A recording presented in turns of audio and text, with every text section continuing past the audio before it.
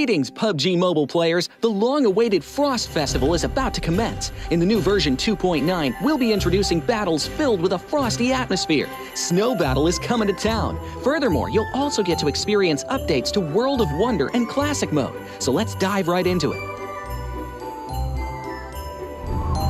In the Frost Festival, we'll be bringing you a series of snow-themed content, including a new Snowy Village-themed area, fun interactions with snow pals, and snow-themed items for more gaming fun and excitement. When miraculous December comes, the frosty world will undergo some magical changes. Stay tuned for updates. Don't miss out.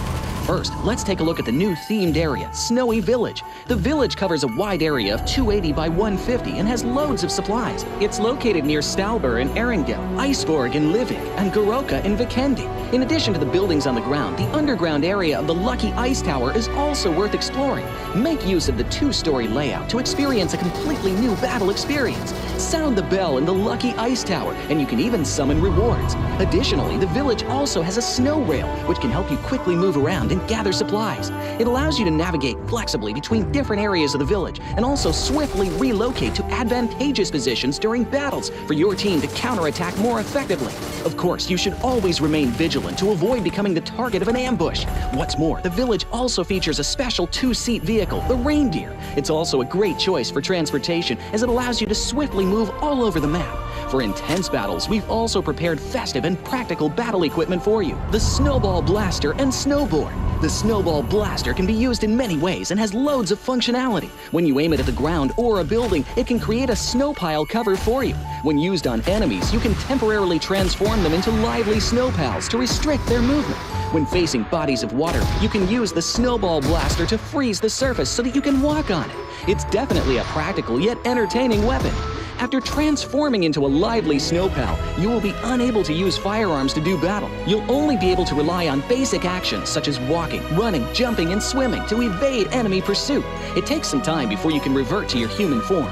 Let's build a snowman together. The snowboard will also bring you a whole new experience. Apart from helping you glide and move on various surfaces, it can also be used with the Snowball Blaster. Explore the many possibilities and use these two items to have all kinds of fun.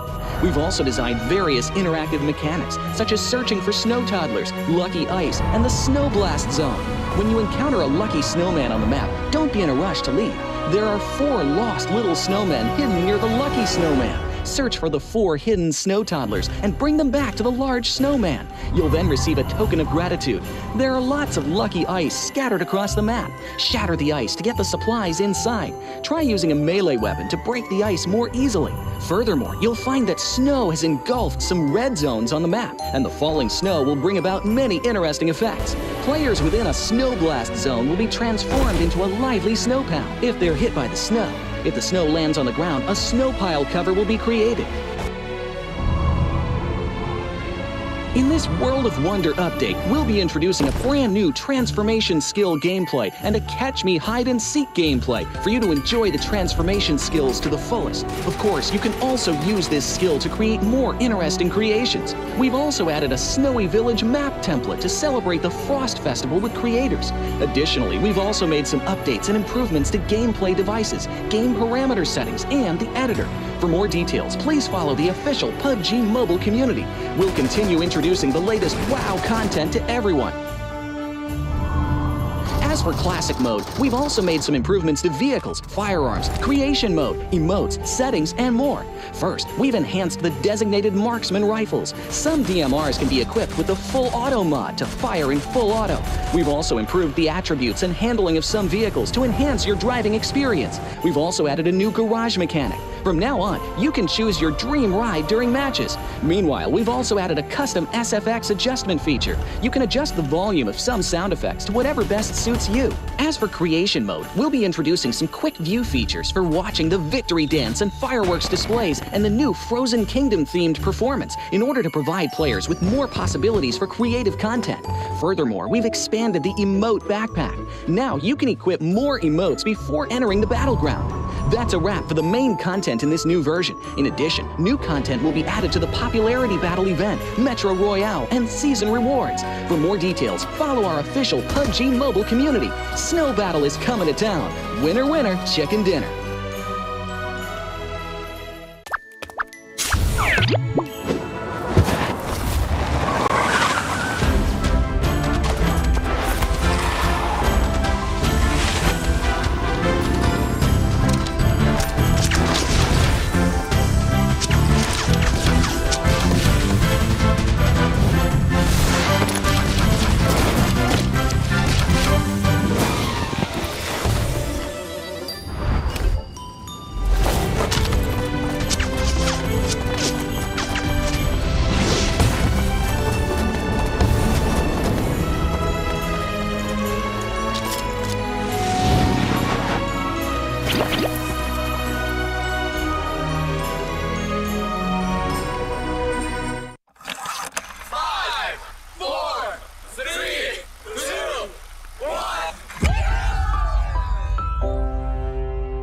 past 5 years, we have witnessed the birth of countless excellent teams and players in all 5 major regions.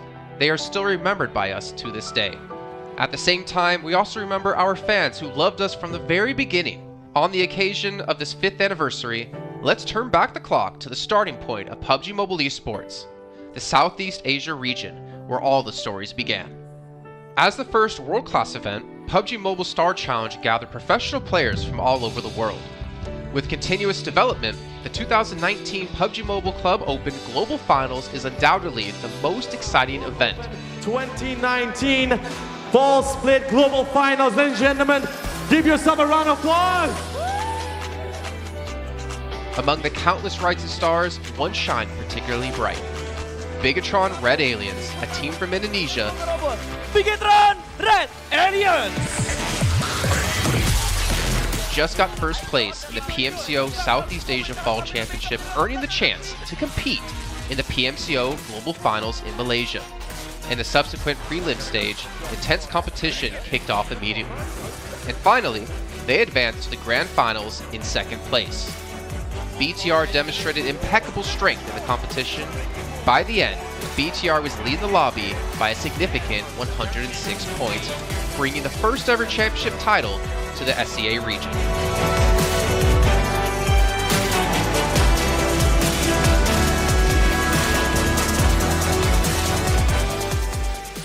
Di saat itu siapa yang nggak kenal dengan nama Bigatron gitu? Tim yang punya segudang prestasi, mereka juara dunia di PMCO Global Finals tahun 2019.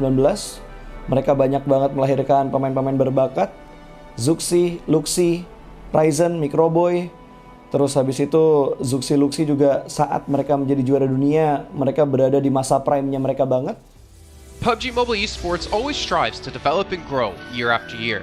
That's why we made sure to continue the support and build the SEA region. In 2020, the improvement of the competitive schedule introduced the World League, which later became the World Invitational.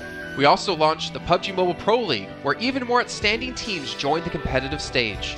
In the 2020 PMWL, BTR once again clinched the championship in the East. This had given Southeast Asia the title of the strongest region in the world. They hoped to continue their legacy at the PUBG Mobile Global Championship, the pinnacle of PUBG Mobile Esports. However, BTR was not able to repeat their performance from the previous year. Top 2 teams is going to go this round. Winner, chicken dinner, Nova XQL. With the rise of Team Nova, countless brilliant moments were had, but this also left many players with regret.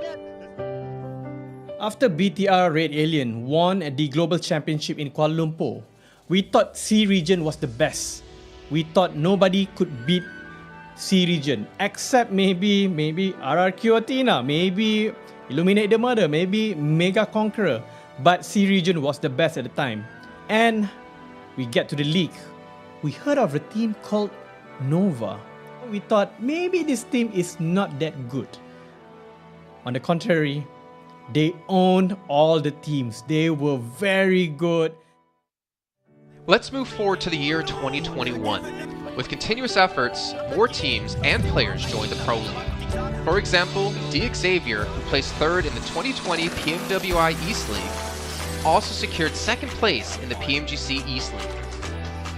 FaZe Clan also made their debut on the world stage. Có thể nói 2021 là năm thành công nhất của Dingo Xavier trên đấu trường quốc tế, khẳng định vị thế và tên tuổi của Việt Nam vô cùng mạnh mẽ. Còn với FaZe Clan, đây là năm đầu tiên họ đặt chân đến với giải đấu cao cấp nhất của PUBG Mobile, nhưng lại khiến tất cả những đối thủ khác đều phải dè chừng và e ngại. Undoubtedly, the year 2022 has brought the greatest changes to the SEA region. Vampire Esports emerged, dominating 2022 PMWI, winning both the main and after-party tournaments,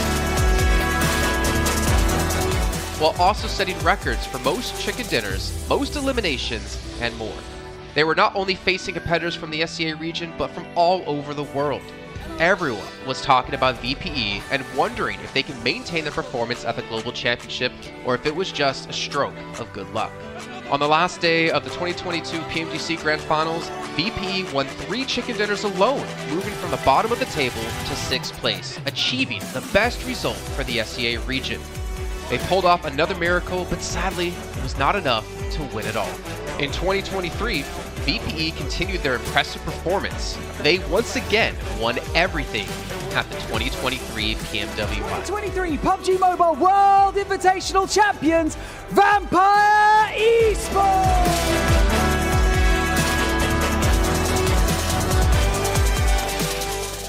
ก็ย้อนกลับไปในปีที่แล้วนะครับเอาจริงก็ผมมองว่าน่าจะโอ้โหไม่มีใครที่จะมองว่าทางฝั่งตัวแวมไพร์จะซักเซสได้ถึงขนาดนั้นนะครับเพราะยุคนั้นเหมือนทุกคนจะโฟกัสไปทางฝั่งของตัวอินฟินแล้วก็เฟคแคนที่มีแบบว่าผู้เล่นดังๆนะครับแล้วก็ถ้าจำมันได้เหมือน PMGC ปีล่าสุดมากินไก่แบบเบิ้ลติดๆกันในวันสุดท้ายเหมือนเอาจริงน้องๆก็เคยบอกเลยว่าเฮ้ยเราเครียดกันไปหรือเปล่ามันเป็นตัวเองดีกว่าเล่นแบบปล่อยจอยได้แบบจอยเลยสุดท้าย3จะติดจบอันดับ6ของโลกซะอย่างนั้นนี่นะครับแวมไพร์สปอร์ตเหลือเชื่อจัด But don't forget, Alter Ego, an Indonesian team, showed a very strong performance by winning the Super League twice. The SCA Super League was an upgrade to the previous championship, which by many is considered to be the most competitive league in PUBG Mobile. They could potentially become the next legend of the SCA region. Untuk dibilang legend, gua rasa belum sih untuk Alter Ego. Walaupun mereka sempat ngedapetin back-to-back champion untuk di PMSL 2023, itu menurut gua hanya sekedar untuk ngasih pembuktian gitu bahwa Indonesia tidak kehabisan pemain berbakat. Ya mungkin contohnya Rosemary gitu. Datangnya dia ke Alter Ego tuh bener-bener jadi ujung tombak untuk Alter Ego. Dan gak berhenti di Rosemary. Masih ada Alpha juga yang didatangkan oleh Alter Ego untuk mengisi kekosongan atau kekurangan dari Alter Ego. Dan gue rasa PMGC 2023 ini akan menjadi ajang global championship pertama gitu untuk Rosemary dan juga si Alpha. Jadi wajib banget kita nantikan performnya mereka di PMGC 2023 dan please di notes pastikan tonton Alter Ego sampai akhir. Of course, there are many more teams we haven't mentioned, but these teams will all take part in the 2023 PUBG Mobile Global Championship. So what do you think? Who will be the ultimate winner in this year's PMGC? Will they be from SCA? Well, there's only one way to find out.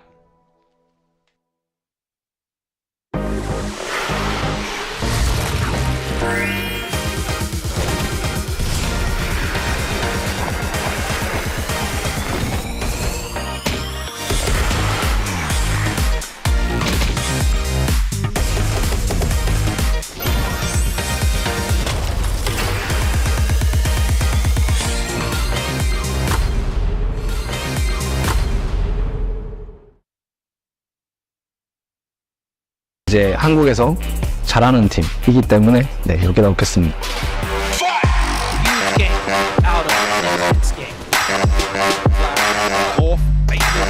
Oh, XZY absolutely on the swivel. It's time for them to shine now. Eric Gale, are you kidding me? I mean, faced with a cold. Level kita orang kat sini lah. So lain lah. New Alliance might just be going down here and now. These flags is excellent. ไม่มีนะไม่มีรู้สึกเป็นส่วนตัวกับทีมไหนสักทีมผม New team? Yeah, they're kind of newcomers. We haven't really met them before. New challengers? Yeah, new challengers. Oh, Red Force, Nick the Galaxy looking to try and hold them off, but it's not. Who do you think is the strongest team in Pro? Next Ruya. To the northeast, but here comes Next Ruya. Right on to Nongchim. Red Force, who have tried to send back over the water.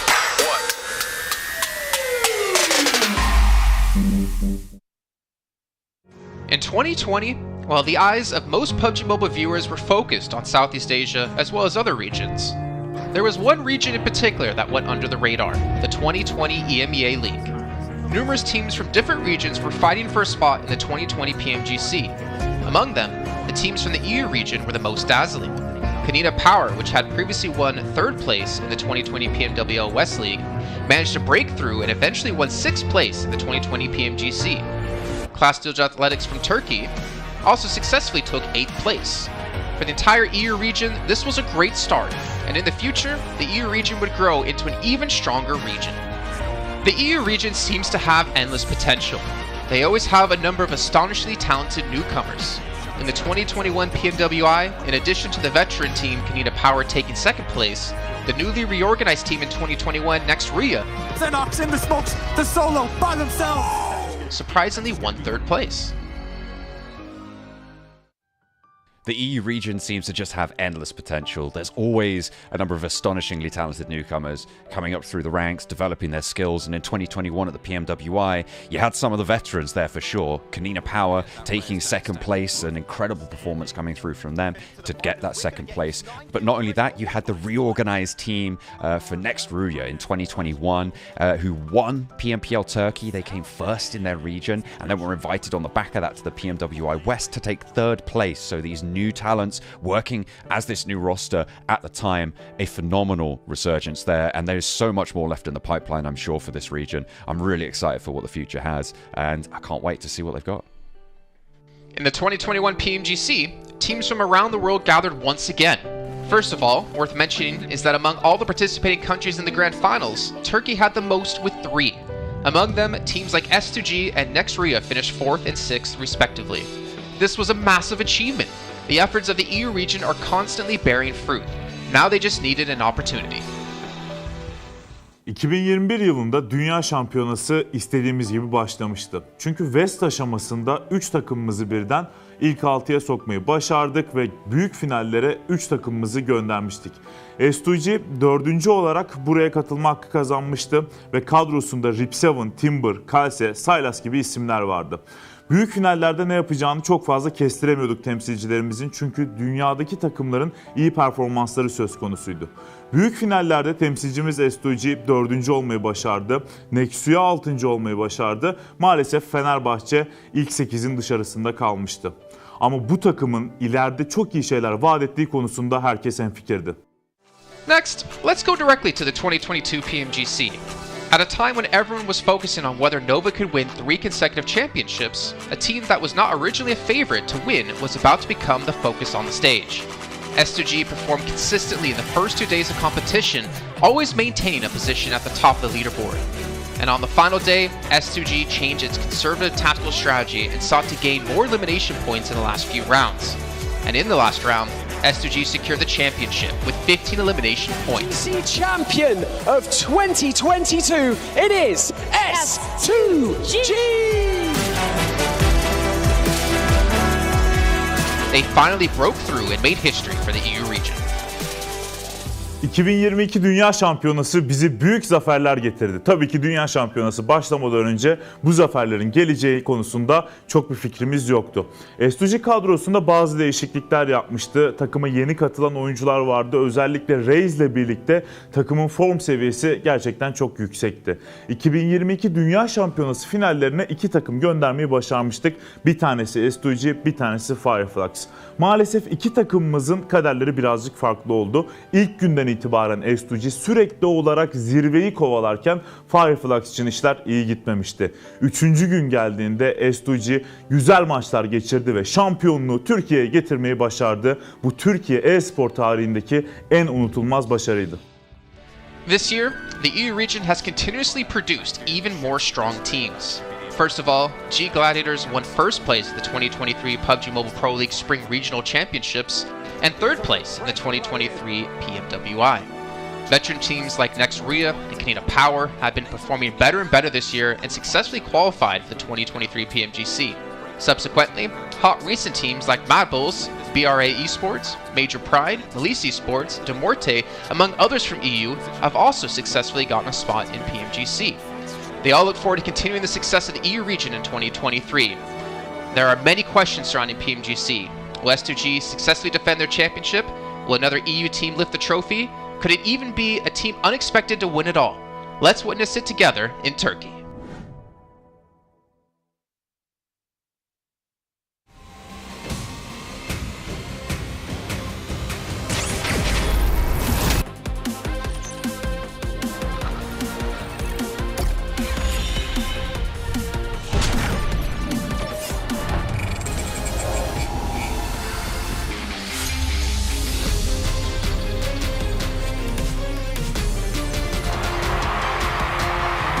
Our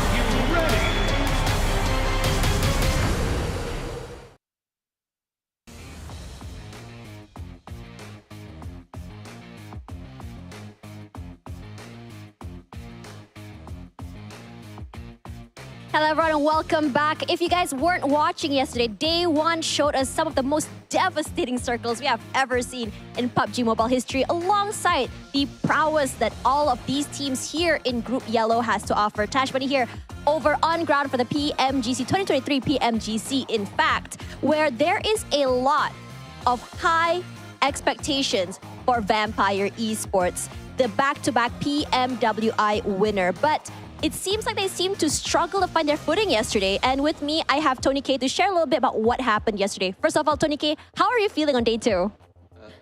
รู้สึกยังไงบ้างคะในวันที่ ก็รู้สึกพร้อมที่จะกอบโกยคะแนนคืนแล้วครับ So today, Tony K preparing for get all the score come back today.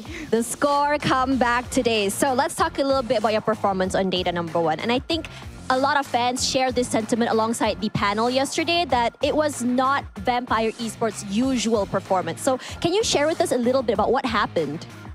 คือเหมือนฟอร์มเมื่อวานนะคะเหมือนไม่ใช่ฟอร์มปกติของแวมไพร์แฟนๆก็เลยรู้สึกเหมือนกับว่าผิดหวังเล็กน้อยช่วยแชร์ให้เราฟังได้ไหมคะว่าเกิดอะไรขึ้นก็คงเป็นการที่คาดไม่ถึงครับที่ว่าแต่ละทีมจะเล่นแบบว่าไม่เหมือนแผนที่เราเคยคุยกันไว้อะไรอย่างเงี้ยครับเหมือนแบบว่าโดนเข้าหลังบ้างโดนอะไรแปลกๆบ้างครับก็ตอนนี้ก็ไปทำการบ้านแล้วก็พร้อมลุยวันนี้แล้วครับ He said for the yesterday one is what quite like unexpected.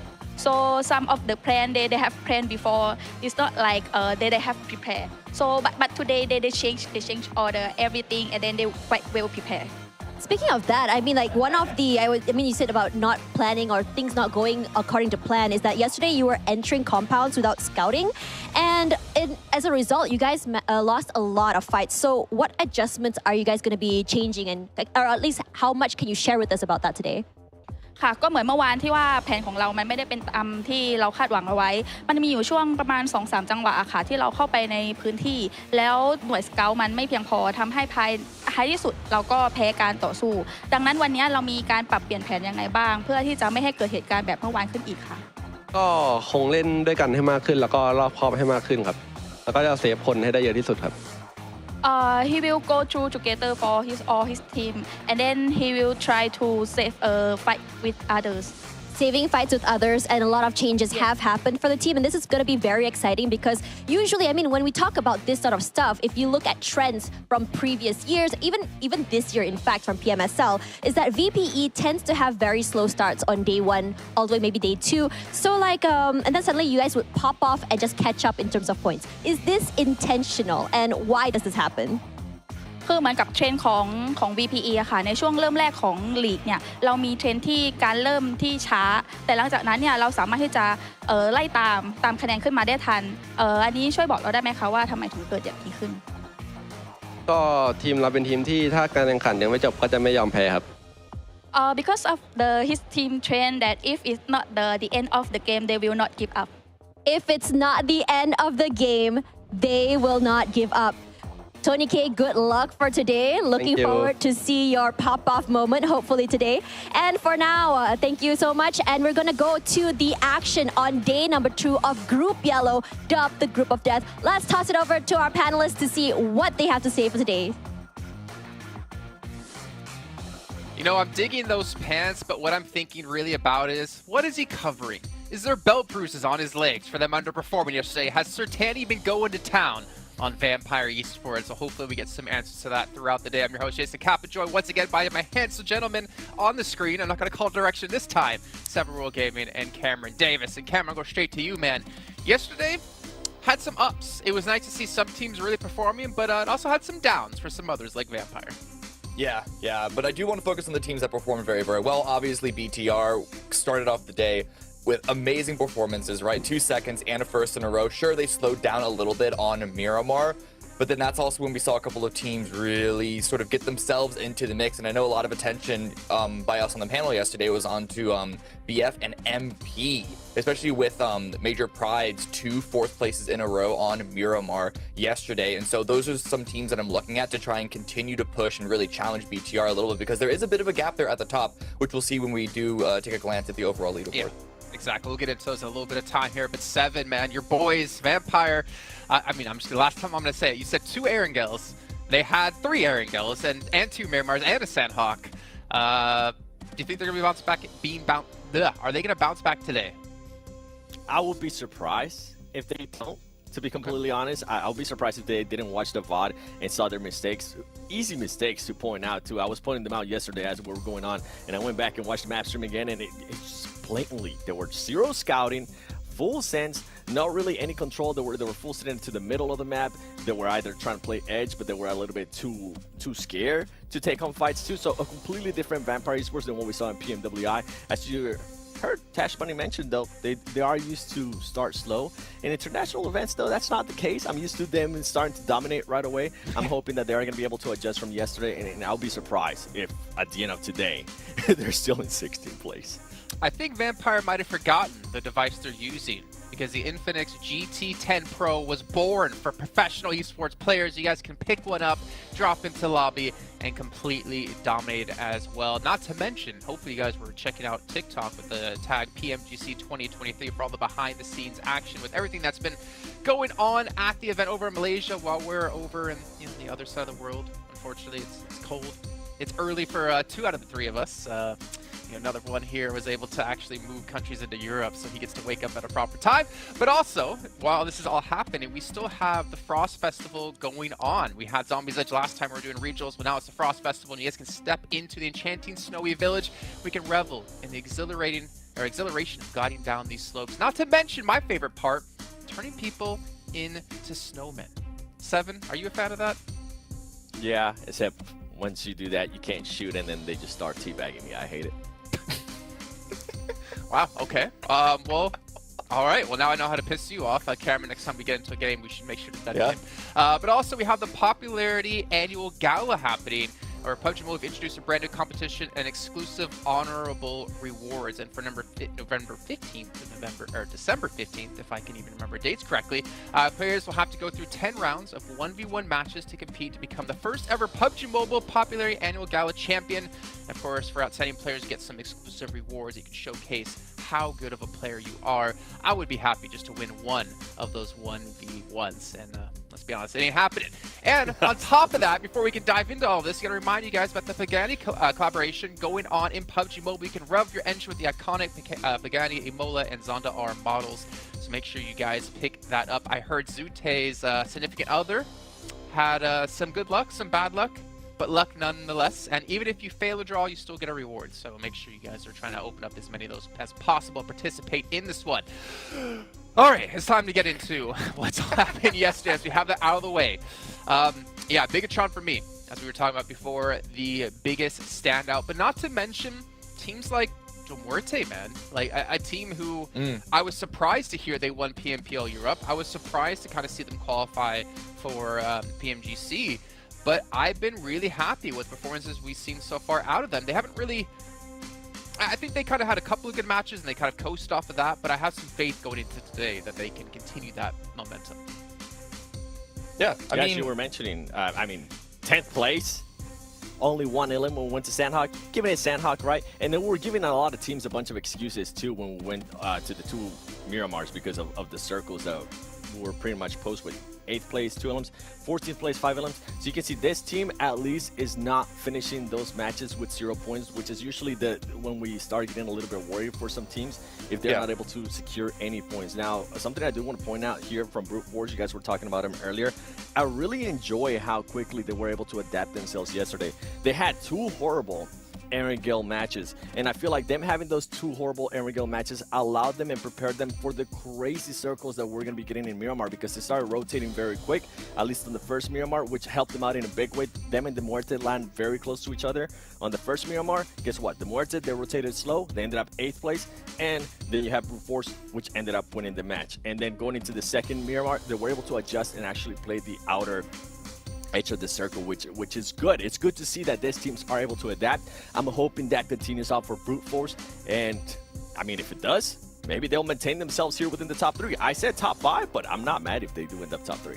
Yeah, and listen, looking at the overall rankings right now, sure, there's a big gap that Bigatron have ahead of, between them and Brute Force, but everyone else down there, it's really, really tight. In fact, in between 3rd and 8th, it's fewer than 10-point gap, so a lot of changes can still be made, which is to be expected because we've only had one day of games so far. But Jason, do you comment about how they, quote-unquote, only had a few good matches that they were jumping off of? You could say that about most teams outside of Bigatron who are in that middle section. So really it's today that I think we expect to see the real separation and then the real tiering happen of like what are the real challengers and what are the teams that are just trying to struggle to maintain themselves in the middle of the pack.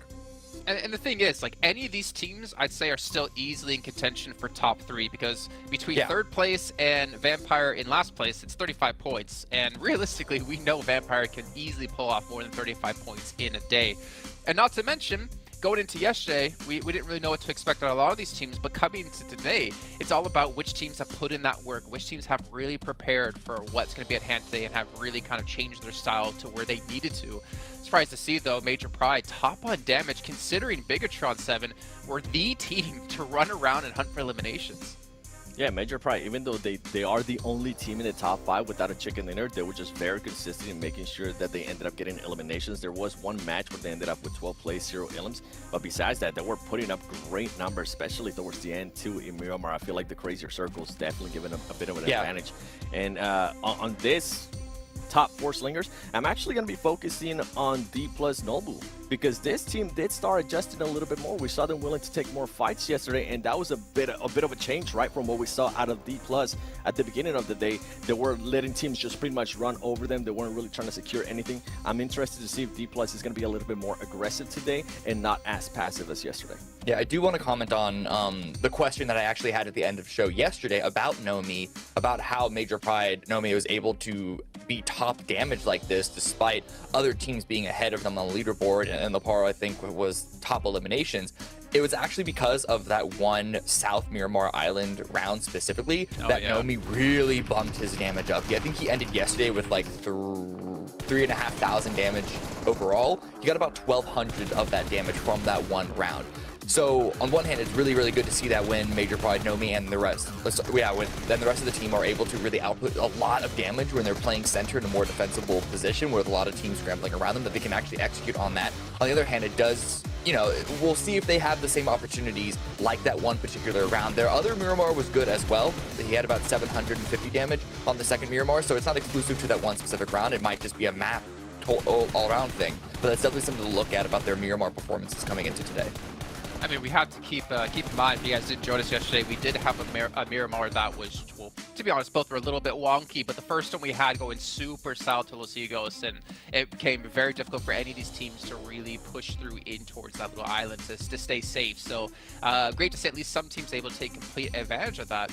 But as we look over to Sanhok here, I know you gentlemen said, you know, Sanhok, you like to start things off in the day with it. It's a nice little warm-up, get your fingies ready to go. We did see Influence Rage take our chicken dinner on it yesterday, but they also seem to be a team that kind of fell off throughout the rest. But we saw, obviously, Bigatron able to get 6 eliminations. But what I'm curious about is, are we going to have that drop yet again between D Plus and Genesis at Paradise, where both teams, they didn't even fight each other. They just chilled and like, okay, we're just going to sit here. We'll take that side. We'll take this side. Genesis ends up rotating off. We saw Queso come through as well.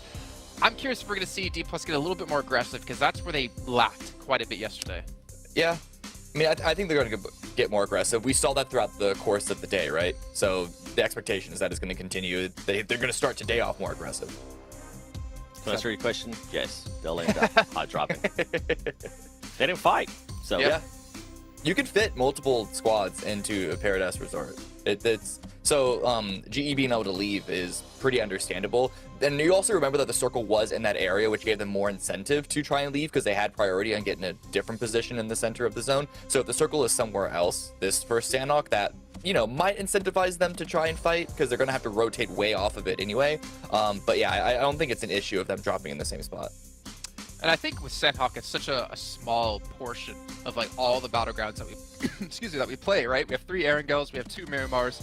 I feel like you don't necessarily need to be extremely strong on a map like this. If anything, it's just kind of let's look for limits, like we saw quite a few different teams do. But I'm trying to look towards some other teams here that were maybe a little bit of a surprise, maybe a little bit of a letdown. I mean, we can hit on DRS as well in particular. We got to hear the interview yesterday before the match started. Obviously, a special invite team when they did say for everyone in the lobby to watch out for them. Though the results didn't really prove to go that way. But I think for a team like that, the pressure they have out of I would say almost every team in this group, I think they have the most. The only representative from Nepal, they have consecutively done extremely well at PMGCs, but this is not the DRS that we're used to here. Special invite too, not qualifying the way the other teams were able to qualify. Their performances, especially recently, have been absolutely awful, and they're currently continuing to do that. Something that I did enjoy watching out of them yesterday is a player called Delta. He was able to clutch up a lot of their fights. Multiple times, which was quite impressive to me because the team overall, I mean, we're talking about it, right? The performances weren't there. The one thing that they do have going in their favor, though, is that we're starting to put up elims there towards the end. That we're able to at least win some fights, and that's what I'm hoping in for today. We'd start seeing a little bit more of Delta. He becomes more of a main character for that team, and maybe everybody starts rallying behind them because this team, yeah, it is DRS, right? They do have that presence, but if for some reason they don't end up reacting today, they still maintain out of the top 5, they end up in the 11th to 16th place. I feel like it's going to start to get into them, the pressure, and just everybody having them on a microscope. Why did you even get invited here if you were going to be performing like this? I mean, that's a fair question to ask, Cameron. It's a little mean, but it's completely fair in my books. Like, you have to prove you're deserving of that special invite. And even for me, I was super critical about G Gladiators back in EU Regionals, that they looked horrible. And the question in my head was, did they know they were already qualified or were getting invited to PMGC?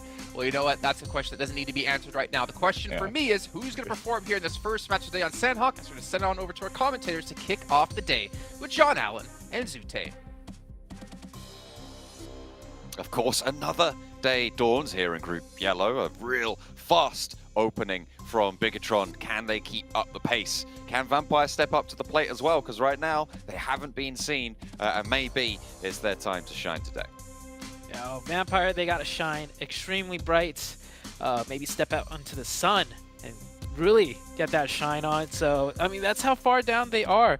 And Bigatron Red Aliens, I don't think they're, or Red Villains, sorry, I don't think they're stopping anytime soon. Yesterday we saw like the last 2 matches, Miramar, they didn't get too many points, but those Miramar circles were just disastrous for so many teams. I think coming back today is a little bit of a reset, and BTR are going to pick up right where they kind of started off yesterday. I mean, they seem to display really good fundamental control, off-angle positioning, establishing those crossfires, and they were playing as a unit, which is, it generally didn't seem like a fluke whenever they were in these strong positions. So we're happy to see that. Hoping that those Vampire adjustments that were talked about by Tony K earlier have come through today, and we'll see more from them. But I would agree with what they were closing out on the desk with, which is with DRS, that second special invite spot. See, I mean, they both seem to have been cursed, right? Those special invites. Gladiators not doing as well as they would have liked, I think it's fair to say. DRS similarly underperforming so far. I think at this stage, you know, in the tournament, the PMGC, you get so many great teams with storied past, with, you know, really good performances, that some of them are bound to fail. Like, they're going to fail more than, you know, what people, or to put it in better terms, you know, people expect a lot out of so many different teams here, because there's just so many teams that have had great success that, you know, by the law of averages, some of them are going to fail terribly. And Vampire, yeah, we didn't expect that, though. Not on the first day, but still, you know, it happens. We'll see if they could bring it back. And at this point, I know it's early, right, John? It's only day number 2, but it's like, can they even make it into the survival stage? That's the big question for me right now. Absolutely, it's going to be pretty tricky. We just saw before there, Major Pride as well. They have managed to jump all the way up to that bubble after what was a bit of a lackluster start to the day. They did very much climb back on up onto that horse and get on a move. Obviously, they were propped up a little bit by the Miramar game that they had, where it all went all the way down to that south side, right down to the islands towards Los Eagles on the south edge, that bridge cover. They were able to get quite a lot of points. They could have probably gotten more, all things considered. We criticized their move out to the west when they made it, and they went down to it. But they were able to get up now into 4th place, a little bit ahead of Weibo as well, who were able to close out strong to boot. A lot of teams started to pick up the pace towards the end of yesterday, and that's manifested in a pretty tightly packed 3rd place down to probably about 8th. Yeah. We saw just now Weibo Gaming in very high spirits. Yesterday's very last game had to do a lot with that. Sook, just with his nades on top of that hill, got so many eliminations. That team's doing great. We had the team vibing out, headphones in. Looks like they are getting ready to drop into the first game very soon. And starting it off with Sanhok, right, John? I think it's great that we start out with Sanhok on the very first game. Jason mentioned it. It's a great map to just get your fingers warmed up right off the bat, and you really do need to get ready for the entire day because you got 5 matches ahead of you. Every match really counts, and you know, yeah, I think it's definitely something that you need to find. I don't know if I just lost you there, Zute. We'll have to figure that one out. But yeah, absolutely. You need to be getting nice and warmed up. Looks like the hoods are on as well for Team Queso. They're really trying to get into the zone. Team Queso's position yesterday, kind of lackluster, as similar to the Vampire team. They are down in 15th place right now. 14 points so far for Team Queso, so they are really looking to zone on into these Group Yellow matches. Group Yellow certainly starting to heat it up. Looks like a little bit of confidence for Rook, for Sanhok as well, coming on through. They finished in 12th place yesterday, so they'll be looking to push up just that little bit higher to get towards those survival stages. Everybody looking to load on in now, getting those fingers nice and warm. Even if Jason did use a different word to describe them, which I would prefer never to hear again. So we'll move on swiftly from that one. Everybody locking and loading 13 seconds before they get in that plane. Sanhok, here we go. Yesterday was action-packed. BTR, of course, just leading the charge, getting so many eliminations. And honestly, as far as gunpowder goes and in individual mechanics goes, that player's got the best team out of all 3 groups, in my opinion. They're just a step above, especially with that DBS, right? So many players, almost everybody, I would say, using the DBS. But yesterday, BTR in the DBS, every time they took a shot, every time they took a quick little peek with that DBS, shots connecting instantly. Let's see if some of the other teams could start picking that up. And it was the very first day yesterday for many of these teams, and we see it all the time. Day number 1, some teams just aren't warmed up yet, and it really takes that whole day. And come into day 2, 3, and 4, things really do always change up. See those changes manifest, I'm sure. One of the things that hasn't changed though is Vampire's drop spot. They are going to maintain that ruin split area. No one really contested them on it yesterday, and it wasn't really the problem. I don't think any of their drops were the problem. It was just their paths on out. Bigatron might be kicking off the bidding close to Pynard, down towards Vibes, central area, and he does manage to catch him there. Ooh. Should be able to get this flush on out. Dropping the nade backwards. Okay, I mean, if you're that confident, just throw it on out. See what happens. Has it even gone off? I'm not sure. Yeah, he just, that was definitely on accident, but BTR, well, I said it, they're going to start off hot today, and they are picking up the first point. The drop and Paradise Resort, the hot drop that is, between Genesis and D+. It is happening once again. Yesterday, we saw a stalemate. This time around, it looks like it might be the same thing, because yesterday they dropped a little bit closer on top of each other, and it ended in a stalemate. This time they've created some spacing. There's a potential, though, for, you know, lines of sight, different angles to get that opening, and they're going back and forth, but you can tell D+ not really wanting to commit to this. They're taking shots back and forth, but both teams probably not going to give way to a free knock to the other team. I mean, both of these teams will have looked at the hold that they established on Paradise Resort yesterday and seen where those lines of divide changed. But look at the off angle that happens right now for D+ on that northwest side. For Fabian, who's on that northwest corner of the compound, he might be able to catch a player or 2, spots 1, and it's West Carry to go down first. The question is there backup for the rest of the team? Do they try and push on through? But they've lost a player to Fabian on that corner. Yeah, I don't know if my eyes deceive me, but when West Carry got knocked, it looked like he was able to get knocked and then scooch into the corner, and then he pops right back out. Not sure what was happening there. We do have Major Pride here picking up a point also. So a lot of just scraps back and forth. And wow, the first circle actually didn't even get to talk about that one. It is on the Northwest Island. Now, it could shift off it, but good majority of it is on that Northwestern Island. Team Queso have Camp Alpha and a little bit at the top of the hill. Weibo have Hatin. So a lot of that crucial area already taken up. Of course, Vampire near that Ruins Bridge. Going to be looking across soon. Influence Range actually swimming across from Boot Camp in the meantime. Very fast. But BTR are a little bit ahead of them with Superboy, the renamed Yuhai, already on that island. But it's going to have a face-off against all four. So BTR need to respond to that aggression if they want to keep control of the compound on the Northwest Island. I saw this same exact rotation out of Americas. A Brazilian team took Boot Camp. I'm not sure if it was Influence Rage specifically. I think it might have been. And every time the circle pops up, they rotate so quickly, and they catch that player off that plays split. You know, the team that drops south of Boot Camp with that 1-1-1 split, it's a strong split, controls a lot of territory. But yeah, you can't stay split for long, not in a circle like this, not with Influence Rage charging in. The fight right now in Paradise still continues. D+ know they have the advantage, so they're not going to give up this fight for free, as Superboy is getting pushed now. Not expecting that fast push. He's stalling as long as he can, but he's got that DBS. We'll see what BTR can continue to do with the DBS against the 4 players of Influence Rage. I don't know if he's noticed the player going out wide. He hears those steps, spots the shot on the windowsill, opens the door. Law gets into a bit of danger there, bit of hot water, but they do manage to handle business. And another knock went over to Genfos as Ferral was watching that crossing, stopping BTR from responding to this position. He overextended past this engagement, and a beautiful hold for Influence Rage. They know exactly what to do on this position. That's 2 knocks over to BTR, and Influence Rage handle them. Ooh, yeah. BTR just a tad bit slow. If the homework was done really in depth, if the coach or players watched every single game in the PMPLs leading up to this, they might have known Influence Rage would do this very fast rotation in this zone like this.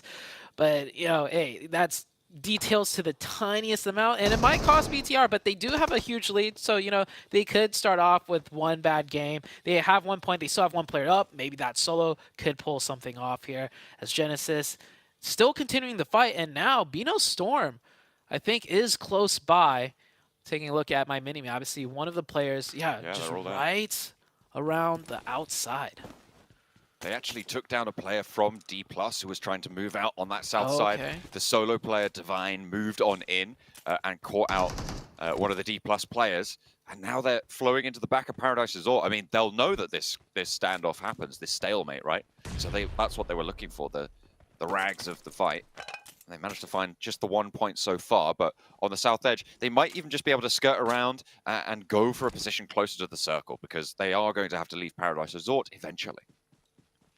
Yeah, the stalemates in Paradise Resort, just too costly. That is why Sanhok of all maps, if you start a fight, you do have to finish it quickly. And I think it was D+ that kind of dropped that ball. In a 4v3 situation at this level, you have to know how to play aggressive and close it out. And at worst, just lose 1 player. I know Sanhok is tricky, especially in Paradise Resort, but you have the numbers advantage, and at this caliber, you should be able to execute that pretty cleanly, or else this happens, right? You get third party, you take too long. Bino Storm now picking up a 2nd player off of D+, and Bino Storm are, you know, getting the loot too, as Paradise Resort does have a lot of loot. Yeah, D+ losing too, not ideal. Not quite living up to the mark of Nongshim Red Force from Group Green in the last week's gameplay right now. The Korean brothers are not going to be quite as powerful this time around, unfortunately. So far, D+ sat in 9th, 30 points. It's very middle of the pack. It gives you opportunity to move up, but it doesn't put you in the best spot. And it's definitely not out of the danger zone right now. It's only 6 points above the bubble. Now, this might come into huge play later, but Brute Force actually took a rotation around the north side, swinging to the west. So they have made it onto that northwest island with that rotation. And I only mention it because Brute Force did really well yesterday, so I am paying way closer attention to them today. If they end up getting a big game out here, that rotation really worked out for them. And with that zone shift, that was a good rotation indeed. We are heading to that northwestern island. Team Queso, of course, the the God compound, or not a compound, the mountaintop. No team could really push up there if they are playing that split correctly, but sometimes the circle just does not end up there, which happens more often than not, so we'll see if Team Queso gets favored here. Nice shot from Divine to find even more. This match, they have been a little bit dangerous so far. They're bearing their fangs for Bino Storm. Divine able to pick up 3 eliminations already on his own for the roster, so they'll be pretty happy with him. That is not a good start for Vampire as they try and move up the west coast. They do find a trade, but 2 of them have been knocked and Tony K gets flushed out. Mind moving into position to find the final players. This is not what you want to happen at the start of a reorganized Vampire day.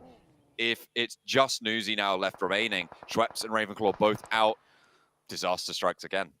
You know, I know Vampires had a terrible day yesterday. They looked so ill-prepared, and I know this looks even worse, you know, starting off day 2 like this, but I can't blame them. They know the drop spots. They know Weibo Gaming drops north, and in a zone like this, Weibo's probably going to lock down that north side, not cut in that deep. No one would expect Brute Force to do that rotation, and it catches Vampire by surprise. So great rotation out of Brute Force. It heavily rewards them. So we do have Major Pride here, down in the water, down to just that solo player. That is unfortunate. Although, to be fair, Team Queso drop around this area, so they should be wary at the very least. Vampire have still got 1 to play with. There's Newsy, though, still standing up for the team a little bit. Getting them 2 eliminations so far.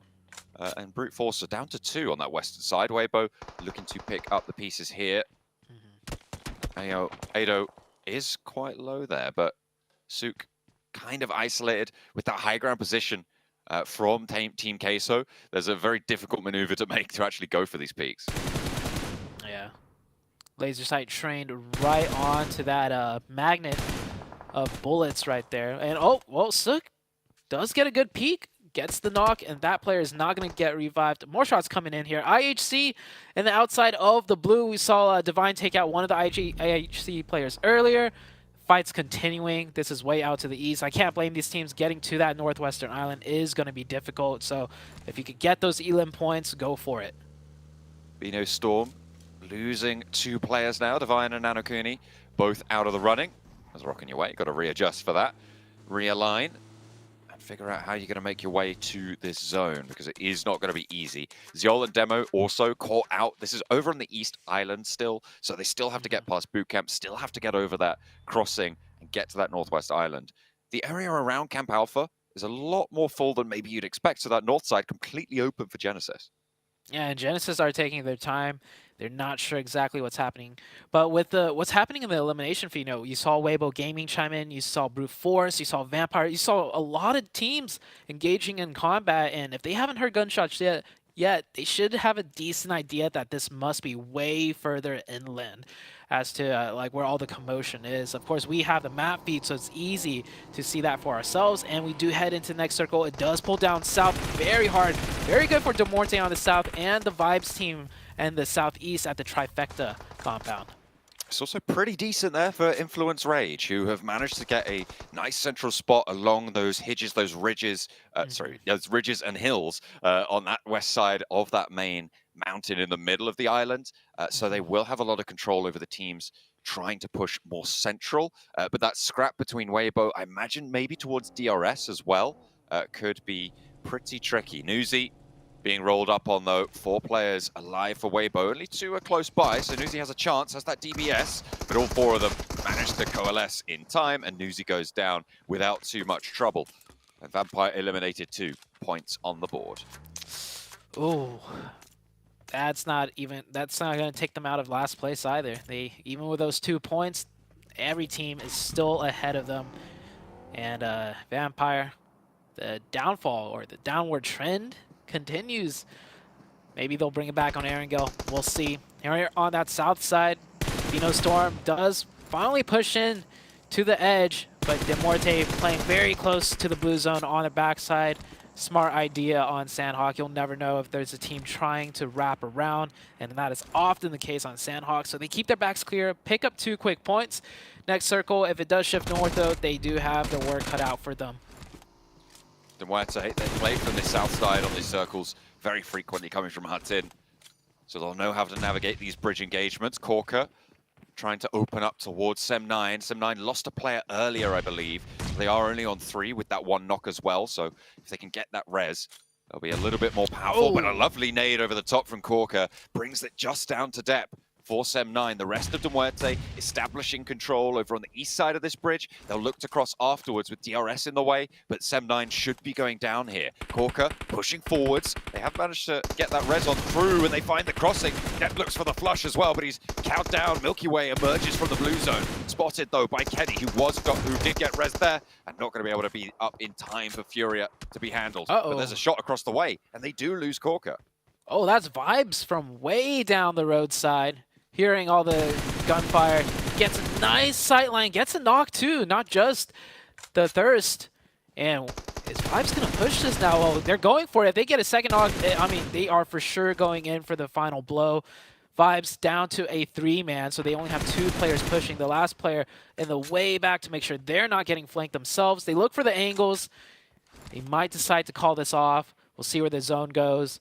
If Vibes had 4 players up, this would have been a definite finishing blow for the side of Demuerte. They aren't able to get that revive. The point gets confirmed, and that might just prompt the Vibes team to push even closer towards them. And with that circle, I think so.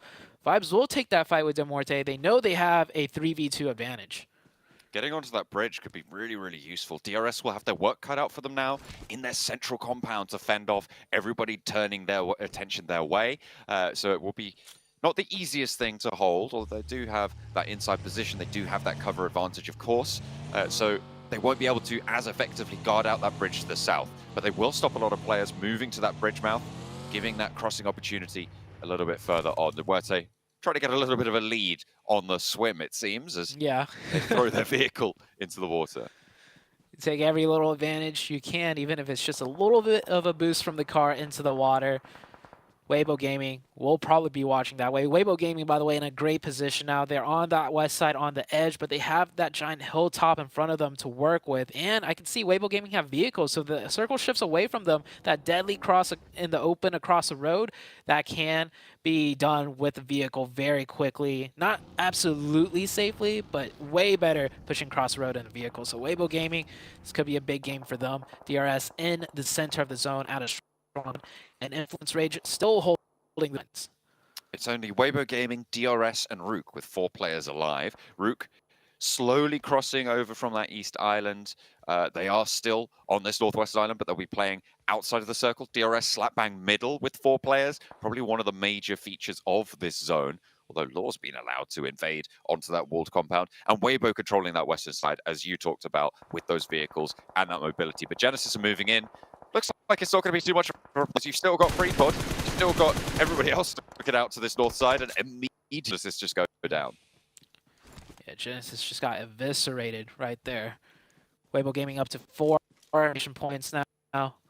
Circle soon to shift. BTR still have 2, by the way. I thought they would for sure only be down to solo, but they are on that southeast side, and with Sanhok getting into the end game with this much chaos, 2 players could pick up quite a few points in the form of eliminations. IHC now meeting their demise deep in the blue. Team Queso doing a decent job. You know, they were up here for a while, but they converted some points. They didn't get that zone bless, but they keep 4 up, and they have a nice control on that northeastern side. Demuerte finally trying to finish out that fight with Vibes. It looks like Vibes lost a player here, so it is a 2v2 situation on that southern side of the bridge.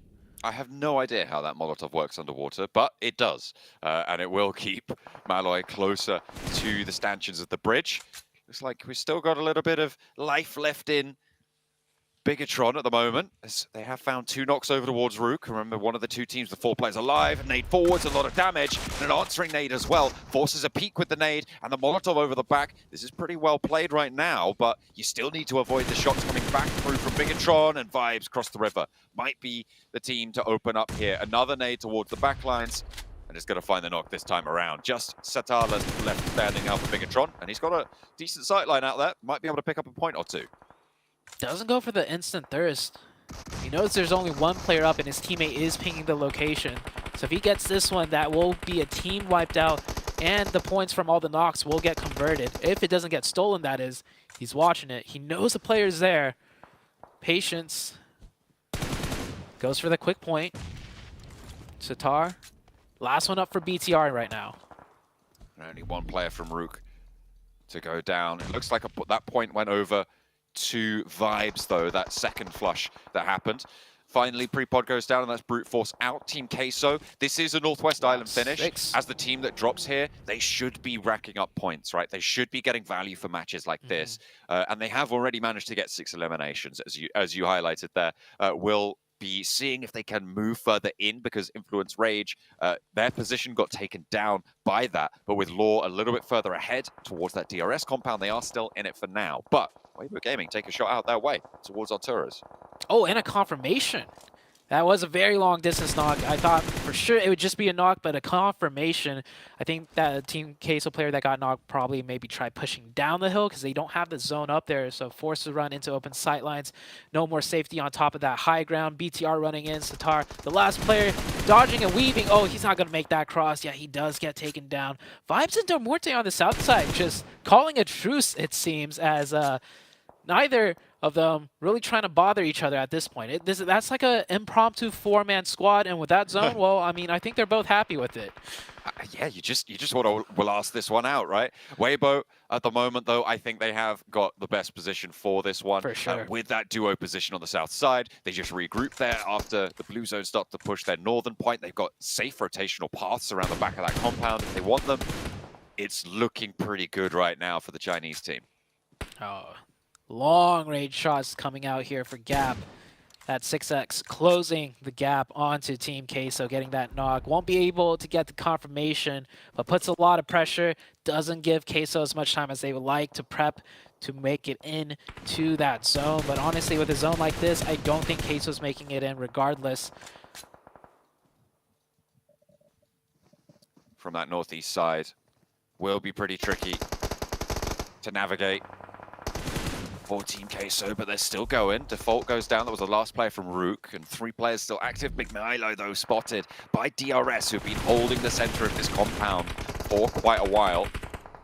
And they will look to try and hold them out fully. Indeed, they do. And it is Team Queso to fall. 7 eliminations, and they will have that central compound that was theirs for so long, but a lot safer now on that eastern side. Clearing out Law as well. That's going to be a little bit more mobility. But Vibes and Demuerte both finding angles to stay alive on the south. Yanti with a really nice burst fire right there. And oh, DRS with another one, getting a knock.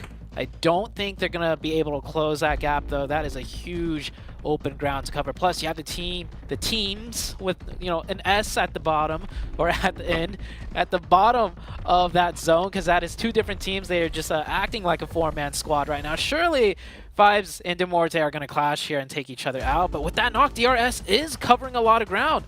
Just off of one knock, the player has managed to run across into the open. I don't know how, but he made a lot of ground, and he's on the ridgeline side to nade and suppress the entirety of Weibo Gaming. DRS have moved up with another duo as well. So they're now all playing around this hill. The south side of it a lot more treacherous as the move in comes first from Vibes. Demuerte will likely be soon to follow, or at least attempt to. Killer suppressed by the nades around the edge. We saw what Suit could do with a nade in yesterday's end of Miramar. Killer goes down first. That's a spray coming on through. Gap is able to land that nade finally. Weibo controlling the low ground here. They're really much more worried about that than Rules and Delta up on high. Ming is there on that ridgeline to try and control it, but they're losing players pretty fast. Yeah, DRS just a step behind. They needed the players to get closer to the top before they can answer back with nades, so they do trade it 1 for 1. Oh, Ming from distance gets the confirmation. So DRS will be down to 3. Weibo Gaming getting the reset, and on that south side, looks like Vibes did win out the fight between them and Demuerte. A solo out of Vibes is all that's left. He could play spoiler. He could look for that 2nd place finish if DRS and Weibo Gaming engage here, and the fight is about to break. DRS cresting very close up to the hill. I mean, with a decent set of nade knocks, it could go their way. I mean, there is a chance, right, for Doc, but as much as a slim possibility as it is, I think Ming is on the hunt right now. Over the top they go, and Delta quick on the trigger. 7 was highlighting his clutch potential for this roster. Looks looks like he won't let it go down just here. Won't even fall to that nade either. So able to stay alive. Sook is now down, and that gives them a little bit more mobility as two of those players now out of action as this res is enacted. Delta pushing forward through the smoke. He wants the fight. There's Ming on the off angle as well, but can't quite land the DPS this time around. There is a trade coming through in the meantime, however, as Gianti has to step up. The last player for DRS is in, and there's only one player for them to go. And it's a 1 versus 1 versus 1. Doc now has a real chance going into this fight as DRS only have the one player alive. So do Weibo. And he's crawling forwards. He's creeping on in. Can he find the shot? They just are spotted over the top. Surely. Step up and get Gianti. DRS are out. He gets the spray. He gets the shot. Oh! And he's on the swivel. Now has to handle Sook with the DPS. He's moving forwards and it's Doc with a 1 versus 1, but can't quite stand up in time. And Sook closes it down. Wow. Nail biter at the very end. Doc decides to spoil DRS's day. Did not go left, went right instead. What a game. A three-way battle at the very end. I think all three teams happy with the amount of points they got. I think DRS picked up a lot of eliminations. We saw vibes on the south side. Yeah, I think all three teams towards the end picked up massive amounts of elim points, but Weibo Gaming is the one that will get the chicken. You can see what it means to them. That's 2 wins in a row.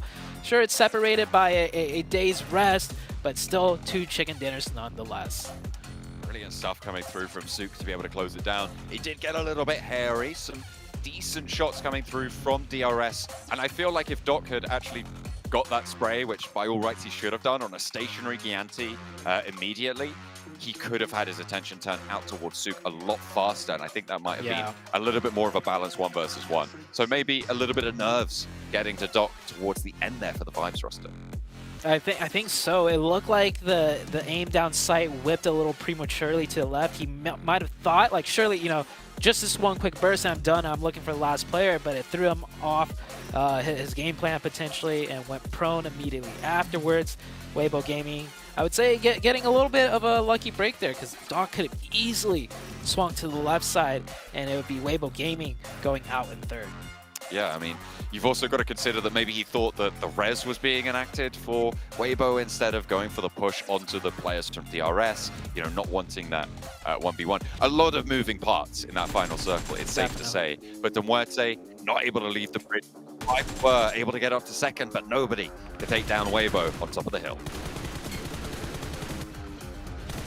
Obviously, we got a lot to say about Weibo Gaming, but also a lot to say about DRS. I gave them so much crap yesterday, and they come up big here today. A phenomenal push at the right time with the initial knock as well onto WBG.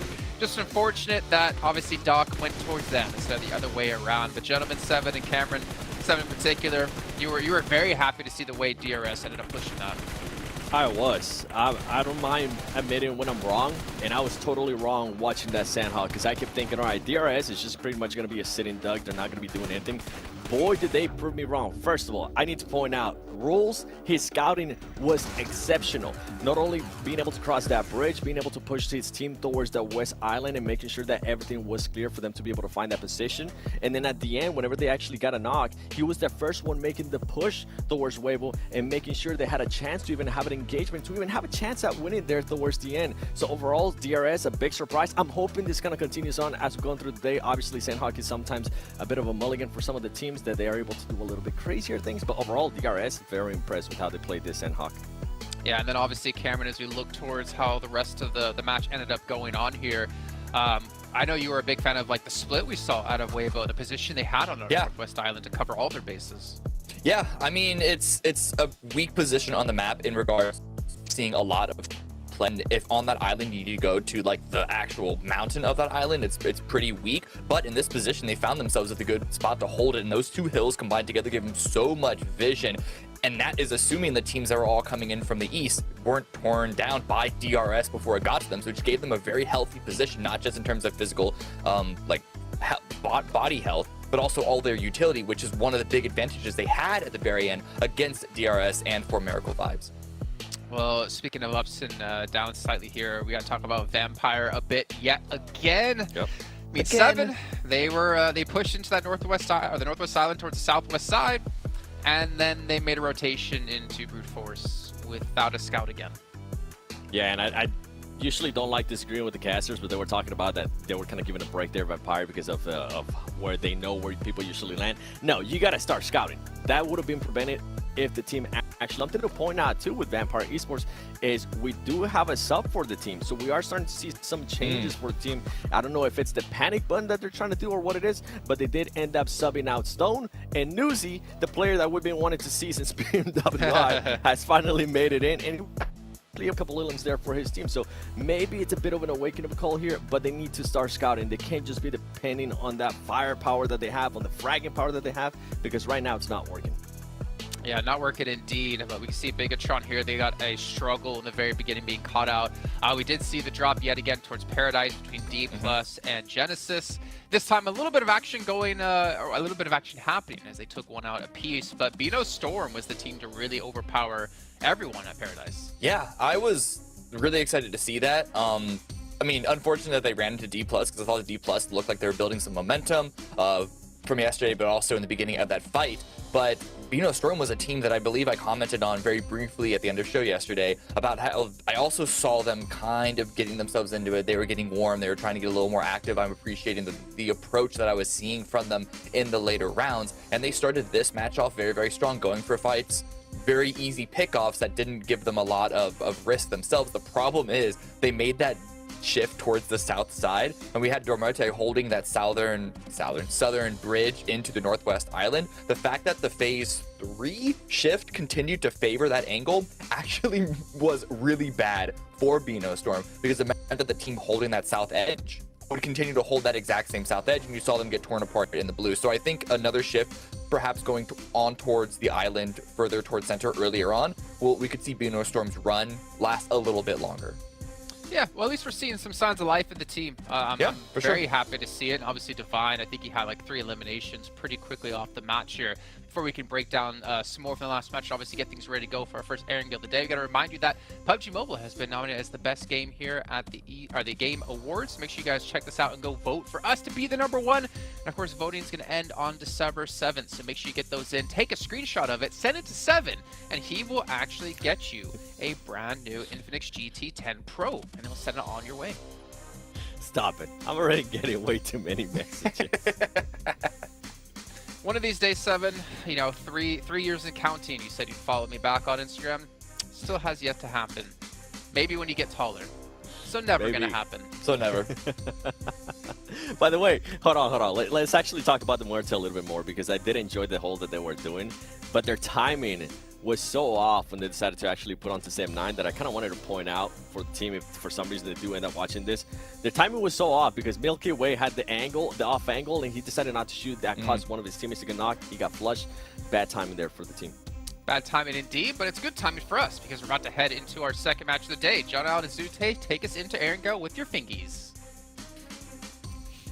I will give you none of my fingies. They are staying firmly up my sleeveys for the time being. They are going to stay here, and you're not getting them. You can't have them. They are mine. We are going to be getting into the first of a triple billing of Erangel, of course, in the middle of the day. It's a massive set of maps that we see across all of these groups. It's a really good place to see how teams are developing over the course of this tournament. So we're going to be looking for changes today. That's not the only thing developing. I think we're just making up words today too. I caught you earlier saying Hidges is a mix of hills and ridges. I actually kind of like that. I kind of like that. Efficiency, that's what it's all about. It is. And Hidges is a strong position to have because you get the best of both worlds. So we'll see how these teams go into the second map. But that first game, a little bit surprising for me in the sense of BTR, right? I thought they were going to just continue it going in strong, but Influence Rage really just blindsided them and stopped, the momentum short. I would like to add, though, they got cut down to 2 players very early. They still made it pretty decently far into the late game, and we're still, picking up the elimination points. So BTR, didn't have a strong start to the day, but with what they managed to do, I'd say that was still a strong performance. Absolutely. They have had the gap closed onto them a little bit. They got 4 points in that last match from those eliminations, but still with a 12-point lead over Weibo, who were able to rack up quite the count on that last match, the 20-point match that they were able to find, puts them up in and amongst that second place position. A hard south plane path here, though. So we could see some vehicle scraps coming on through around those vehicle drops, so we'll be keeping an eye out for that. Vampire, they drop over towards Primorsk, and they are going to stay late on this plane. Can they have a better time of it than last time around? Because they got caught out by brute force, arguably in a position where they may not have known there would be players, but in my mind, I feel like Team Queso drop around that area. You know that Weibo's on the north side. There's definitely going to be conflict on that northwest island. And just losing players like potential. that, it needs a little bit more adjustment. Hang on a minute. Okay, are they all going on the west coast, or is that a Vampire hot drop for everybody? I think Rook is splitting off a little bit to northwest, probably going for vehicles. And yeah, you're right. Seven also mentioned it. You know, I was giving them kind of a pass, but Seven said, you know, you should just scout. And with the fact that there could be players, you know, ideally, you know, Team Queso does shift up to the mountainside because they have priority, which is what they did, but you never know, so you should always send that scout, and that disaster could have been avoided if you just do your due diligence. And I think that's one thing Vampire is just completely lacking. Not really, you know, following the correct steps, the basics pretty much, which is why we see them at that 13th place spot right now. This isn't a hot drop, but it is a nice 1v1. DBS versus Grenade. Demo already has the grenade primed, and throwing it through the window does take a lot of damage. Dino has the energy drink, no bandages. Will boost up a little bit of HP there. And the question is, IHC actually getting caught in another split fight. Wait, was that IHC we saw earlier fighting the other team, and now this is a different team? This is a 2 versus 3 technically, although it's in the building, it's a 2 versus 2. IHC currently have a 2v2 going on and a 1v1, which means that there is no backup moving to that 1v1 for IHC, remember? So there could potentially be backup moving on through in that other side of the 1v1. So we'll have to see if that comes back to bite them. I think that's close to a Major Pride player, and I think Effect for Major Pride is moving in to help that 1v1 if they aren't just going to get out of there. Yeah, Effect is getting there, but I think it looks like the other player, not on camera right now, did get in the vehicle, so he's disengaged. So Demo from IHC in the 1v1 we saw in the beginning is fine. He is clear to loot, but this is the focus right now, the 2v3. One of the players of Rook with a pistol, by the way, so not able to really have any strong weaponry coming into this one. We can almost say it's a 2.5 players, but finds a shotgun. That's good. Shotguns, it might not be the DBS, but we've seen players adapt to the shotgun meta. They are able to use any shotgun with lethal force. Vampire have been looting this whole time. As soon as this fight pops off, there is potential for them to hear that, for them to get involved in this scrap as well. So maybe a chance for Vampire to show us something in this match. A strafe spray with the Vector at that close range. This weapon is brutal. Godless able to get the flush as well, which leaves Punisher down and out. So 3 players active. Seol is there. They'll stop any of these Rook players from moving out the back as well, who's going to make it harder nonetheless. Default across the hills. He's been running around outside for a while. Might want to get involved. The players of Rook tagged down a lot right now. No meds for the side of IHC. Man advantage is there. The pressure is on. He dodges so many shots, but Demo finally, and that's Demo, the 1v1 against the Major Pride player. So he did come into effect. It did pan out for the side of IHC. Rook down to just the 2. More likely just down to the 1 player. He has the shotgun. Can he get 1? He gets 1. Can he get 2 and number 3 coming right up here? Right in through the door. A nice pickup by IHC. Down to 2 players active. Godless can get res. Demo is a lot more isolated, and there are shots going at his way. That will be flushed by default on the off angle, but there's no way that he goes in for the rest of this fight. It's just too much. We'll get away with the 1 point, but nothing more. That is it. The fight is over. Rook with 1, IHC with 3. IHC, of course, coming out on top with elimination points. 3 points for 1 player. Could be worse.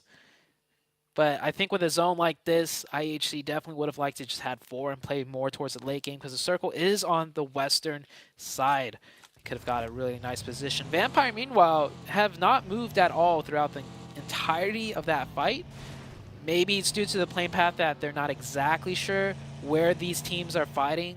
But if they knew, they should have gone for somewhat of a third party, at least send one player to scout safely to see if something can be done. But Vampire instead is just continuing their loot cycle. BTR over towards Milter. Trying to move in from this eastern side. They lost a couple of players early to a really fast rotation from Influence Rage. But this time around, they're nowhere near, and it's unlikely that they're going to get clobbered onto either way. So we'll see if they can resurge as the dominant force over on Erangel that they are. I think they had a 17.7 point average over on Erangel alone, which is disgusting, quite frankly. So they are going to be looking to try and keep up that total, keep up that tally. I think yesterday they managed to get a second and a chicken dinner on Erangel, then finished out in 8th place, which was a little bit lackluster, but they still got 9 eliminations on that match. For the people that missed it yesterday, BTR at, I think, coming into the 4th game, just through elimination points alone, like you take away all of their placement points, which they had a lot of, they still beat out the 2nd place team from elim points alone. So if you missed yesterday, BTR were on a tear. They were just taking out everybody, fight after fight, engagement after engagement. So that is why even after 2 wins in a row, Weibo Gaming is still behind BTR, and BTR kind of finished off yesterday on the last 2 matches with barely any points. So that gap was really big. It's just now being closed, and we're seeing a much closer race for that top 1. Yeah, it was an 18-point gap at the start of today. After the first match alone, that has shrunk to 12, which means that, of course, they are in a lot more danger. BTR on the south coast have spotted Vino Storm on their rotation. Looks like they're not going to be able to find those shots just yet, but they have tagged on a little bit of damage, and they diverted them from that south coast position. BTR playing that split on that south side. Definitely looking to just push players away there, or maybe catch a knock on rotation. Circle is about to shift here. Sem9 coming in from the northeast, close to Demorte. One of their players on lagging a little bit behind as Demorte start to make their way in. Weibo Gaming already set up into the center of the zone. Of course, this is circle number 1. Could go anywhere at this point. I do expect to see Weibo Gaming to make another quick rotation should it be favorable for them to do so. Influence Rage with a nice wraparound from Yasnaya, cutting kind of through multiple teams and cutting right into pretty much the center of the new zone. Okay, a hard west shift. Demuerte moving past the south point of Pachinki now, close to Bigatron. You can see them just on that southeast side of them. So Demuerte a little bit ahead, but Team Queso also in that same position. Weibo going to be looking to guard out. The chopsticks are going to start to be a major feature. I don't think I've seen a Gaka finish in a while in these group stages, so it'll be nice to go back to these fields for once. Yeah, this is a circle that happens quite often, but so far, not from last week or this week did we see a zone like this, so I'm excited as well. So many strong positions, and not just strong positions, so many positions where teams, duos can just kind of stay alive while being very close proximity to one another. This should come out to be a great game, and we might see more players alive than usual into the late game too, given the layout of things. With a lot of those field positions, it will be treacherous. The hills to the west of Pachinki going to be sanctuary for a while. We'll see how long that lasts. Brute Force moving in past the top of Everest as well.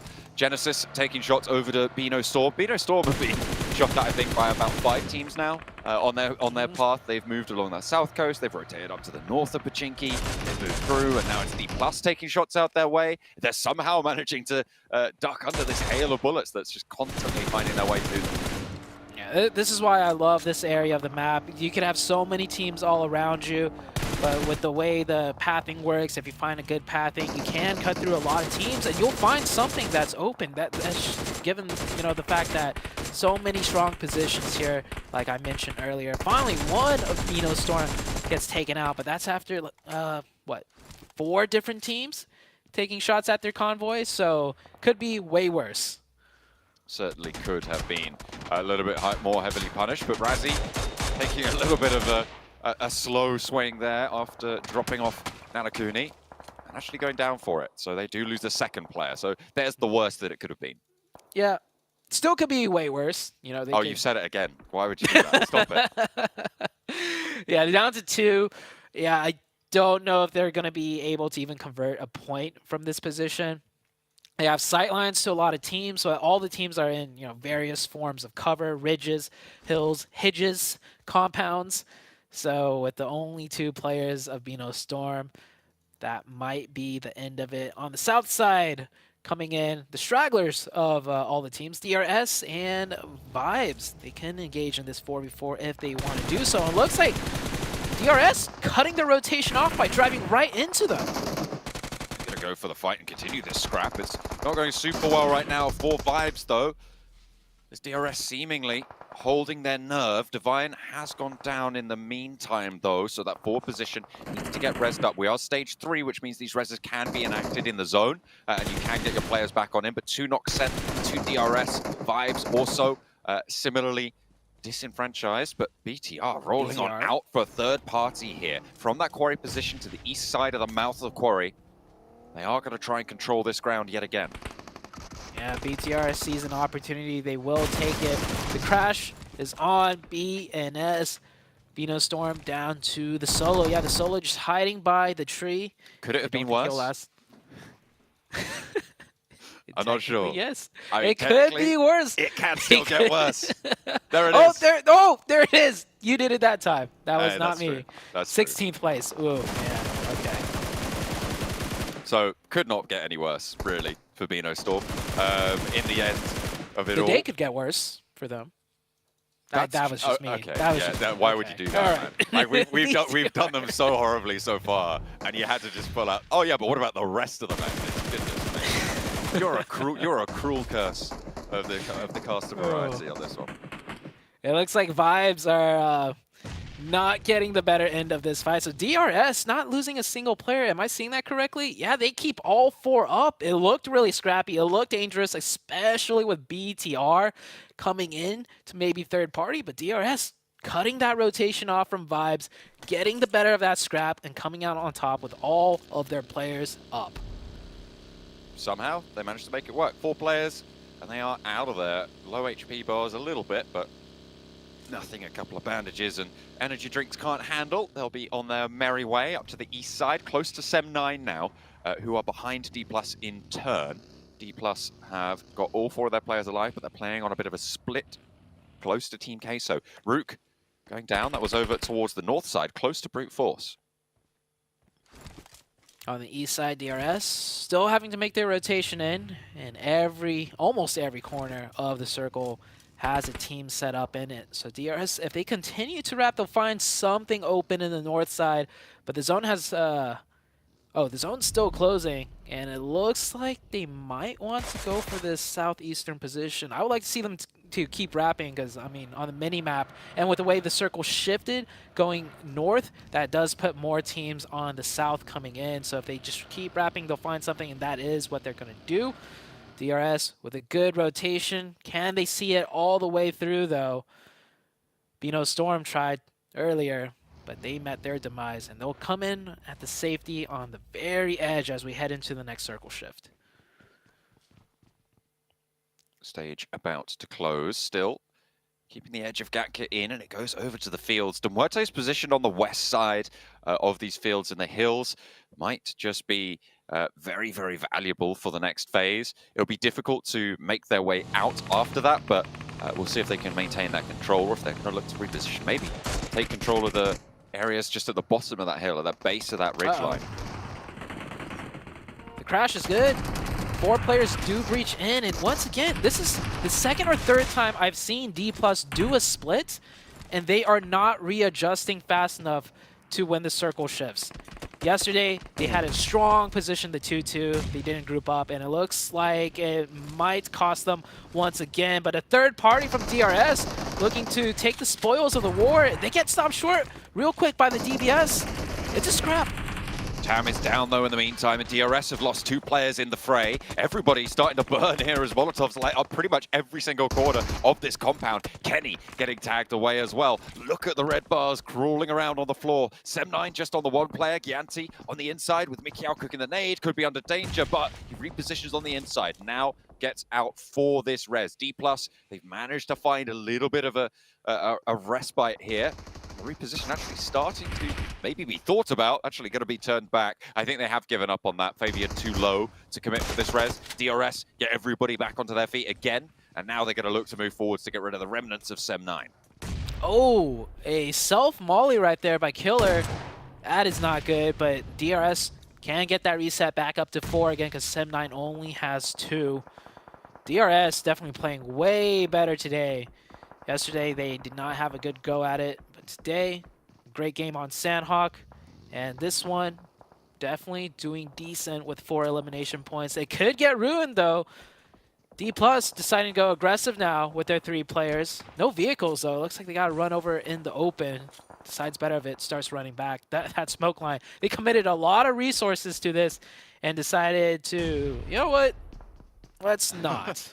I think a lot of that resource was actually to get Fabian back up. Remember, he was crawling from this compound, and I think he got all the way back over. So I think a lot of those smokes were for the res, which I think is a lot more worth. You are correct. And they were trying to figure that one out. Genfos just went down to the blue zone, got knocked out there. I think it might have been Vampire taking shots out down south because BTR did knock Tony K on that angle, but Tony K did get res. So BTR down to 3 players, so losing Genfos. Far from ideal. I think it might have been a re-knock onto Genfos, actually. No, it was the full flush. He is gone. Yeah. Getting gate kept out of the zone. Vampire not even playing in the next circle yet, but the circle's right next to them, so they're going to hold that strong compound instead on that far southwest. This battle still continuing. DRS maybe not have the full info that it's only a 2-man team of Sem9 that they're dealing with. Brute Force and Influence Rage on the northwest. This is a strong position. Sure, it's on the edge of zone, but it will give them control of some of the hills. Around the baseline of that console. Not quite able to tag with the DBS here. Brute Force not quite able to stem Influence Rage. 5 eliminations already for Influence Rage. Koyoski looking to pick up this player around the door at the moment. But the blue zone envelops the fight. That's going to be a lot more pressure on. In stage 5, you do need to be making sure that you're outside of this blue zone. Brute Force on the outside of this building, though. Koyoski opens the door, drops the molly, shuts it again almost immediately, forces the player into the corner. We'll see him by the buggy. And a nade over the top. That finds the player out the window. Mind falls first. Brute Force too split to do anything about it. Good nade by little boy there. And you see Koyoski still playing this very careful because he knows the rest of the team must be holding the angles for them to exit this compound. The smokes are good, blocks a lot of sight lines, and Brute Force looking like they're gonna have to back off here. Yeah, the players deciding better of it. That buggy missing a wheel, so gotta put it in reverse mode right now as Influence Rage make it out of the satellite tower with all 4 players up.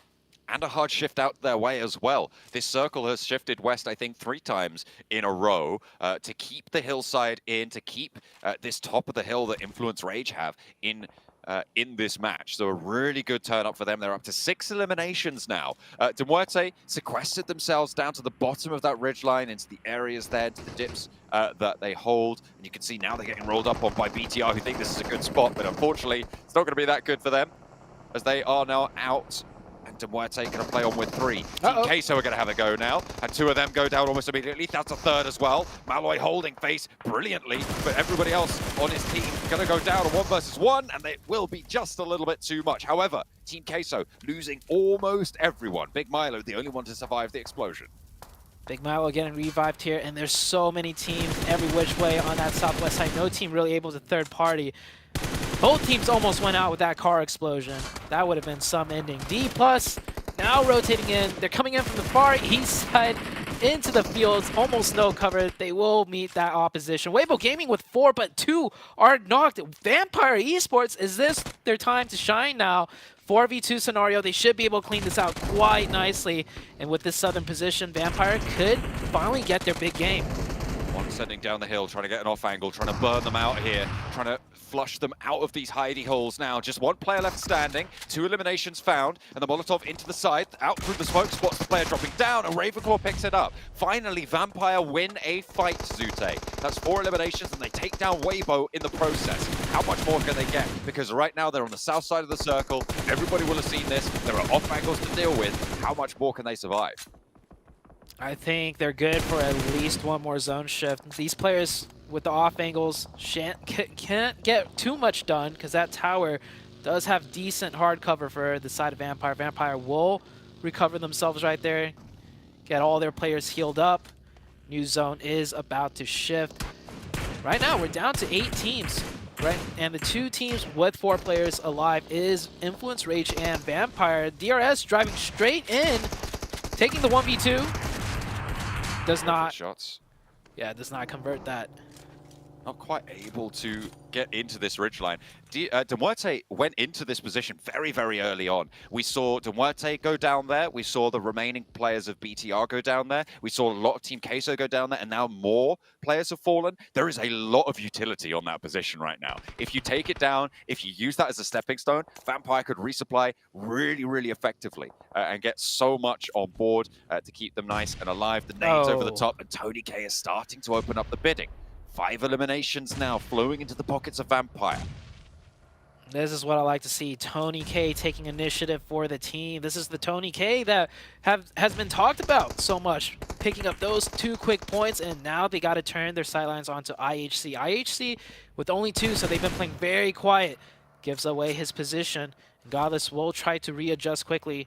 Wants to run away from the nades inevitably coming in here as Vampire make their way ever so closer to their true challenge, which is Influence Rage, who get the circle once again, and they have all 4 players up on that northern side. I'll be interested to see what Major Pride can do here, because there's open ground in front of them. I don't know how many vehicles they have at their disposal, but they have to move. It's going to be really, really hard. Influence Rage, you're right, is their major challenge. With Law playing on that off angle there, it's really difficult to move out in the open against this roster. You're not going to commit to Law's position, so you are just going to have to deal with it. Hope you win that trade, get that pick.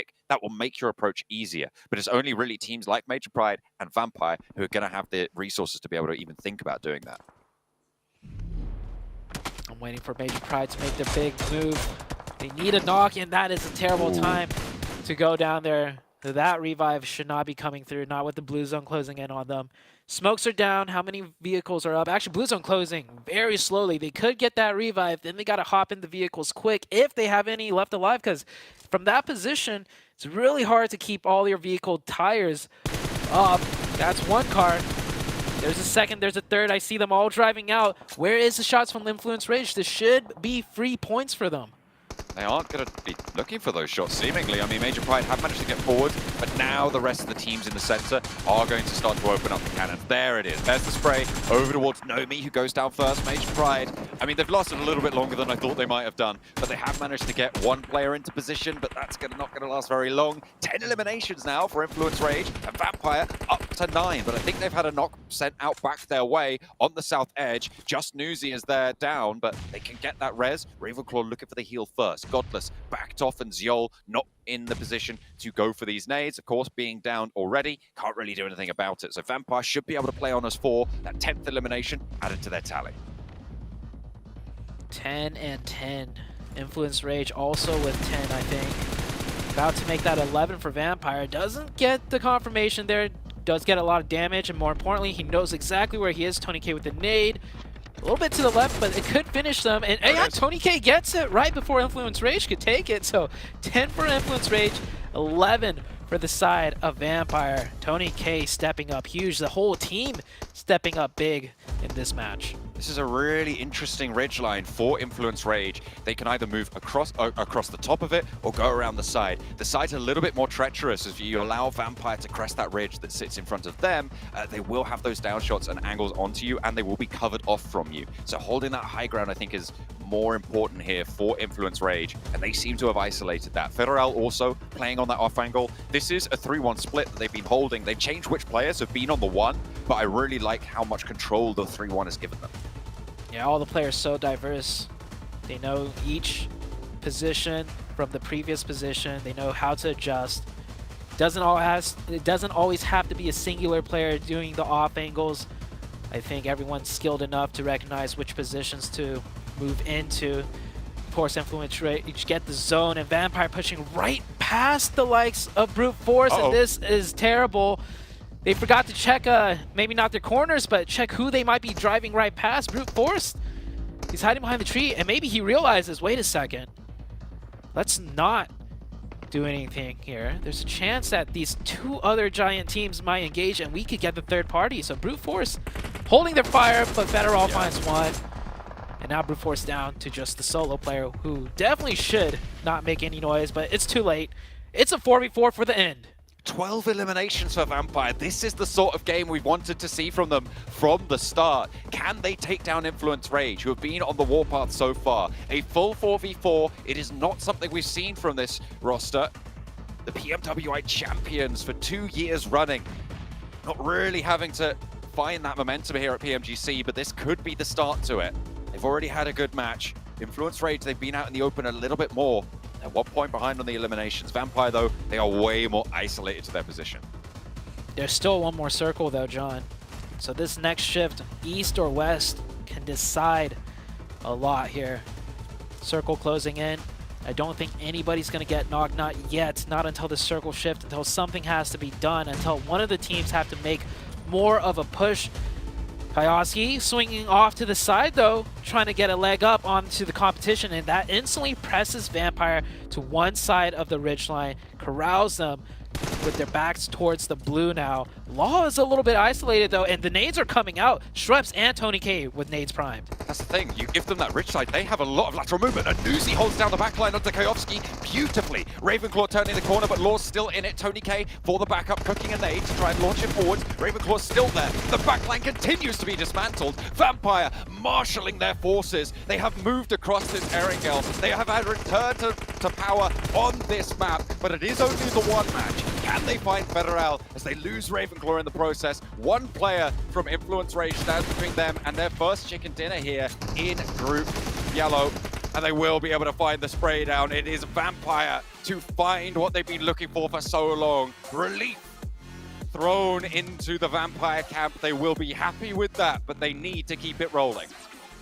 That is a huge resurgence from Vampire. The 4v4, not just against any team. Influence Rage were the champions of Brazil, followed up with the champions of the entire Americas region. So that was a very tough team that they just went against 4v4. Also, Influence Rage had majority of the control to begin with, so they had all the play options, but Vampire come out on top, and well, with Tony K being the MVP, it does have a lot to do with it. 8 eliminations on Tony K alone. An incredible player. We haven't really seen him turn up so far. And the Vampire logo with smiles behind it. Haven't seen it yet, but there it is. You love to have it come on through. 8 eliminations, but the damage is fairly evenly distributed there. 4 knockouts for Tony K, so he definitely did go up on just getting those flushes. Yeah, and it was Tony K just really dealing with teams. He was like the spearhead. He would get the opening, and then the rest of the team would follow up.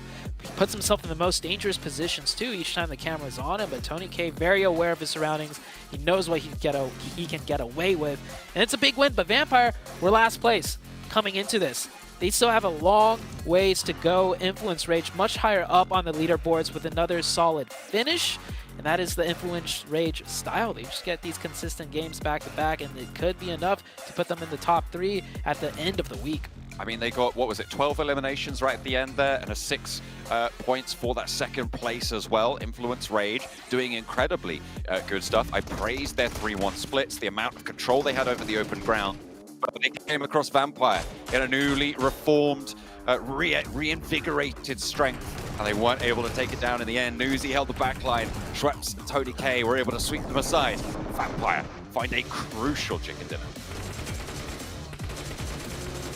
I never had a doubt in my boys from Thailand here, able to come up big in the first Erangel of the day. I wasn't like my analyst here, 7. He was counting them out after the first 2 Erangels of day 1. I knew they would bounce back. I knew they would return to true form. 7, what do you got to say for yourself? You know what? I expected this. Just kidding. For them, though, this is the Vampire that we've been hyping up. This is the Vampire that we've been talking about since PMWI. They landed back on Primors. They had the option to land a Mill to Power. They decided to not go do that. They decided to land on Primors. They decided to take it slow as well. And the big difference as well against Weibo, they decided to do a little bit of scouting, and it wasn't just one player. It was actually 2 players between Tony K and Ravenclaw. They dropped up the car and then they decided to walk around instead to make less noise. It worked out wonders because they ended up surprising Weibo. They ended up taking that position. Yeah. Ultimately, great play by Vampire, and I want to continue to see this. By the way, Tony K with 8 Illims. He's back. He's back. Yeah. Now, this was definitely a good round for them, starting off with that crash. Not really crash, but like that strike, that attack onto Weibo, catching them off guard and immediately essentially wiping the entire squad. They had such a big advantage from that position because half of the lobby or half of the game was in that open field. So they had a really good, strong position to then just pick up elimination after elimination after elimination, leapfrogging essentially from the south side into the zone. I'm saying they had an advantage. It was not easy for them to execute to the degree that they did. 16 eliminations, you're never gifted that straight up. So they definitely had to push it and push it and push it. But what a great, strong round to really get themselves actually into the mix here. Yeah, we actually have, if you guys didn't notice, we rebranded the entire tournament. It's now the PUBG Mobile Global Championship Invitationals 2023. Where Vampire, I mean, to be fair, right, we're talking about Vampire not scouting. They could have been wiped out by brute force there, the two remaining players. They could have not had a chance to take home that chicken dinner because they didn't scout out that position before full sending. So a little bit of luck, Influence Rage helping them out a bit as well, clearing those angles for them. But in the end, they close things out and move themselves up to 9th place from 16th. This is what we were talking about before at the start of the day, Cameron. There wasn't that big of a gap between 16th and 3rd. Now the gap is starting to close here for Vampire. And if you have one, maybe two more decent games like that, we could see them top 3.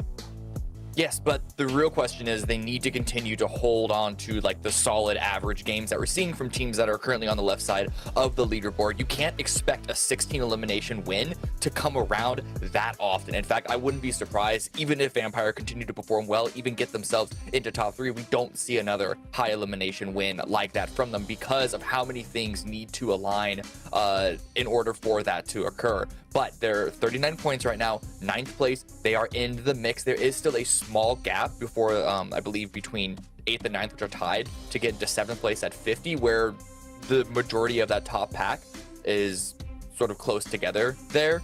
But jumping off of this momentum, it's looking really good. I'm on the hype train.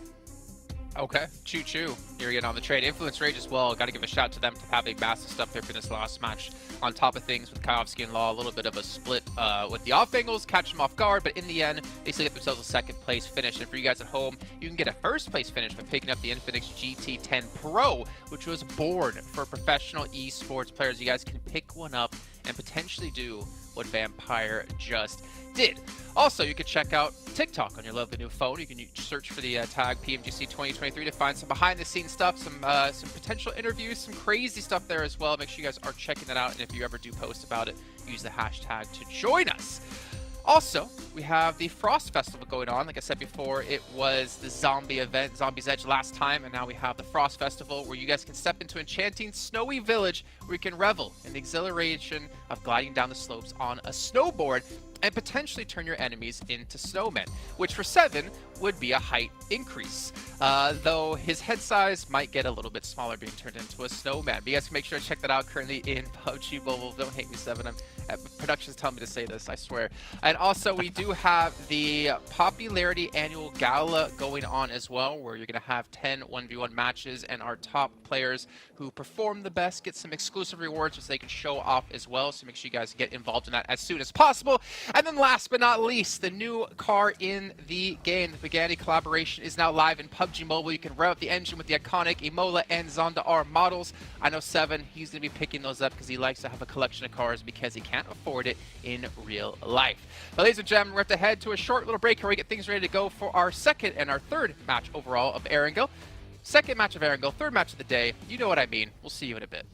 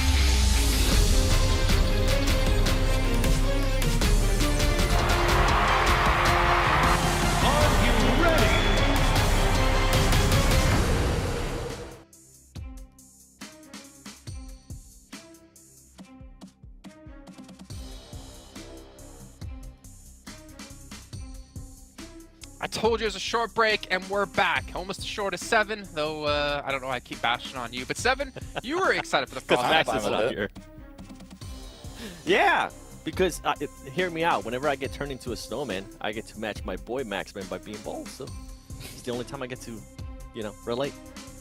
You know, I can already see the message. I pay your bills. I can see Kalaris, Jackie, Maxman, and Blank all watching the show right now in voice with each other. So I wouldn't be surprised if we have someone drop in to talk to us. But we're going to drop into our commentators because our second airing of the day is ready to go. It's match 3, and it's once again with John Allen and Zute. I'm sure they're going to love that one.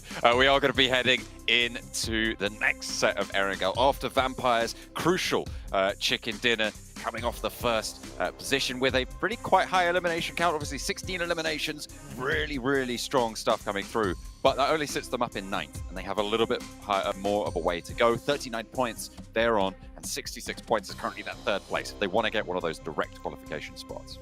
Yeah, and I wish we could have the best of both worlds. I would love to have both BTR and Vampire popping off, but it looks like 2 existing in one space just can't be done. BTR have really not shown much today so far, but Vampire is definitely stepping it up. And I'd like to give a shout out to Brute Force. They're hanging in there. They're not getting amazing, game standout games, but it's been consistent and they're hovering in that top 3.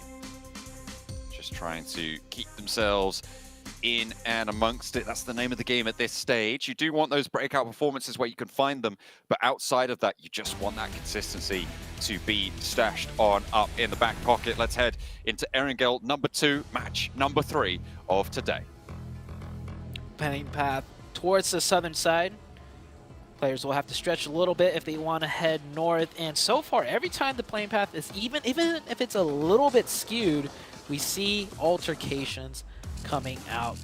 Teams not willing to lean way for other teams right now. Even for vehicles, they will contest it if they have to, and I do like seeing that. I wouldn't be surprised if we lose 1 or 2 players early on once again. On that South Cup playing path, I think it was, the IHC double hot drop over on the west side. It looks like they're going to isolate themselves a little bit more this time around over to South Georgian Hospital. See if they drop even further potentially. I mean, if they want to grab some vehicles and just head up to North George, that is an option. I think it will depend on the circle. And see if they want to scrap it out there. Gatka split for Major Pride, Vampire down in Primorsk, Team Queso around that very pier and bridge. Nothing too dramatic in terms of change-ups for the teams over on that western edge. We'll see if there's any more hot drops over towards the east side. Eastern teams now dropping out of the plane path. It looks like a good spread amongst all the teams, but that circle going hard to the south. Team Queso is going to be liking that one. Same with the Vibes team and Bino Storm. Those will be the 3 teams quickly onto the military base side, and Vampire as well. We've seen a lot of teams rotate into military base from Primorsk and have had a successful end game with that. So I'm looking at Vampire to pull something out in this match as well. I think the East Bridge is going to be the most hotly contested. It's not quite inside that next circle. Oh dear, this is not good news for Rook. I think this is the second time we've seen players just floating overhead, and Ziol now looking for the shots, just trying to tap away with the DP. And he's got the first tag, needs 2 or 3 more. There's a second tag as well found. He's trying to track it on through. It's easier said than done though, and it looks like might have to hit the deck beforehand or try and get out of range. Spots the player over the top of the buildings, and there's cover. So Rook do manage to keep themselves secure. But that Eastern Bridge, I think, is going to be the most hotly contested. It's right on the edge of this first circle, so teams are going to be a lot more worried about getting across that fast than over on this West Bridge. Team Queso will cross that West Bridge first. We'll see if they hold up for a push in the meantime, if they set up for a bridge camp. Wow, look at this. De Morte. Notice how they're drifting onto the military base coming from Milta Power. So they jumped out so late on the plane because it was at the end of the plane path that the circle popped up in time for them to decide to float into... Am I reading that correctly? Or did Bino Storm just drop out earlier, get vehicles, and drive in here first? Maybe that's the case. Maybe they were trying to get to Novo to begin with, and they were going to float across regardless. But they end up floating into Beano Storm. But with Novo being so big, they will get the crates and they will be able to get a decent amount of loot to put up a fight. And Beano Storm, very split, might decide to give this up because with a circle like this, if you're already on military base, getting that center zone, which is towards the western bridge, can prove to be very favorable. Beano Storm actually did just drop straight onto Novo. They dropped out sort of over farm. And they floated all the way down to Novo. Demuerte, you're right, were out very late over towards the east side of the plane path, and looks like they sort of made quite a last-minute call. So I think you read that pretty well in terms of getting to Novo based on the circle. Yeah, I thought that was the case, but it's not every day you see a play like that being made. So it threw me in for a loop. But for now, nobody going out early. I predicted maybe 1 or 2 players. That is not the case. BTR rotated from Milta across, so BTR have made it onto military base with all 4 players. DRS swimming across, and they swam across very quickly and found vehicles even on the roads of the military base island. So that is 1, 2, 3, 4, 5, 6 teams already on to military base. Already making that crossing. I mean, you see these military circles, and it seems to just be the way you need to go, right? You just need to get across as fast as possible. I'm surprised Vampire haven't made that move just yet, but they do have one of the few botations available in their repertoire, in their wheelhouse. So we'll be looking to maybe wrap around to the south side of the island. Okay, so probably going to look to spot that. In the meantime, Demuerte are still holding on to Novo. The top of the crates will be their playground, and Divine goes down, gets flushed away as well. D+ trying to move in behind Sem9 on this eastern bridge that I said was going to be really quite interesting, but nobody's even stopped to think about holding it out at this point. They are all just getting out of dodge and immediately getting across as far south as they seemingly can. BTR already south side of military, playing neighbors with Team Queso right now. Yeah, a bridge camp is just too risky in the sense that a team that you're probably looking to bridge camp, you'll get maybe 1 point off them, and then they're just going to turn around and find another way across the bridge, and then you end up wasting your time. We see it quite often here, and it ends up being both teams, eating a lot of blue damage. The botation for Vampire did come out, but Queso already set up. They know a team will definitely look for that botation here, and Queso punishes it. Vampire now caught in a very terrible position out in the water. They're gonna have to just swim and make their way on land. Just trying to get on through. So that is that lookout that Team Queso were going to have on that south side. I like the position from the Team Queso. I mean, they've spread out quite a lot, but it's still very early doors. They haven't had much pressure on the south on their exact positions, but I think it could be a little bit treacherous for them if they are going to overcommit to staying wide split at this point. I think catching just the one team should be good enough for them at this point, and they can look to regroup a little bit more inland, try and get some more power into the later circles. Also, with 4 players in the water, you at most just need 1 to 2 players to look for the points. The rest of the team should be looking for their back positions, make sure they're not getting pushed from another side. So we'll see if Queso will be able to hold that split that they're doing right now. Beano Storm, this is on the far south of military base, and there's so many teams on military base island. Not a single player, or 1 player has gone down from Beano Storm. We saw that, but that's it. Just 1 player out, and majority of the lobby on military base. For the time being, certainly. Oh, no. Ooh, a little bit of a drop down, nearly almost getting knocked there for Team Queso. That he will be able to swim around and get back up. Team Queso does have that position to hold, so it's not like they're under threat. So a little bit easier. He can just, you see over there, just get up onto the beach and get back through, but they lose their sightline. Yeah, Reyes, no meds either. Definitely held his breath as he fell down. And one of the players of Vampire did go down to, I think it was drown damage. He was getting punished heavily, but will be able to get revived right there. As you are able to revive players, that go out in the water. It's no longer a instant finish. But Vampire, in their little makeshift Vampire lair, that rock side out there. Oh, that's, imagine the zone ends on that spot. That'd be something else, but less than 1% chance of that happening. Next circle, about to shift out. Doesn't even I just said that, really. and it was playing out in my head. I was like, man, that'd be kind of cool. I would See like where that. I would too. I think everybody would, including Vampires. Next zone, and It's still in. It's not gonna happen, John. But this circle, look at how many teams are in this military base already. I will feel terrible for a team who thinks they could get a fast rotation in on this hard shift and find something open, and then just get eviscerated. That is pretty much half the lobby, maybe even more than half the lobby in the second circle already on a military base island. Big Milo getting spotted. Spray down for East. But that should be resible for Team Queso. And this is what I was talking about. It leaves Team Queso a little bit vulnerable. If they maintain that split, they'll need to regroup. It looks like they have done that, though. So I'm happy to see for Team Queso that they've been able to make that one work. East, though, is still posted up on high ground. Sook, apparently immune to bullets right now as he's just dodging and diving through the middle of them. Finally, some start to connect from the rest of the Vibes roster. And there's actually Team Queso looking on the off angle. So it took two teams to take him down. However, Weibo lose a player, lose a forward position, and they're down to 3. Ooh, nice shots from East. A little bit of a fadeaway. Turned away before the knock even came through. Sook doing some forward scouting for the team. Got a little bit greedy, and like I mentioned, I feel bad for the player or the team that thinks they can do a fast rotation on that hard shift and find something open, because everything is taken. Weibo Gaming will have to settle down in this compound. You can tell from that mini-map, from all the teams around them, that they are not going to be able to move around much more. Rotation across the bridge. Sem9 doing a bridge camp. A very, very poor... Oh, nope, they find one. Okay. That makes it all the worthwhile. Yeah, and they get the flush. If they didn't get a single player, that would have been a very subpar bridge camp.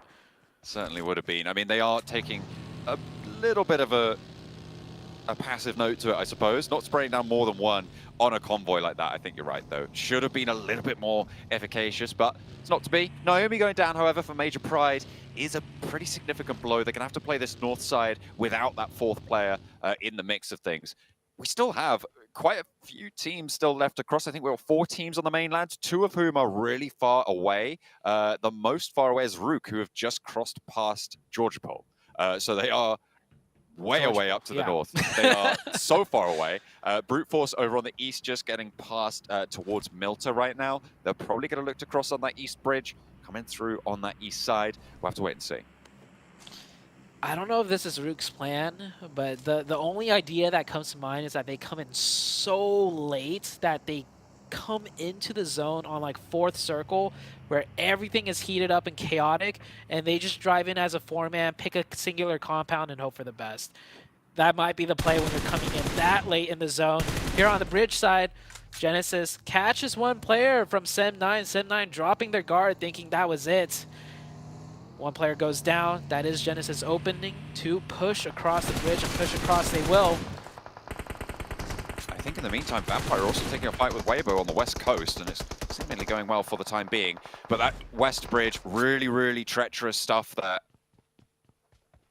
And it's going to deny Rook the opportunity to just sail on through, like you were talking about, potentially just playing late, playing slow, keeping those health bars topped up, and seeing if you can stay alive for as long as possible. Brute Force, their health bar, you can see on the right-hand side, the health bars for Brute Force, very, very low. You're going to have to be very careful there. Get those bandages on board as nades start to be traded. No one going down fully just yet. Sem9 trying to hold the bridge still. One player gets confirmed. Tam down to 1 HP. Yeah, that barrel's not big enough. And Sem9 trying to do that bridge camp. All it takes is just one player to go down, one player to stop watching the bridge.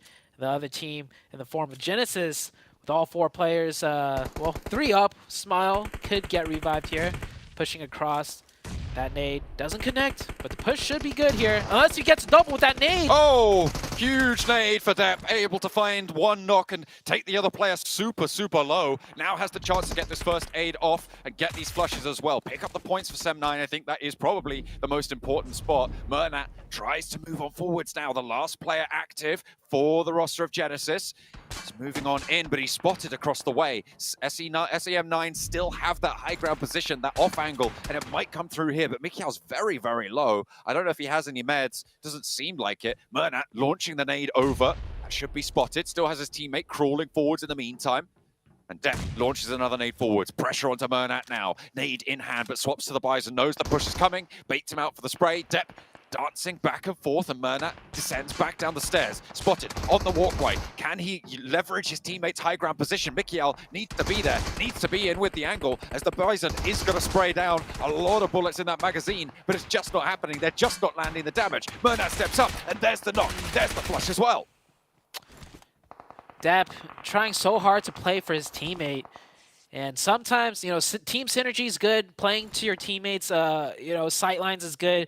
But sometimes you just need that killer instinct, that moment where you just will take the 1v1, even if you know if you wait a little bit longer, a teammate might be able to help. In that case, waiting was not the play. Maybe Mikel dropped the ball a little bit, not being able to find the angle, even though he had so much time. Sem9 learned a valuable lesson, though, in bridge camping, and that's to always expect at least one more team to cross that bridge before you turn your backs as we head into stage 4. Many teams on the island taking a look at their positions now. BTR looking like they could thread the needle and get a nice spot in that circle. Circle condenses right into the middle. That hill that Vibes currently hold, a lot of high ground advantage there for them. Maybe difficult to hold from the west side. You've still got like 3 or 4 teams there. Actually, you still have IHC crossing the bridge now, but Rook are still beyond them. I don't know if they've gone for a flank around to the east bridge or if they are behind IHC on that west bridge, but there is still 2 teams looking across. Yeah, there they are. They've just poked into the top of the mini-map there. And you can see Rook will be behind. IHC looking to push on past. So the bridge camp alleviated. In the meantime, Influence Rage have been spotted. A lot of their players starting to fall. It looks like most of that goes over to Brute Force, Lil Boy on the south side, towards the airstrip, close to DRS, the last player to stand for them. Brute Force coming in so late onto military base from the east side, completely catching Influence Rage by surprise. Influence Rage's setup looked like they just assumed that their backside was clear, but Brute Force at the last second pops out on the blue and takes out 3 of their players, I believe. 3 players of Influence Rage are out. I don't know if all 3 are confirmed to the side of Brute Force. The match will continue with Influence Rage solo out of Lil Boy. IHC, they've made it across, coming into the zone late. Same with Rook. Rook will be able to do so as well. And there is still 47 players alive on stage 4 in a military zone. That is quite an effective crossing, with 15 teams still involved. Normally you see a few more get taken down on that bridge, but a lot of players have been taken out is the main thing. A lot of teams bumped off that 4-player total. I think we're on, what is that, 8 teams or so with 4 players alive out of the 15 still in the scrap. De Muerte, Cork is very low as they try and rotate 2 and 2 and try and regroup. You can see they're trying to diverge from one another. I think that might have been 1, 2, and 1, actually. So De Muerte very much in a convoy, which is nice to see. Corker might just be able to get away with it, but it looks like DRS have other ideas. Is under pressure, but there's a backup coming on through. De Muerte might be able to get away with this one. They're going to be in sightlines the whole time, though, as it doesn't look like they could go much further. So DRS have the advantage. They have the angle options. Blue zone is closing in. Rook, a self-molly there, or a team molly. Didn't catch that quite clearly, but Rook on the northern side will get the opening and we'll get the spot in the zone. And DRS with the advantage here, yeah. They have the angles to work with. Blue zone is on their backside, but it is closing slow, allows them to find another knock. Doesn't look like De Muerte should be able to get out of this one. Pretty tricky stuff for De Muerte, but Malloy most likely going to be flushed here. Milky Way may be a little bit more resible in the area, and Delta actually goes down on the top of this hillside. So attack onto the back line of the rotation for DRS. Milky Way, you could see if Fury can get across there with the smoke cover that exists, potentially looking for this res. Bino Storm, in the meantime, want to try and third party. I'm also keeping my eye on the west side of this circle right now, because Vibes have the hilltop, but Vampire are right behind them on that western edge. Playing 2 and 2 right now, not really having the impetus to push, but I'm sure the next circle might change that. Next circle, shifting here, as Bino Storm trying to make something happen with that third party, and that might be the opening that they need. De Muerte catch a nice knock, and one of their players goes down. DRS down to a solo. Actually, it looked like they were in good control, but De Muerte hold They hold the line. Rules, last one up. Circle has shifted, I think, more towards that northern side. As these teams will have to start moving again. And Weibo Gaming, with that shift, forced to push in the open, a 2v4 through the open, the fields, through the smokes. It shouldn't work here, and I don't think they're going to get much further. Gap is low, but isn't down just yet. Ming also shredded as he tries to step in through the door. That's just not going to work. Reyes for the final blow, so their Weibo will fall. Team Queso playing as 4. They held that southwest coast for a while, and now they'll look to try and establish a little bit more control to this hillside. A really difficult ascent for this team, but if they time it right, there could be a third party on the cards, because IHC have just tried to move up towards Vibes. Vampire most likely going to try and do the same. Vampire, I don't know how many vehicles they're working with because they swam across. So not many vehicle spawns on that beach side. They might just be forced, like you mentioned, to push up this hill. Vampire with 4 players, so in a big chicken dinner win in the last match, that might give them the confidence to go ahead and do this push uphill. IHC helping them out a little bit, you know, pushing in from the north side, and Team Queso could come in from the south. So this hilltop will be heavily contested. How will Vibes be able to handle this situation? On the rooftop, they've got that one player, but the more angles that get assaulted onto, the less viable that rooftop position is for Baron. You can see him up on the high ground. The more angles he has to hide from, the less valuable it can be. So he might want to drop down in a bit if Team Queso make that move. You can see them in the vehicles on that south side, just on the corner of the mini-map there, in the top right-hand side of your screen. So they're figuring out how to make this move. They haven't really gone for it just yet. They might be waiting for this to get a little bit more dicey, because they shouldn't have seen any knocks in the feed. Nade from Baron towards IHC. Falls too far. That sloping hillside not making it easy to land. Here comes Queso coming in on the south. Now, Queso can play on that south side uncontested. They'll be close to Vibes, but if they don't want to take the fight, they don't have to. So Queso might play this a little bit slower. I see shots and damage raining through, though, so they could find that potential opening. But yeah, they have cover to work with. They don't need to press this unless they want to. And this is where Baron's position gets a little bit more treacherous, a little bit more dangerous. Vampire, instead of going straight up the hill, maybe looking to put more pressure over onto IHC or just reposition for this ridgeline, which has a little bit more cover for them to make the approach. But the nades have already been expended, I imagine, for a lot of it from Vibes over towards IHC's location. We saw a lot of bombardment out that way. They were able to get a flush through earlier as well. There's a lot of the players from IHC have fallen. The nades forcing Baron off that rooftop right there. He caught some damage. Ooh, a little bit of a side angle right there. Vampire will find one onto IHC on the north. Rook might chime in here too. As you can see, Rook very close by. And with that new circle shift, all the teams on that west will have to engage in one another. And it is going to be a 4-way brawl. Certainly going to be difficult. A nice find onto an outside player for Vibes. As they go down, BTR looking to try and hold down their quarter of that military base in the meantime. Schweppes marching forwards. Vampire still all alive, but their meds have been torn to shreds. One player trying to go for this res, trying to cover off with the smoke. Ravenclaw's close by, and they still have maintained their strength all together right now, but the meds definitely not there for them. They'll need to conclude this fight as fast as possible until that med drought comes back to bite them. They're repositioning around. They've allowed that res to go through, and Vibes are back up to 4. A nade over the top finds Ravenclaw, and that could be disastrous.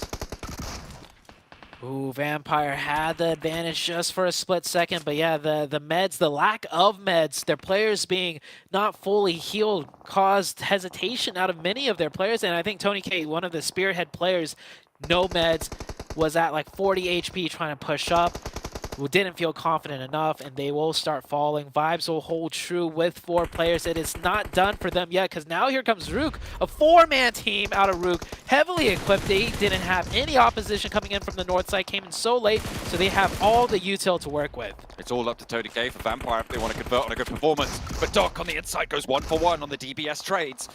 Now Eugene for Rook on the outside, default as well, right up to the wall. A lot of the Rook players have fallen, and it's Apex to stand strong on his side of the building. 4 Vibes, Eugene super low, and he will fall down as well. Apex mashes them against that wall, and it is everybody falling in the face of the hold for Vibes, but Vampire still have Tony K. What can he do? Because he's not got a lot left in the tank here. No util, nothing but bullets, and a dream for Vampire.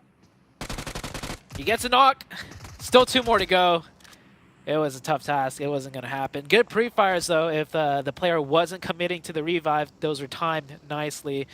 Vampire not able to continue on their hot streak, or not even streak, just their hot game from the previous match. It was close, though. If they managed to close that out, they have that hilltop position. They'd be up so many elims, but they fall short at the very end. Vibes with 7 elims, 3 players up, and like I said earlier, Queso didn't have to get involved unless they wanted to. Now Queso, or 4 players up. Same with D+. D+, how many? D+ have picked up 4 eliminations so far off screen through all the chaos. They have managed to keep themselves together. Dino dropping the smokes for Major Pride. A lot of the players in the Sosnovka military base have just been hunkering down for the time being. Most of the brutal scraps have been on this west side where we've been focused, but everybody trying to move through the military base has been cut down in the process. It's BTR on the outside. It's only Major Pride with 2 still left in. Sorry, 3 in there. Shift. Next circle shift about to come out here. Nobody able to play in the center of zone. Barren wasteland, some trees, some rocks. Those crates might come in huge for cover. And BTR and Major Pride get that circle. Team Queso's got to make a big play here. They have 4 up, but they don't time it correctly. D+ from the north side could just get a side angle onto them.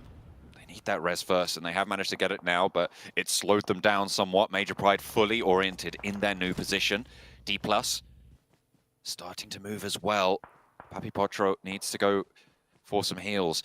Team Queso weren't involved in that big scrap on the top of the hill. They haven't really pushed up through, so a lot of those crates where they might have been able to find meds, not available to them. That has gone over to Vibes. A shot has been found over to Fabian and the flush as well, bringing only 1 team to 4 players. That'll be Team Queso on the south.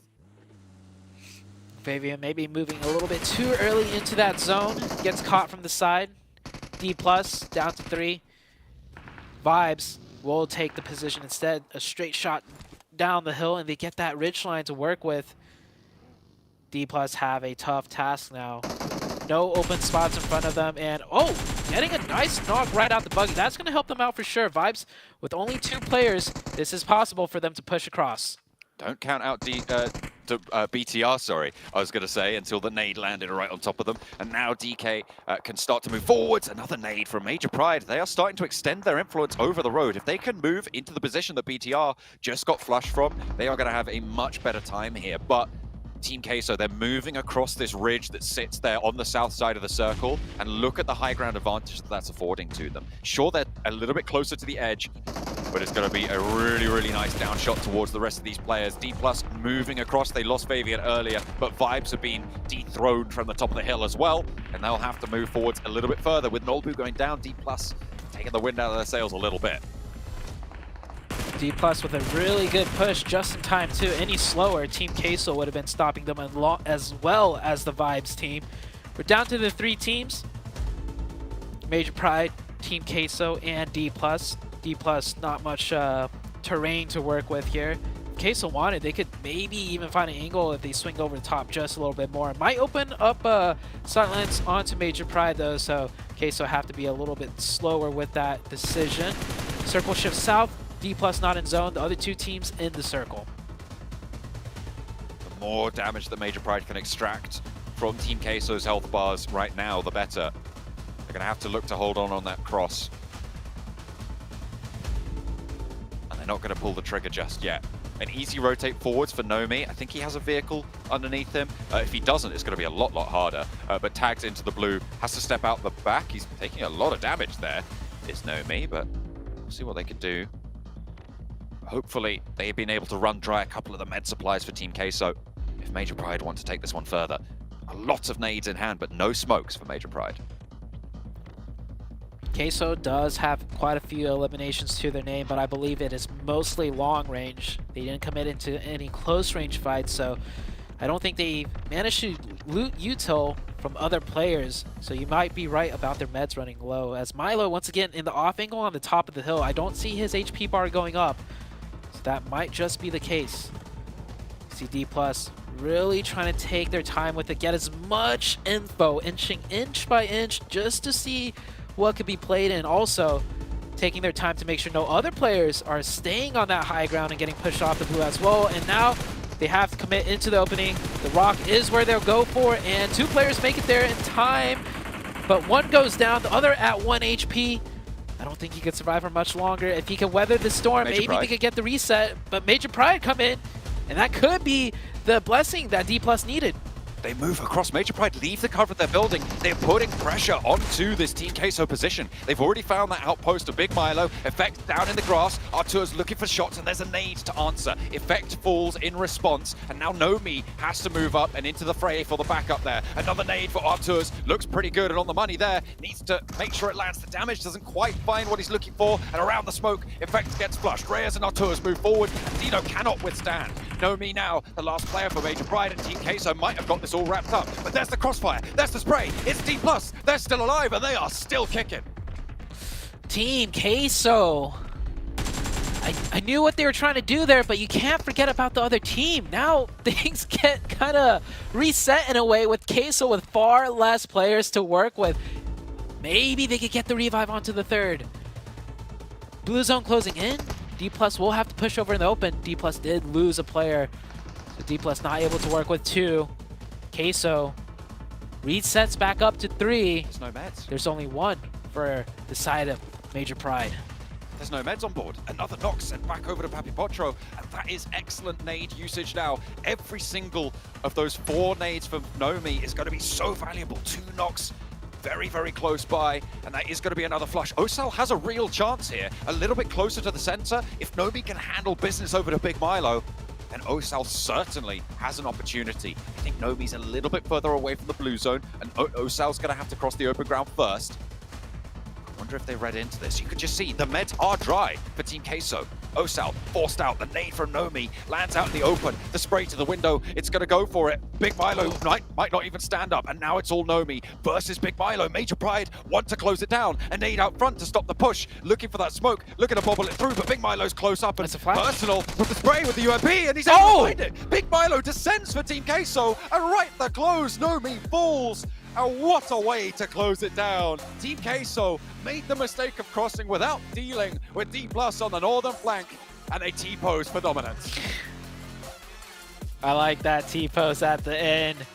Queso definitely have not had a great day 1. Day number 2, they are coming out looking much stronger. Even before this match, they were looking better than yesterday. So an upward trajectory for them. Could have ended terribly. It got dicey. It got very close. That no meds really put a hamper on their potential to close the game, but they still get it done. At the very end, 1 HP, and I think, yeah, he's holding his finger up. He's like, oh man, I was 1 HP, 1 HP, and he clutched that out against the almost full HP player of Major Pride. I have to say, I think Nomi dropped the ball pretty hard right at the end Yes. there. But I still think Major Pride played well. It was just that mechanical diff right at the end where Big Milo was able to stand up. And to be fair, I feel like we've given a lot of grief to Big Milo over the last few days. We've seen him get caught quite a few times, and I think it was reasonable criticism, but he definitely turned up for Team Queso just then. Yeah, Big Milo pretty much makes up for at least 2 times we saw him playing very split from the team, playing that off-angle position and not playing it, correctly. This time around, no off angles to be had, just a straight 3-way 1v1, and that composure out of him, by the way, he could have taken shots onto D+. He was 1 HP, and he had the smoke on the side. He decided better of it, and that let him cover the ground, that let him win the final 1v1 at the very end for the chicken dinner. I mean, it could have also failed, but it works out this time, and a win is a win for Team Queso. I feel like it was potential that Nomi just didn't expect Big Milo to push up and get right in his grill like that, but you've got to expect the unexpected, especially when you're dealing with Team Queso from Chile. They haven't had the best of performances so far, but today seems to be the day where the bottom of the table strike back. We'll see if we'll have more on the cards. We'll head back over to the desk. Seems like that cheese has been aged enough here as Team Queso finally strike one for themselves where they looked utterly disgusting like blue cheese over in America's regional championships. Just got thrown by several gaming and Cameron Davis, and honestly, Big Milo probably shouldn't have won that 1v1, right, Simon? Yeah, he shouldn't have, but he got lucky. You know why? Because the other player didn't have a DPS. If he would have had a DPS, it would have been a completely different story. He also helped out that he missed a bunch of shots too. For Team Queso, though, a big surprise. I didn't even think that we're going to be getting close. I think that we're going to end up being in the third place. Good to see out of them. And something that the casters were mentioning, and I'm glad we're going to mention it now, is that Team Queso has had a much better start for day 2. Not just this match, obviously with the chicken dinner, but the first match, 6th place, 7 Ilims. Second match, 7th place, 4 Ilims. So a good performance out of Team Queso. And Cameron, if we think back to like earlier in that match, they were gatekeeping out Vampire Esports on the west-hand side of military, and I believe it was Reyes almost knocked himself by falling off the cliff. Like that could have went a completely different direction for them if he got knocked, or you know, Vampire potentially could have caught him and gotten the advantage themselves. Yeah, I mean, Queso picked up a lot of their early eliminations just by third-partying from long range, and this was a salvage round for most teams, similar to that crazy island Miramar that we had yesterday. The nature of the first couple of zones mixed with the south plane path meant that especially the teams that had to loot towards the north were coming in very sporadically, a lot of chaos, not a lot of options for half the teams to really set up in a way that they would want to, in the way that we saw teams like Major Pride, which allowed Queso to really just pick off teams one at a time and just make sure that they could keep themselves relatively healthy and make sure everyone else was wounded going into these final fights. It did get hectic at the end, especially with D+, just like really edging it out towards the end. It got very, very close, but you really have to give it to Milo. Again, that final 1 versus 1, taking that opportunity to rush forward and take the fight directly to Nomi, who perhaps wasn't even expecting the last Queso member to be right at his door when he was. Well, look at this, Queso up to 8th place. I'm not gonna lie, coming to this event, coming to this group in particular, I did not expect Queso to be this high up in the rankings, with just performances we've seen recently out of them, but a big step up and a big climb for them so far today. But Major Pride as well, able to get themselves up to 4th place here at 7, and obviously with the way Major Pride have been playing, they've been very content with sitting inside of a compound and just kind of waiting for a lot of fights to go. You know, real quick, you know what's wild about those rankings is that we've seen a lot of teams at the bottom perform really well. Vampire, DRS, and now Queso. But because it's the top teams haven't really been soaking up that many points. Like we saw yesterday, Vampire are in 11th place. They're 2 points ahead of the bottom 5. DRS are right back into the bottom 5 with 40 points. Like, these climbs for these bottom teams aren't going to be haven't been as dramatic because the middle of the pack has been continuing to just keep, you know, push themselves higher up. Yeah, and for Major Pride, I mean, that was a big save of the day, like, at the halfway point too, because today they haven't had the greatest start too.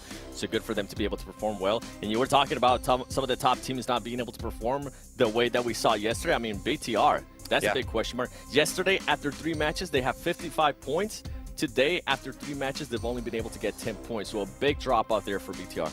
Yeah. And I guess my question to then you off the back of that, Cameron, is like, did we expect Megatron to fall off? Was yesterday an overperformance? Is today more of the kind of performance we should expect? What's your thoughts? I mean, I didn't expect them to get nearly as many points today as they did yesterday, but this is like a lot bigger of a drop-off than I expected. We theorized that the teams would be more expecting aggressive maneuvers, not just BTR, but also from themselves, that they need to go out and get the points. We've seen that from teams like Mimo Storm, even though they haven't been necessarily the most successful with, but we've seen teams like, okay, you know what, we're in this game, we got to actually go fight for stuff. But I at least expected Bigatron to stay in the mix. It feels like they're losing players from the very first fight, the very first interaction they have with another team, and it's putting them on the back foot, and they just haven't really been able to salvage too much out of those rounds. We saw this time they had a pair sitting in the center of the zone, and you know, they got a couple of placement points out of that, but not too much else.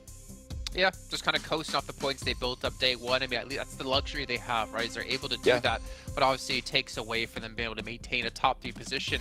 But one last team I did want to mention really quick here, 7, for Miracle Vibes, man. They held off Vampire, then they held off Farouk, and then they held off Tony K last second as he almost turned things back in his own favor. This team has been putting on some pretty damn good performances, thinking back to, was it the last Erangel we had, where they were able to third-party that fight. But it is time. At the start, too, is Sanhok. 6 eliminations to start of the day. Yeah, I'm sorry I threw it to you, but we don't have time. You're We're heading to our final airing of the day. It's going to be match 4. John Allen and Zute, take it away. Hey, I'd have much rather listen to what Seven had to say than listen to us drone on about these matches. But we are going to be heading into it nonetheless, so you're stuck with us for the final Erangel match of today. It should be fairly interesting. That military zone finish, I mean, it's always good to see military zones. I enjoy seeing how teams adapt to the chaos because it is always the most chaotic way to finish an area. Yeah, and I'm surprised so many teams, especially with the very first military circle that this group has yet to play in, that so many of them made it across all safely. We only saw one player go down, and that was a casualty onto the military base itself. I expected more of like multiple teams going out, getting bridge camped, crossing late, but it was a nice balance. A lot of teams already have a good idea in mind of how to cross. We saw like Rook coming in from North Georgepol. Like, if you're gonna come in late, you need to come in extremely late, and it worked out for them there towards the very end. But we are heading into the next Erangel. Hopefully not another military base. Actually, I don't mind if I see another one. But so many of these teams really starting to show up on day number 2. Queso, Vampire, and the teams that did really well, like BTR, and not showing up today. And there was that interview at the very end of day number 1. They asked BTR, like, usually when you are very aggressive day 1, it seems like you guys will go to a more passive playstyle day 2. The answer back was no. We're gonna keep being aggressive. We're gonna keep up the pressure. But it seems like it might not be a planned thing, but more so just as the tournament progresses, the pressure gets to BTR. Now that they're in first, or they were. I think they're still in first place, maybe. They are, yeah. Now, they had a really good day 1, and then they feel the pressure of needing to maybe maintain that and not mess up and start making mistakes, and that causes them to play a little bit worse. We've seen that happen to a lot of teams. I mean, there's also the factor of other teams focusing their adjustments around what BTR were able to do to the lobby yesterday as well. So potential, the gaps that they were showing maybe closed up a little bit. We'll have to wait and see, but either way, the bottom line is the BTR have not performed up to the same level, and that gap has closed to 8 points at this stage between second place, Influence Rage. And this, I just want to talk about Influence Rage a little bit, and this is something you've highlighted a couple of times now, is that they are just consistent, right? They are just always there. Even in that last match, they were able to do quite a bit from the central position that they had. They got 2 placement points and they stayed alive for a long time. Sure, they only got 3 points, but they were still putting up those on the board, right, to try and keep up with BTR, who got 4 points, and they did just that. So they're 8 points behind right now in second place. I'm expecting to see them start to survive later and later. The bubbles for previous stages in that third place have been around where it was 198 and 180, I think it was 180 something, 178 as well on the second group. So you're looking to get around that 185 mark. So still a long way to go for all of these teams. So consistency is key. Consistency definitely will be key. One thing you mentioned was that gap closing, right, with BTR now just 8 points separated from second place. That to me is not even the important thing. It's the fact that so many other teams are closing the gap as well, because most likely it's the second place team that will pass you up, like, numbers wise, statistically. But now the fact you have all of these other teams to worry about because their point gap or closing that point gap as well is the biggest threat of all. And so many players just really going for this far parachuting plane drop. We haven't seen anyone get knocked out of the sky just yet. This is the most likely way it will happen. Oh my goodness. And BTR. Yeah, that'll do it. And they'll get the second one too. What are you going to do? He's already got a UMP and a Scar as well. I don't think there's any way you get away from this. Lepage just hops out. He forces the player to strafe out from the rock and the vehicle, the secondary weapon. Is he going to hop into the back? I don't think so. I feel like that would be a little bit of a risk too far. But they get the knock, they get the flush. 2 points early for BTR.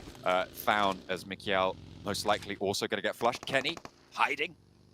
He's going to be a survivor on the outside. Doesn't have any weapons, so he's happy that they turned. Hang on a minute. Have they smelt something? Do they know? Oh, no.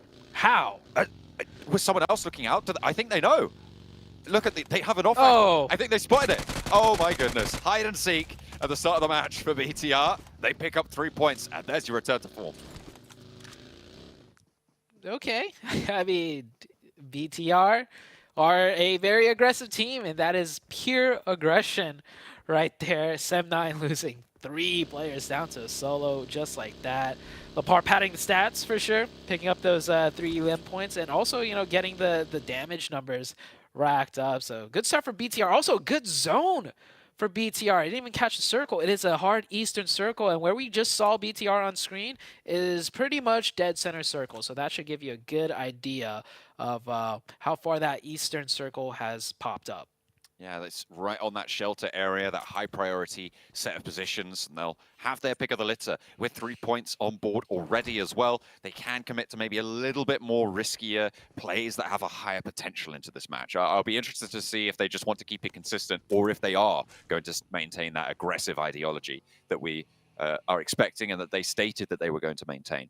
We'll have to wait and see. DRS on that south side, currently by Farm, maybe branching out towards Milta as well. Bino Storm over towards Novo, staying in that drop spot as they will look to cross that eastern bridge, I'm sure, in due course. Demuerte over in Lipovka. Remember, they diverted to the south side previously over to Novo based on the circle that popped on that military island, but they are back in Lipovka now on the eastern side. Demuerte on that eastern side, like you mentioned, they will have a good position too of their choosing. And BTR have rotated into Milta to loot because the off plane path drop, that is not a lot of loot to be had. Getting those quick eliminations early might slow them down just enough to cause a timing issue with them thinking they could get a nice center spot still and another team might already be there. So we'll keep that in mind. As many of the teams still looting, no one even has committed to a rotation yet. Taking a look around the map, everyone's still on their drop spot. Demuerte with that split on the east is the team that looks like they're about to rotate out of everyone else. Of course, given the fact that they have a nice position, they should look to get a stronger one. And Weibo Gaming, done looting Pachinki, just now starting to get in their vehicles and make their ways towards the east. Trying to find their way on out of there. I'm sure they'll post up, leapfrog through Potato Hill, try and find their position out to the east. Influence Rage started to break south from Yasnaya as well, breaking towards the mansion area, towards that god compound as well.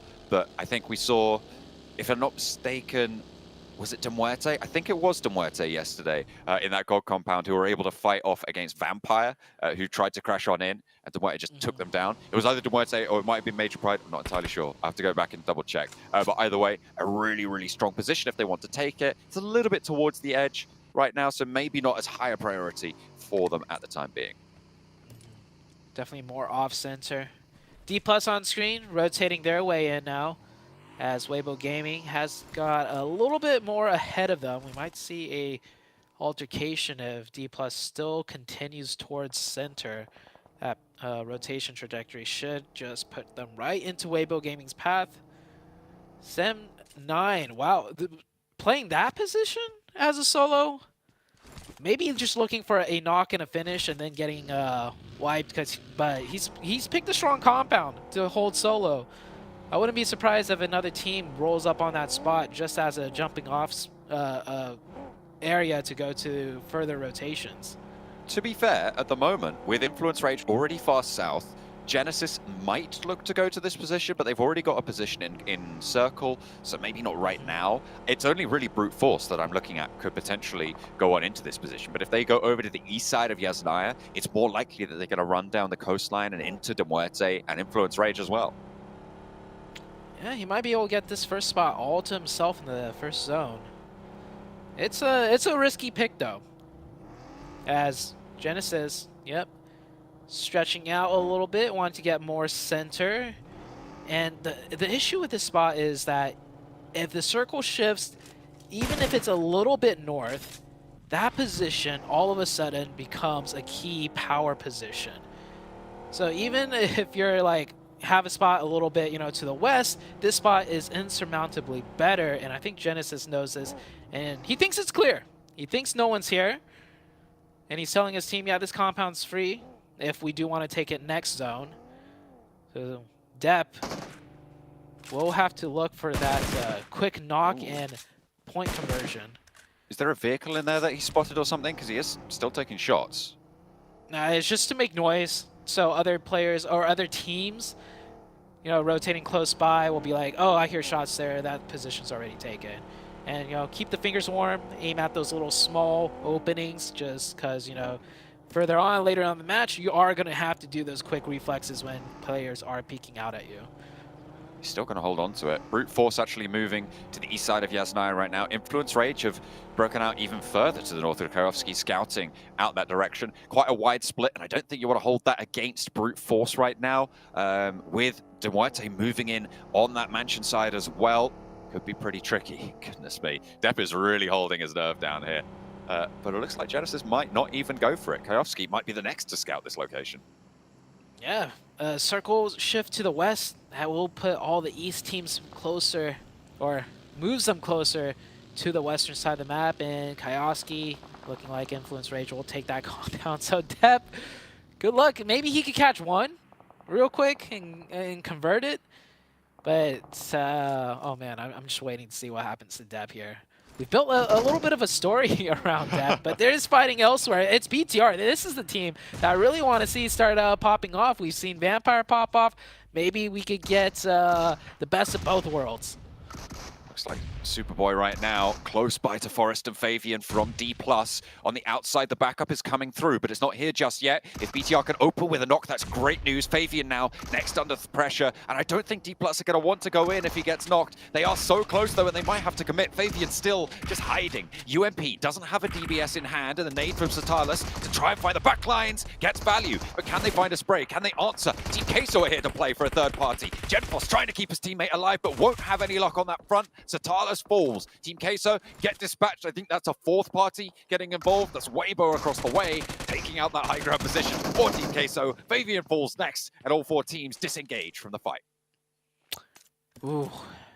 Name a better duo than D+ and playing really bad splits. Yeah. Not even, yeah, like the 2-2 they had were like the two power positions, one of the two power positions on this map, and they were trying to get both of them in this zone. Like, I don't know what D+, I don't know what they're thinking. Well, evidently, maybe not much at the moment, because it is not working out for them, and the results... More is not better. Kind More of- power positions is not better. Not if when we you're have holding a more split. locations on the map, there's a greater chance we get the final circle, right? That's how it works. It must be. That's how it goes. And they haven't readjusted that viewpoint for the time being. I'm sure there is a lot more machination going on behind the scenes. Yes. Behind that, we are being a little bit trivialized on that viewpoint. But it isn't working. You're right. You're absolutely right to point that out. And something will need to change if they want to keep up the pace. They're in 9th place right now. But they've only got 45 points on the board. And you look down to 12th place to 13th place, it is so easy to drop like a rock in the ocean through these tables, because it is still so tightly packed. Definitely. BTR up to, I think it was like 7 eliminations now, so a very strong start for the team. Circle condenses once again, pulls a little bit further to the west. I think this is pretty much the zone all the teams were getting prepped for from the previous circle. So I'd like to see some nice execution plays here if a team does want to take a fight somewhere or push their way in, as many teams now getting into sight lines of one another. Major Pride with a bit of a split towards the middle, regrouping there, maybe a wise decision. Team Queso under pressure as Weibo roll on up, take down 2 more of their players. They were able to take down 1 earlier. They knew the location that was being held. Look at that drop as well, right in front of them. 2 crates. Maybe a little bit too far down the headland and further towards Major Pride, though, for them to think about picking those up, getting those level 3s on board. Team Queso left down to 1, just Reyes. Yeah, I literally mentioned seconds ago, this is a circle shift every team was kind of expecting, so everyone had a plan for this circle shift. And what, shouts out, this is our game plan, more than what Weibo Gaming just did.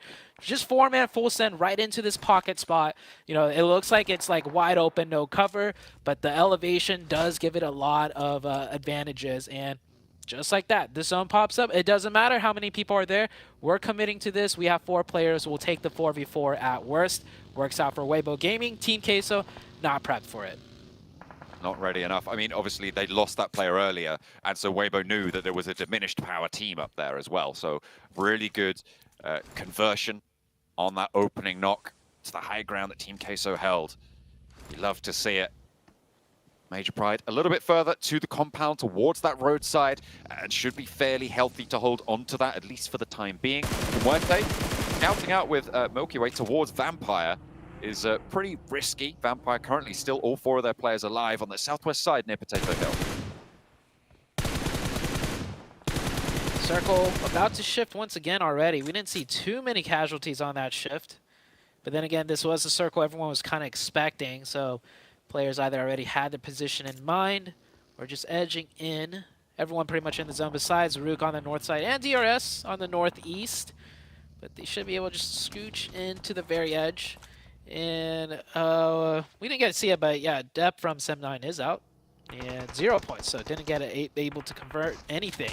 Rook pushing in here, decides to get more territory, and wow, a nice knock out of Rook. The opening's there, the trade is right back with that nade. 2v3 situation here as the fourth player really far away, and that's not good. Rook now just down to the 1 player in the compound. Rami trying to hold face now against the rest of them. Has got the DBS, but it won't matter. The pump action seemingly superior in that engagement. Mind able to handle business. They should be able to get these reses. There was a nice clip on the heel, but hang on a minute, what's this? There's other teams descending. It's DRS, it's Genesis, both of whom looking to try and third-party this engagement, but Genesis stay closer to the outside, and they have cut off supply lines here for Rook, for DRS. Everything's starting to go awry for them, and Genesis seem to be up top on this one. The off angle for Smile is looking pretty solid. Will have to move for the next zone, but look at the surrounds that they have as Rook are eliminated. Now it's brute force on the inside, looking to try and pick up the pieces. They might be able to stay up as 4, and I think DRS turned away. What a reset for Brute. That third party at the nick of time. Vibes on the south side, taking a fight with Bino Storm. Bino Storm loses 1 player early on, and Vibes with that new circle shift. Looks like they're just restructuring here. They know this is a fight that they might have to take later on, and well, they'll keep a good numbers advantage with that shift there. So they'll take the fight later when necessary. Instead, I think what they're mainly looking to do is watch for any teams potentially wrapping on their backside before pressing this further issue. Vibes trying to sweep past Bino Storm, but they've already been pressured out towards that position. On the south side of things, Major Pride lining up a couple of shots, and Weibo now trying to challenge Genesis on the roll-up, but it's going well so far. They're opening up for West Carry, getting that flush. Another player falls as well, and Weibo staying alive, nice and healthy as well. Soup not even going down there. Will just be able to throw those meds on board. They took out Team Queso. They were able to resupply, but in come to Major Pride. Now with a chance to take up this hillside, take up this front. Teams at the back, Influence Rage, might be able to move into a position of third-party Major Pride's assault here, but for the time being, they are going to survive. A nade over onto Sook opens up the sidelines, corrals Weibo into a position, and Ming is down as well. This is a great start, and it's only 2 players here from Major Pride. Yeah, Major Pride with a really good timing, but they need to decide to press in further with their advantage because the players pushing are in open sightlines. And yeah, with the third nade knock, it should be done. It should be the go-ahead. They send the third player up for the push. Weibo Gaming. This pocket is great if they can't get assaulted by nades, but they will. Major Pride doing a nice execution play right there. They'll circle right back just in time to hold out the team on the edge. Maybe having a chance over towards Influence Rage. Vampire also striking from the southwest side. They've been on Potato Hill for a while now. They're on a relatively decent split there, 2-2 at the moment. West and east side of Potato Hill, taking shots down towards Bino Storm, and making Vibes' lives a little bit easier as well by taking out a player that was contesting them, that was holding them into this ditch that they sit in currently. Just the 2 for Bino Storm, and I don't think he meant to do that. He shot a bullet, gave away his position. Maybe it's the nerves, maybe a little bit a slip of the finger, but Vibes will zero in on that location even more now. Divine. 1 HP, nade coming in. Ooh. Falls a little short, doesn't matter though. Yep, Divine. I don't think he meant to shoot. That is unfortunate, but sometimes it happens. Razzie now, last player for Bino Storm on the south side. Over on the north, Killer remaining for DRS, IHC, swirling around that location. I think they know he's there. So he has got the auto shotty on the inside, maybe good for 1, but not even that will be dispatched and DRS fall. IHC playing as 4, but they're going to have to move south as the circle shifts. This could be another big game for Vampire or BTR. Vampire with 4. They get a nice spot in the zone 2. Need to worry about the side of Vibes on the south. But BTR have been getting that Circle Blast on that east side.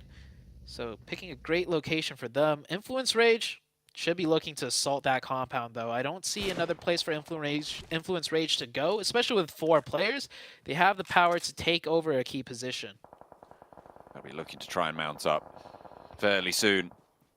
BTR on the east side trying to hold out with 3. Might be tricky. Demuerte moving forward, slowed down a little bit. They're right on the edge now. A mount up for Influence Rage. They're going straight up central here. Okay. Maybe going underneath Major Pride, close to Reyes, who's still alive for Team Queso over in the buildings. I think he's moved away from that now to try and just stay alive. But a lot of teams on this northwestern edge. You've got IHC now crashing into the back of Demuerte, trying to get through with that flush, with that knock. And they are going to continue their pressure. Another sent over to Milky Way down the hill. That's on the off angle. Far less likely to get rezzed here. A nade being cooked by Alex. A Molotov as well sent into that rock. Going long towards the tree. And there's a re-knock there. The burn is good. Alex steps into the fire though. Right up into the rock. Not too sure about that one. But he will fall down. Godless as well is eliminated on the sidelines as the damage comes through. Major Pride looking to third party. The reposition out towards that north side to look for the angles to slow down both of these engagements. And Corker is crunched.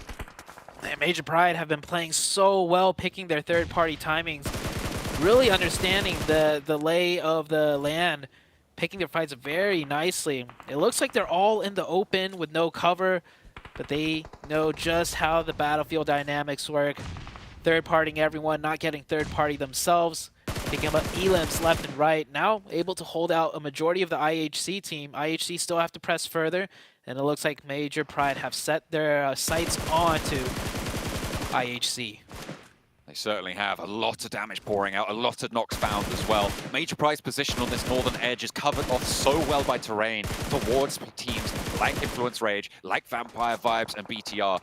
None of them really have sightlines out this way, so it is a straight front-to-back fight between these two rosters. Nino, a little bit caught out there. Not too sure about the speed of relocation from that. Doesn't have the backup to take down Godless. And he might get the res onto Alex, and they might survive as 4 players, which is quite the turn-up against Major Pride. Influence Rage, we saw that rotation earlier. I think we were both caught off guard when they just went straight towards the center, and yeah, this is why. I mean, it's a pocket that they could play in, but this pocket, very exposed. Vampire will lose that player down to 1 HP. Yeah, we'll get confirmed, and it is East. East has been playing phenomenal so far this week for the side of Vibes. And the push from IHC, you give them a little bit of a breathing space, and they will answer right back. It's still I think it's a 3v4. No, they have all 4 players up. It is a 4v4. Major Pride taking a knock, so 2 players now left for them. They had to sacrifice Dino down on the low ground after he got knocked in that buggy. And then aid over to the tree to suppress them. A lot of damage. IHC really marshalling their forces here as they get that flush onto another player from Major Pride. Effect and Nomi now, 2 very, very powerful players, have 4 of IHC to try and hold out on this side. I've liked Major Pride's decisive and aggressive plays so far today, and they are keeping up pace with the top of the tables, but they might have bitten off a little bit more they could chew with IHC on this angle. Effect trying to spray down with that Grozer in hand, maybe fading back as Nomi's a little bit far away for that re-knock. Nade over towards Effect, not really going to have the impact it wanted. All of this started with that nice knock from IHC onto the buggy, the DBS, Nomi, the 1v4.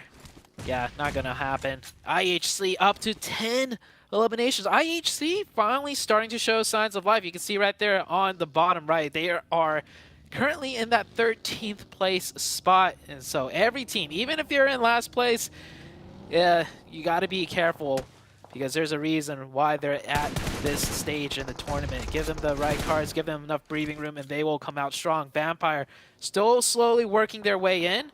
It looks like Influence Rage have survived the brunt of the force, and they will stay alive with 4. That crazy cross that they went for has definitely worked out. Team Queso finally eliminated Rez going down after a long run as a lone survivor. We'll add a couple of placement points to their tally. Influence Rage in this central, well, more central than any other team right now, to be frank, position that they were able to claim so early on. Very, very valuable. And this is the consistency that we've talked about. They're able to get these decent spots. Even if they don't win here, they should get a lot of points added to their tally and extend their lead over brute force. In the meantime, though, Bigatron, 8 eliminations on the cards as Vampire are getting shredded. They try and make their way forwards. It's not going to work out. But Bigatron, 8 eliminations. 3 of those were early into the game, sure. Hang on a minute. I'll take that back. Vampire, they were getting shredded, but they've just taken down a couple of players or 2 over towards that central area. Influence Rage are 2 players strong now after that crash. Make that just 1, because another player just got knocked. It is all down to Federal to stay alive. And I guess this is their style, right? Even with 4, they're not going to sweep around and make a huge game, make a name, make a huge chicken dinner. Instead, they'll just kind of play that consistent style, just, you know, making their way in there, getting a few elims towards the late game, getting a top 5, top 4 finish. And, well, it worked for them in Brazil, it worked for them in Americas. I don't know about PMGC because it is a different stage. You kind of have to do something to set yourself apart, but we'll see by the end of the week as battle rages on. A lot of scrap fights, long range, no real damage being done just yet. Federal finally taken down, Influence Rager out. Vibes playing as 4, trying to play off against IHC on the northern side, who are 4 themselves. They've been fighting through a lot so far. I think they're up to 11 eliminations, make that 12, as they have been through the wars, certainly. IHC, a lot of nades, but few smokes in hand. BTR, a lot of supplies, but there are only 3 players. U-Circle favors the side of Vibes on the south side. BTR also get the circle too. So it's on IHC to make a play here. IHC with 4 players up. I think Vibes also have 4. Actually, it looks like Vibes have just the... No, yeah, Vibes has 4 players as well. Let's see what BTR here can do with 3. I mean, with 8 elims. I think they'll surely get at least 1 more, if not 2. Hoping to go double digits on this match. But IHC have other ideas. They'll have to make their move sooner rather than later. Vibes are just encroaching, making their way forwards and gaining control of the south side to give themselves that powerful position, to give themselves that overlook. Demo up into the tree. This is the first break. The rest of them trying to line up that train. They do not have a lot of smokes available to them, so they can't go for that big smoke train rollout that you'll see from teams who have got that utility at their disposal. Vibes are breaking out in the meantime. IHC has almost made their way fully into the circle. And if there's no knocks yet, they might be okay. Sightlines are definitely there for all these teams to take shots at each other. Just have to peek around the corners of the trees, the smokes, the rocks. Damage can be done. But with so much distance covering, you know, all of these teams, even with 1 knock, I don't think anyone's going to make a full committal push. Not until maybe going into circle number 8. IHC still slowly creeping forwards. BTR looking to scout out as well, getting a little bit more information. IHC haven't taken a knock yet, but I feel like it's just got to be a matter of time, right? With the amount of bullets sent out their way. We'll have to wait and see. BTR, though, right on the edge. Going to have to look to move, and as soon as they crest, IHC do have the shots. Demo, though, finally has been spotted. That is Doc to be able to get that first knock. BTR starting to shimmy their way in. Look at Lapar, he's managed to get forwards, but he's taken a lot of damage. Godless is the next to go down for IHC in the meantime, and he steps up. Ziol on the off angle, hasn't been dealt with just yet, but I think they know that he's there. Apex will have that sideline over the ridge. IHC getting cut down. Yeah, the circle continuing to punish them. Next zone just shifts once again a little bit away from the spot that they worked so hard to crawl into, and losing 2 players too. But I mean, with 12 eliminations, can't have everything. Ziol needs to move into the zone now, but maybe with this circle, BTR can start fighting Vibes a little more, as they do get that knock. BTR with a big knock, and IHC will confirm that. So now, Vibes with only 3, this could be a win for BTR. Potentially from that eastern side playing as 3. Alex has been re-knocked there. Unfortunate, but Ziol now left as a lone player. East is seen though, and he will go for the shots, will go for the spray, and Unfortunately, Apex is there, but there's two players now up the top of the hill for Vibes, and BTR have the numbers advantage. Genfos, the chance over to Apex, but is denied the sight line again. The dip back on in, and they play around the ridgeline. They are more central. They do not have to push. Can they close out this match and return to their former glory? We've waited a little bit, but BTR, they've been disappointing so far today. This is a little bit of a change, a turnaround for them. Influence Rage were out a little bit early, although they did manage to get up to 4th place still. This should be BTR's. They have the angle advantage, the positional advantage. Circle is going to push Vibes out first. But we saw this situation on day 1 with them against, I think it was Major Pride. They had all of the sightlines locked in on them. It was a 4v4. It should have been an easy win for BTR, but they dropped it. So it could happen again here. I think it might be Demuerte. It was one of the two. You're right. Yeah, one of the two. It was a really good final stand for them. I think it was Genfos as the last player alive, getting 2 out of the 3, but wasn't quite able to get there.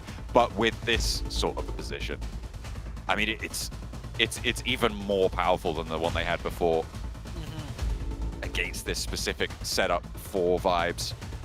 Genfos just continues to hold this ridge line. They've learned their lesson. Baron crawling across, but what can you do? There are still nades on both sides though, so potential for a little argy-bargy over the ridge. 5 smokes on Baron. I'm surprised he's not using it, and yeah, that is why. Now it's a 3v1. Surely BTR will close this one out. Apex last up. Might even look to deny the points. He's got that nade. He's going to need to lob 2 nades in a row with perfect impact, but BTR is going to do it instead. Oh, falls a little far. Apex tosses one out. That might have given away his position. Gets some nice damage. 3 more nades. The shot should connect soon. He spotted one, and finally they managed to turn their attention out to Apex. BTR close it down. The start of today hasn't been the greatest for them, but that point buffer has kept them afloat. And with this chicken dinner, it was a pretty high elimination count as well. I think they were up to 12, maybe something around that. They have put another massive leap ahead of the rest of this lobby. A great start. They'll be over that 100-point barrier as well. And this is good to see. So they haven't just fully dropped off. They are still here to play. Yeah, Bigatron is back here coming into day number 2. I believe that is the MVP, getting a nice shot, and that is Lepar. And like I said, you know, when you start off the match with 3 free elims and you pad that damage number, it's gonna help you, especially if you got you got the chicken dinner, so you will be that MVP. And it looks like we can get the best of both worlds. Vampire showing up today, and BTR as well. Absolutely. 4 eliminations for Genfos. In the meantime, Satalis went down before, which is why his numbers look to be so 0-based right now. And the rest of the 3 were able to leverage that eastern side. So really decent showing from them, playing on that eastern compound, forcing everyone to stay in those hills on the west. Yeah, great execution out of BTR too. And I can't help but to think, though, this could have been Influence Rage's win. I thought Influence Rage would be the team to fight BTR, you know, given the circle we saw in that situation, and Influence Rage could have taken the win. But still, a 4v3 assault on to BTR of all teams. Influence Rage could have easily lost that just as well. So Influence Rage continue to be a little bit consistent, but it is BTR, you know, with that huge win. And things are starting to heat up even more now with BTR coming into the fray, Vampire Esports coming into the fray, and then quite a few other notable teams getting some chicken dinners. I never had a doubt that Bigatron would be able to step up today when everyone else, all the haters out there. No, I'm just kidding. I'm trying to talk about what I was doing with Vampire earlier today. It's Bigatron, man. We literally just questioned, in particular Cameron Davis, talking about how we need to see more. What they completely fell off from yesterday. I think they had 10 points on the day going into this match. And Cameron, they do step back up here. They do still show they are a team to mess with. For the record, this was a group effort. We all brought the question up. We all identified that they weren't getting that many points for the first couple of rounds. You two are the ones that did the math. I don't know why you're trying to put this on me, but yes, Bigatron do come right back out on top.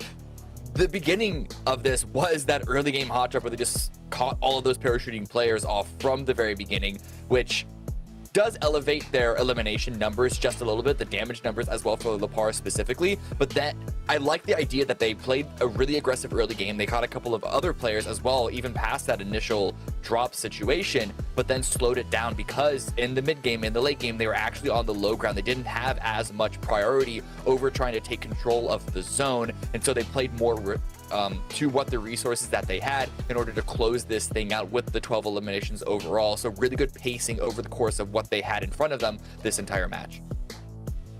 Seven, I don't understand, man. Every player I see, like it's like they're my hand. They're all holding their hands with their fingers up. Gilles coming in from IHC, another team that we literally, how we're like watching this game and talking about like towards the bottom of the leaderboard, we all kind of talked about how IHC is a team that we are quite surprised they're doing so poorly, but for them to step up in this match in particular is a fantastic showing. They were 16th place, now they're up to 11th, and that's how, you know, one decent game can really change the tides for you here, Seven. Yeah, and then for them is, can they actually continue on this momentum? Remember, this team definitely has the experience. What was it? PMGC 2022 Grand Finals, they ended up in 5th place.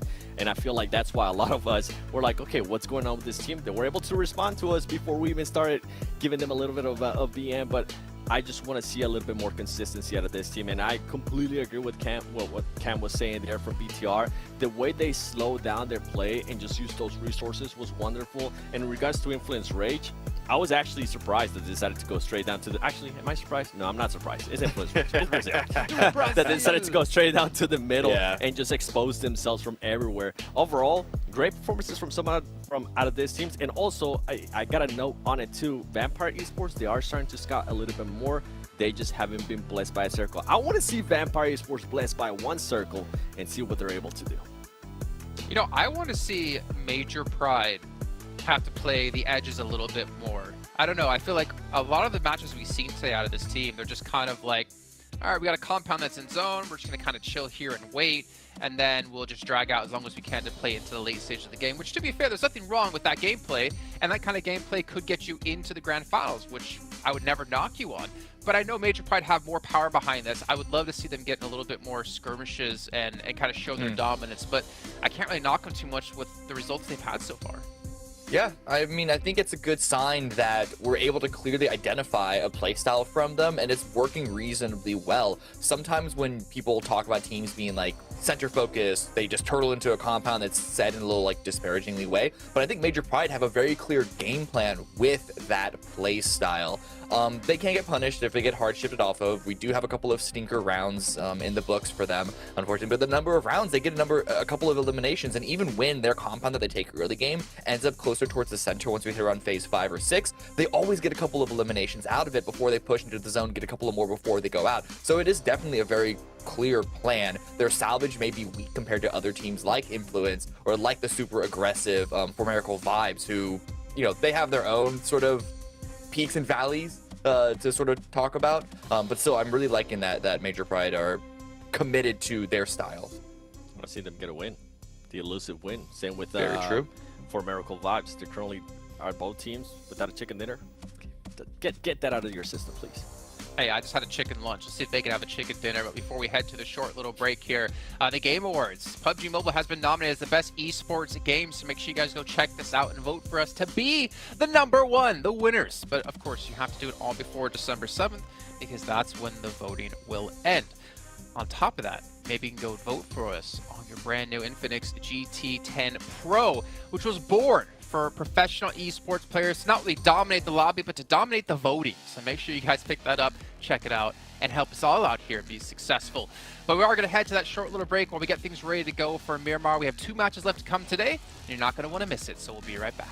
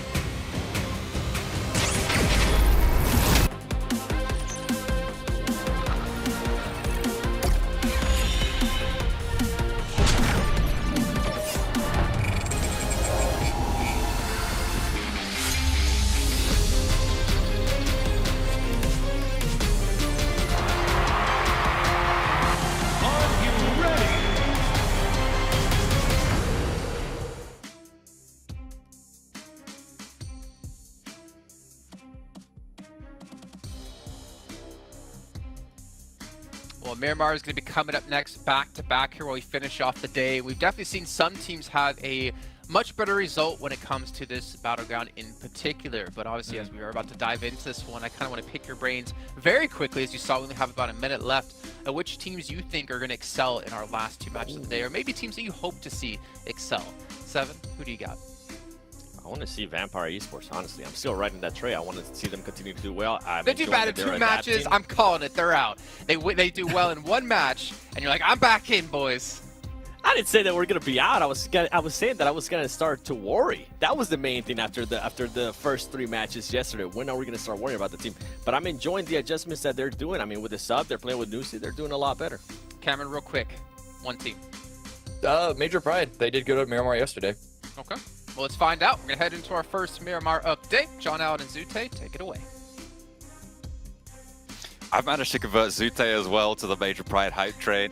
We're really enjoying watching this team, right? So I'm glad that Cameron highlighted them there as well. So they are such a powerful decision team. They're making aggressive, fast decisions. And Zute, you were saying that you feel like more often than not, it's the right one. Yeah, real recognize real. All Cameron, me, you. Like, Major Pride, they are not, like, high up in the leaderboards. They're number 5.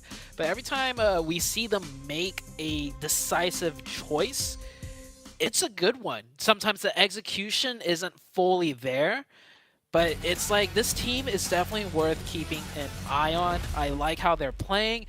Sometimes, you know, the cards are stacked against them, and they don't have the to continue further into a match. But when they do have, you know, the favorable positions, the right cards, they really play it to their chest. They really do as much as they can.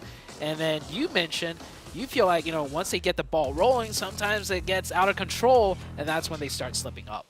Yeah, there are a couple of times where they make good decisions for that current engagement, but once or twice they put themselves in a position after that engagement where it isn't as favorable to them. So for instance, their Dino getting knocked on that low ground position, sure, it might be valuable before, but they were punished for it. So thinking maybe a little bit further ahead in these multi-team engagements might be in their wheelhouse, but they are still performing very, very well off the back of that. I really liked, for instance, last match, their roll up towards the Weibo position, right? Oh, they went up that ridge line. They just utilized the smoke cover, threw those nades in.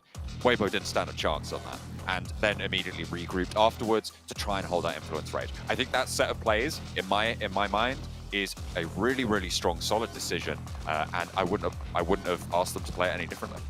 Yeah, and I think even like very veteran teams wouldn't go ahead and do that because there is a risk. When you go up that hill pushing towards Weibo, there's a lot of sightlines onto you. It's obscured by a lot of tree cover, and if they were any slower with it, we would have seen Influence Rage, you know, knock the 2 players from the side of Major Pride, or we would have seen Influence Rage spot that out and push the 2-2 split. A lot could have gone wrong, but the fact is they had an opportunity, they went for it, and they executed it quickly and correctly. And yeah, that is why we are talking and taking a little bit of a focus on Major Pride. But now we're on to Miramar. We'll see what they could do in this map. As Cameron mentioned, this is one of their better maps. They did well in it yesterday. We do have a Southern Circle. Once again, we see a lot of these Southern Circles on Miramar.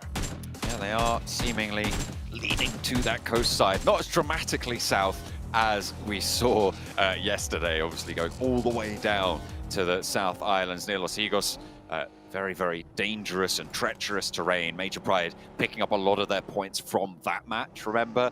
Because they were the team to get across first. But again, that is one of those fast, decisive maneuvers that they're able to make. They got across, I think it was, I can't remember which team it was ahead of, but they got across, okay, ahead of Queso, because they made that call first. They immediately went on the road, and they played on that south bridge and got so many points, and by all rights probably should have won, but that was another one of those mistakes that I was talking about, where they get a little bit ahead of themselves. That's a very perfect example of them doing a lot of the right things, and then at some point biting a little bit more than they could chew. We'll see how they do this match. Very Southern Circle, taking a look at the map. The big teams not in the zone or far away from it. BTR on the north side, they will have to make a little bit of a rotation. Influence Rage towards the northeast. Rook, once again, in the far, far north. Rook seems to like their northern drop spots. And where is Vampire on this map? Oh, they're right there in La Bendita Graveyard. So they'll get a, I wouldn't say easy rotation, but they do have a nice one to make towards the center if they decide to do so. Yeah, around that Minas Generalis area. Vampire gonna have to move a little bit south, but no close neighbors. Vibes, they've come off a really strong set of performances today, up into 3rd place as well, tied with Influence Rage, who we've praised for being consistent over the course of their point-scoring career so far in Group Yellow. So for Vibes to be able to draw level with them, a really, really good result for today. They'll be happy with that. 2 matches still left to play, though. And as I said before, that bubble sits for the previous groups around that 180 to 190 sort of area. Obviously, you want to be pushing up to 200 to be fully safe. So teams today, if they're over that 100 point mark, they are looking to be good for that top 3. At the moment, only Bigatron have achieved that, and Influence Rage and Vibes still have a way to go with a 21 point jump still on the, in the horizon for them. Bigatron, once again, with that point gap created against other teams, and it's a nice point gap against all of the teams chasing after them, as the 79, 79, 72, 71 points very close to one another, but Bigatron will be sitting comfortably for now. We saw it close down to 8, I think you said. It was, yeah. At what point was it? Just the last, before the last game, it was 8. I'd have to go back and double check, but it did start to get very close. Yes, it was actually. Yeah, it was 80 points for Bigatron, 72 for Influence Rage. It was actually less than that. It was 7 the match before that. So they have managed to extend quite a lot back up to 23. Man, it is right when you think you almost got him. You know, they're just like, nope, we're still better than you guys. And if this trend continues, I think we might see Bigatron, you know, widen that gap even more. Because the thing for me is, yeah, teams are catching up to them, you know, here and there sometimes, and Bigatron's dropping the ball sometimes. But it's a spread for me of the teams trying to catch up. Influence Rage, 4 Miracle Vibes, you have Brute Force, you have Major Pride. Weibo Gaming even started off today with a huge chicken dinner. But if you spread the points between all of those teams here and there, and then Bigatron just being consistently a little bit better, that point gap's just going to keep increasing. You just got to keep up the pace. That's what it's all about, consistency. Influence Ray is trying to channel that, get a little bit higher up on those tables. DRS moving from that north side now past San Martin, which holds Genesis right now, going past Picardo. Teams moving to the west side of Los Leones. You've got Beano Storm currently, the only team in Los Leones really. Weibo on that west edge on a nice 2-2 split. Vampire making their way down from that Minas Generalis drop. They will be just on the northern side of Los Leones now, looking for their slice of the pie to move forwards with. Teams starting to condense here. Weibo Gaming in that center position. Vampire getting very close, so yeah, an easy rotation for them. They will make their headway very close to the center, if not center. Weibo Gaming will be standing in their way. BTR also getting very close to that central position. BTR, though, will have that church to work with just east of Chumacera, that church with the high ground that overlooks much of the terrain. Circle should be shifting soon, and wow, nice shot for Alex. IHC really good at shooting players out of vehicles, it seems. That last match, a pivotal moment when they overtook Major Pride. It started with a player being shot out of a vehicle. But that last match, the vehicle wasn't fully moving yet. This time around, it is. They can still hit it. That's bumpy terrain out there on Miramar as well. So to be able to track that, really good stuff from Alex on IHC. To be able to find that knock and alleviate some pressure on the southwest side of the circle. It's a fairly central position as well, which is going to open up a lot more opportunity for IHC to move through that ground in the circles to come. We're waiting for that stage 2 circle, which is obviously a very dramatic circle shrink on Miramar. A very, very big removal of terrain. We'll see if it's a hard shift. Of course, it could go down to that South Island again. Who knows? But we'll have to wait and see. Can you imagine? Could you imagine if it happened again? If it happens again, how would teams even adjust to that? Will more teams like decide to swim, or just I don't even know. I think it's a very it's a very different circle. We're not going to see it, so we probably won't talk about it too much because we're going over to Los Leones soon. Yeah, I mean, this one is almost as difficult, right? You get a lot more options to entry into the zone versus Los Higos, but it's still going to be extremely difficult to navigate once you're inside Los Leones, and that's if it ends in there. Circle could pull away. Like, imagine a hard shift to the east. You get that mountain dividing everyone that did decide to go into Los Leones, and then the high ground cutting everyone off. It could get very tricky. I mean, no matter where the circle shifts at this point, I think it's going to be a difficult game for many of the teams to navigate. A real difficult set of crashes now. Teams need to keep their wits about them. The buildings, the crates, the containers, the concretes, everything will be bristling with barrels soon enough. And the bullets will fly if you give them the opportunity. Northwest side, Weibo, they were set outside of Los Leones for quite a while on a 2-2 split. They now obviously regrouped into the west end. Influence, Rage have made their way in on the north side, as have DRS, maintaining that high ground instead of going into the settlement fully. A cache of vehicles around the side will be their stockpile. They'll be able to have a little bit of maneuverability. BTR similarly trying to swing on into that west end that Weibo got in a little bit earlier. Yeah, many teams centraled up. The west side's going to get very compact if we don't see more of the western teams loop around, but I don't think there's room to loop around much more. And for good reason, because we still have 63 players alive. No wonder the map looks so compact with barely any space. You see teams neck and neck right next to each other here. How many teams have committed into Los Leones? I'm counting maybe 5, maybe 6 even. A lot of commitment at this stage. Could all be for naught though. We still have a bit of terrain outside of Los Leones where it definitely could finish, but would need a couple of hard shifts. Vibes a little bit late to the Los Leones party, so they'll be languishing on the outskirts for the time being. Trying to take that high ground, find some picks, find some openings, scout out which buildings are available. In an urban environment, that is the most important thing. If you know that a building is free, it's a lot more likely that you can get there, even with teams around you, than if you spot an open location on an open set of terrain. So making sure you have as much information on the buildings on your side of the settlement, really, really important. Nice headshot out of Lionel there. Put some damage in. And that helmet going to be a little bit worse for wear. But he'll continue the rotation and make it out alive. Circle now finally about to shift. This is the big one we want to see. And I like what BTR did here. Earlier we saw BTR further into the zone, actually. They were around one of the warehouses, but they filled back out to get more control to make sure no teams backfill them. So now with this circle shift, it also favors them. Vampire find themselves in the dead center of the new circle. They are right on that correct side of Los Leones now. But that high ground position that DRS has also a lot of value to be found there. If they can hold off Genesis and Rook further over to La Bendita. Rook have been playing slow into these circles today. They've been staying out in the blue, trying to play that edge style. Trying to keep themselves nice and tucked away, but they'll have a fight on their hands soon. The Genesis in the vicinity. Alleyways being populated by vehicles now as Sem9 try and make their way through Los Leones again. Major Pride sat right next to them. Oh, almost catches that player. If he went for the gunshots earlier, he might have even gotten the knock.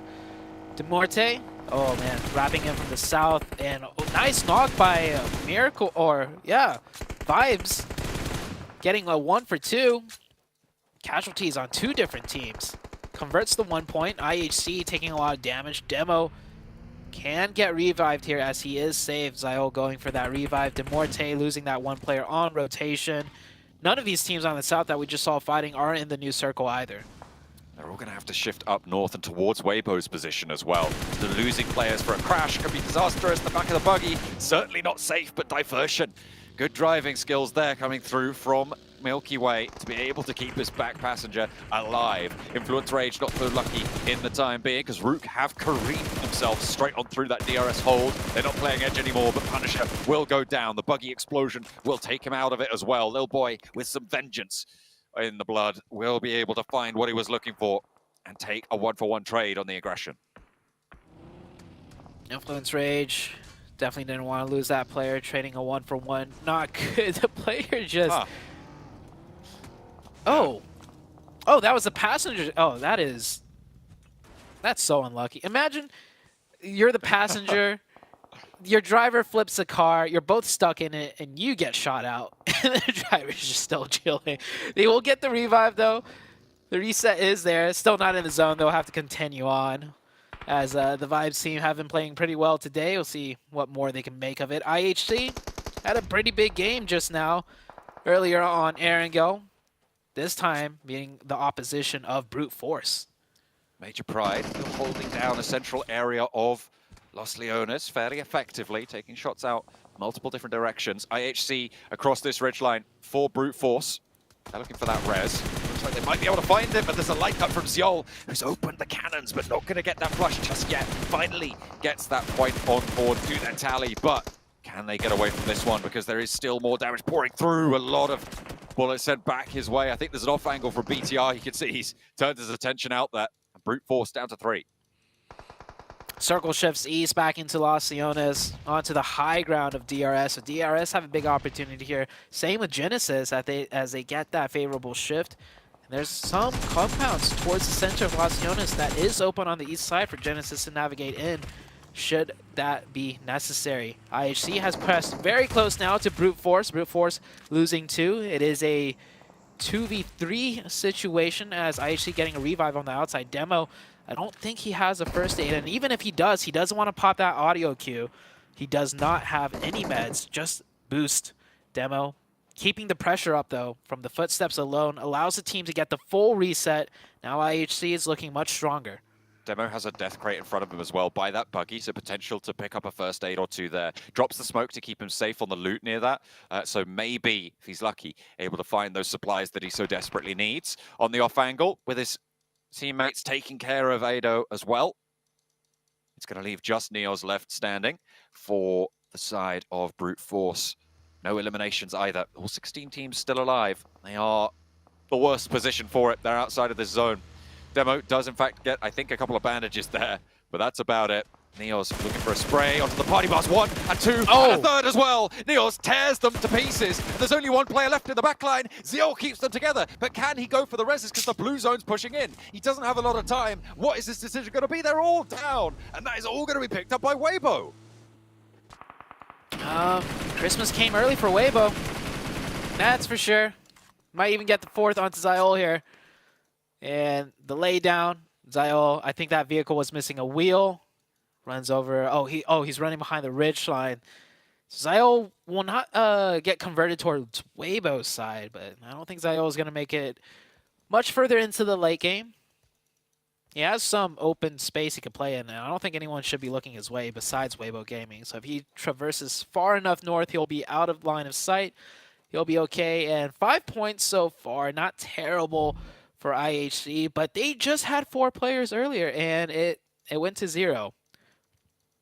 That is Or not 0, it went to 1. Now it's about to go to 0. It's very unfortunate for Ziol to try and move through. I feel like in these urban finishes, solos have a little bit more longevity, but in general, the position that he's in with Weibo knowing exactly where he is, it's just so unlikely, right? And the road up that he's going to have to go through is guarded by Vampire on that position with a duo out the back. It's Tony K and Ravenclaw on that western side to hold out in the 2-2 split that Vampire currently have established.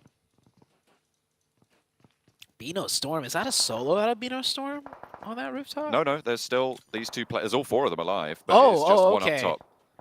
Oh, that camera shot earlier had me tricked. I just saw 4 players of D+ and 1 Beano Storm on top of their building.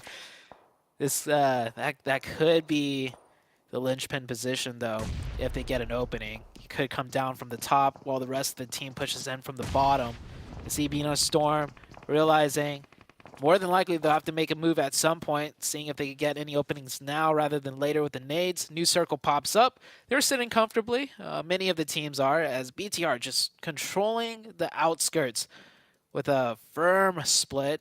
They're not going to be rewarded for it, though, as the circle doesn't go their way. Ooh, the push comes through, and at the moment, D+ looking to hold very, very strong. They've lost Osal and Fabian's gone down, but they have taken 3 players with them.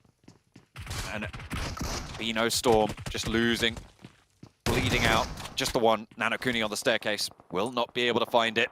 Does not descend in time. Does not play that off angle. Fabian will get res. They lose Osal, but they claim a really solid spot in Los Leones. The Vampire 2-2 split, though, on the west, still very, very powerful. DRS trying to make their way in as they descend from the high ground, and everybody's going to have to start to lose players, to expend their players in order to get into the central locations if you haven't already made it there.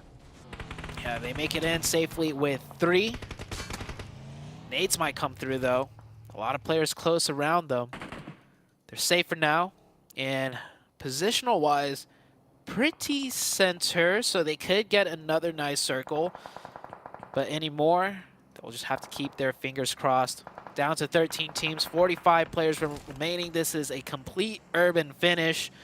BTR with 4 players yet have had to make a move as they're just on the edges of the zone.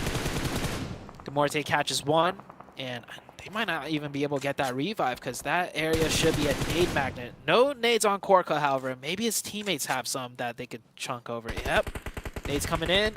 That should be a confirmation. Looking for another one as well. Rules taken very, very low. That next nade will be it. Korka gets the final tag with the M4 as well for that first point for Demuerte on the match. They lost Malo earlier, but they're in a position inside these buildings. At this stage, it's so tough to call a winning position. With these urban finishes, it could really go either way. Major Pride, sure, they have this massive high ground, but if you get knocked there, it's so hard to go for the reses. The 2 up, 2 down position that Major Pride currently have should be fairly powerful, though. Will stop players moving in comfortably on that underneath, and they'll have a lot of control over the high ground. The difficulty will come when they have to move. And I don't think anybody right now would be able to make a call, probably even above 50% certainty as to who's going to win this one. BTR on the outside, though, probably have the toughest time. All eyes on BTR on the next circle shift. And Major Pride, you mentioned they're in a great spot, but that high ground's a little bit deceiving. I've played in those positions before. You have a lot of sight lines, but when players are running towards your location as your recoil is going up and they're running below you, it's hard to, land the shots as accurately as you want. And the biggest thing is your head is peeking up, and that's all the other players are aiming for. And it's almost like the other player's more favorable on that low ground pushing into you. So we'll see if Major Pride can adjust for that if the situation comes. Next circle, shifting out here. To the center, to the south, to the east. Where's it going to go? It centers right up. And BTR might have a little bit of a hill on that north to play with, but not enough that I think they will commit and group up as 4 and drive in and take one of the compounds now. There is a little ridge line that they can look to play around in this area, but I think they're very close to already getting over it. So it's going to be very difficult to try and play, and they'll have to get to the west side of Vampire in order to try and find that. So I think they might have to just move forwards and hope against hope that Vampire don't take too many shots. You've also got Rook to worry about over on that east side as well. But unlikely that Rook can make that rotation cleanly with the number of teams on that north edge looking out this way. It's so dangerous, this circle. 13 teams, and honestly, I don't expect that many teams to drop in the next circle. So I'm probably looking at a stage 7 with maybe 11 teams still remaining at this point. Yeah, teams will get cut down to like a solo and then just play in whatever little scrap edge they can and just stay alive.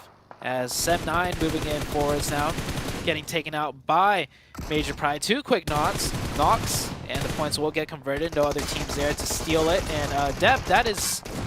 Wow, that DBS actually almost knocked the other player. I was going to say, that is not the correct range for a DBS, but man, it almost worked. Not close. Not quite enough, though. Until it really didn't. And then he went down. Tam tried to make his way through. The last player alive for Sem9. Trying to skirt around. They had a solo survivor in the last match as well. Try and see what they can do. BTR, hang on a minute. They're making a move over on the west side.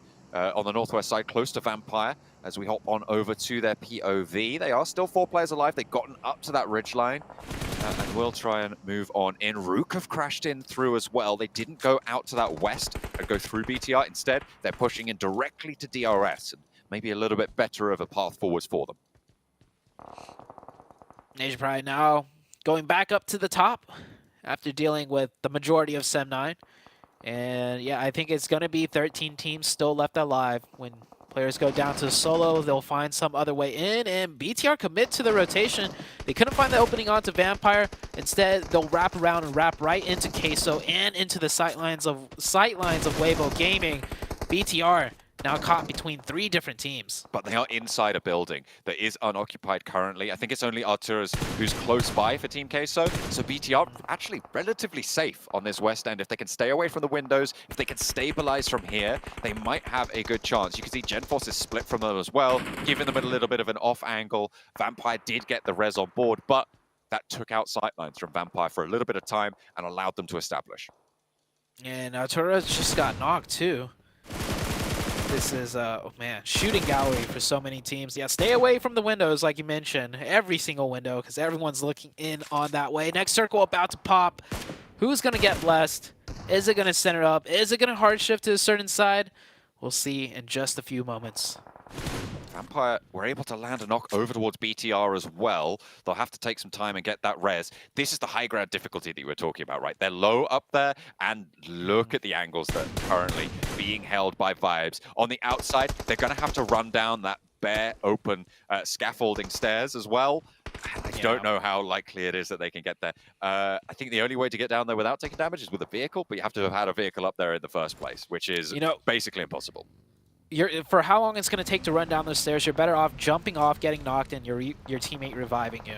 Like, that might quite literally be more efficient.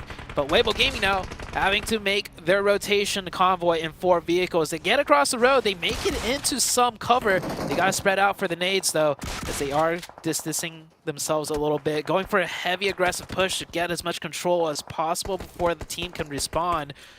And they're good for now. And I think they have secured the position. It's just Big Milo. There's the knock-on to effect on the high ground from Major Pride in the meantime, so they'll have to figure that out. Big Milo still trying to hold on to the pieces for Team Queso. No eliminations found this match, and Weibo still staying all alive. Effect actually tries to jump off there, but does go down, I think, fully to full damage. I don't know if they got the res before that they went for that. We'll have to wait and see. But still, Big Milo holding on this right side. You've got Influence Rage with Sightline out toward this area as well to try and slow down this push coming through from Weibo.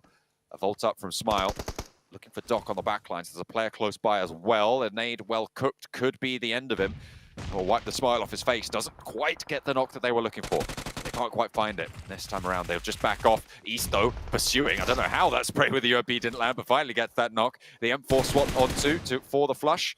And now turning his attention forwards to Smile again. East spearheading the team right now, getting those 2 eliminations. And this is D+. D+ coming in with 2 players on that eastern side. Is this the same side that we're seeing the fight? It might be. They're all so close next to each other. Smile keeps his smile as he gets that point, but should go down here to Doc. Doc's got that DBS, but D+ very close by too.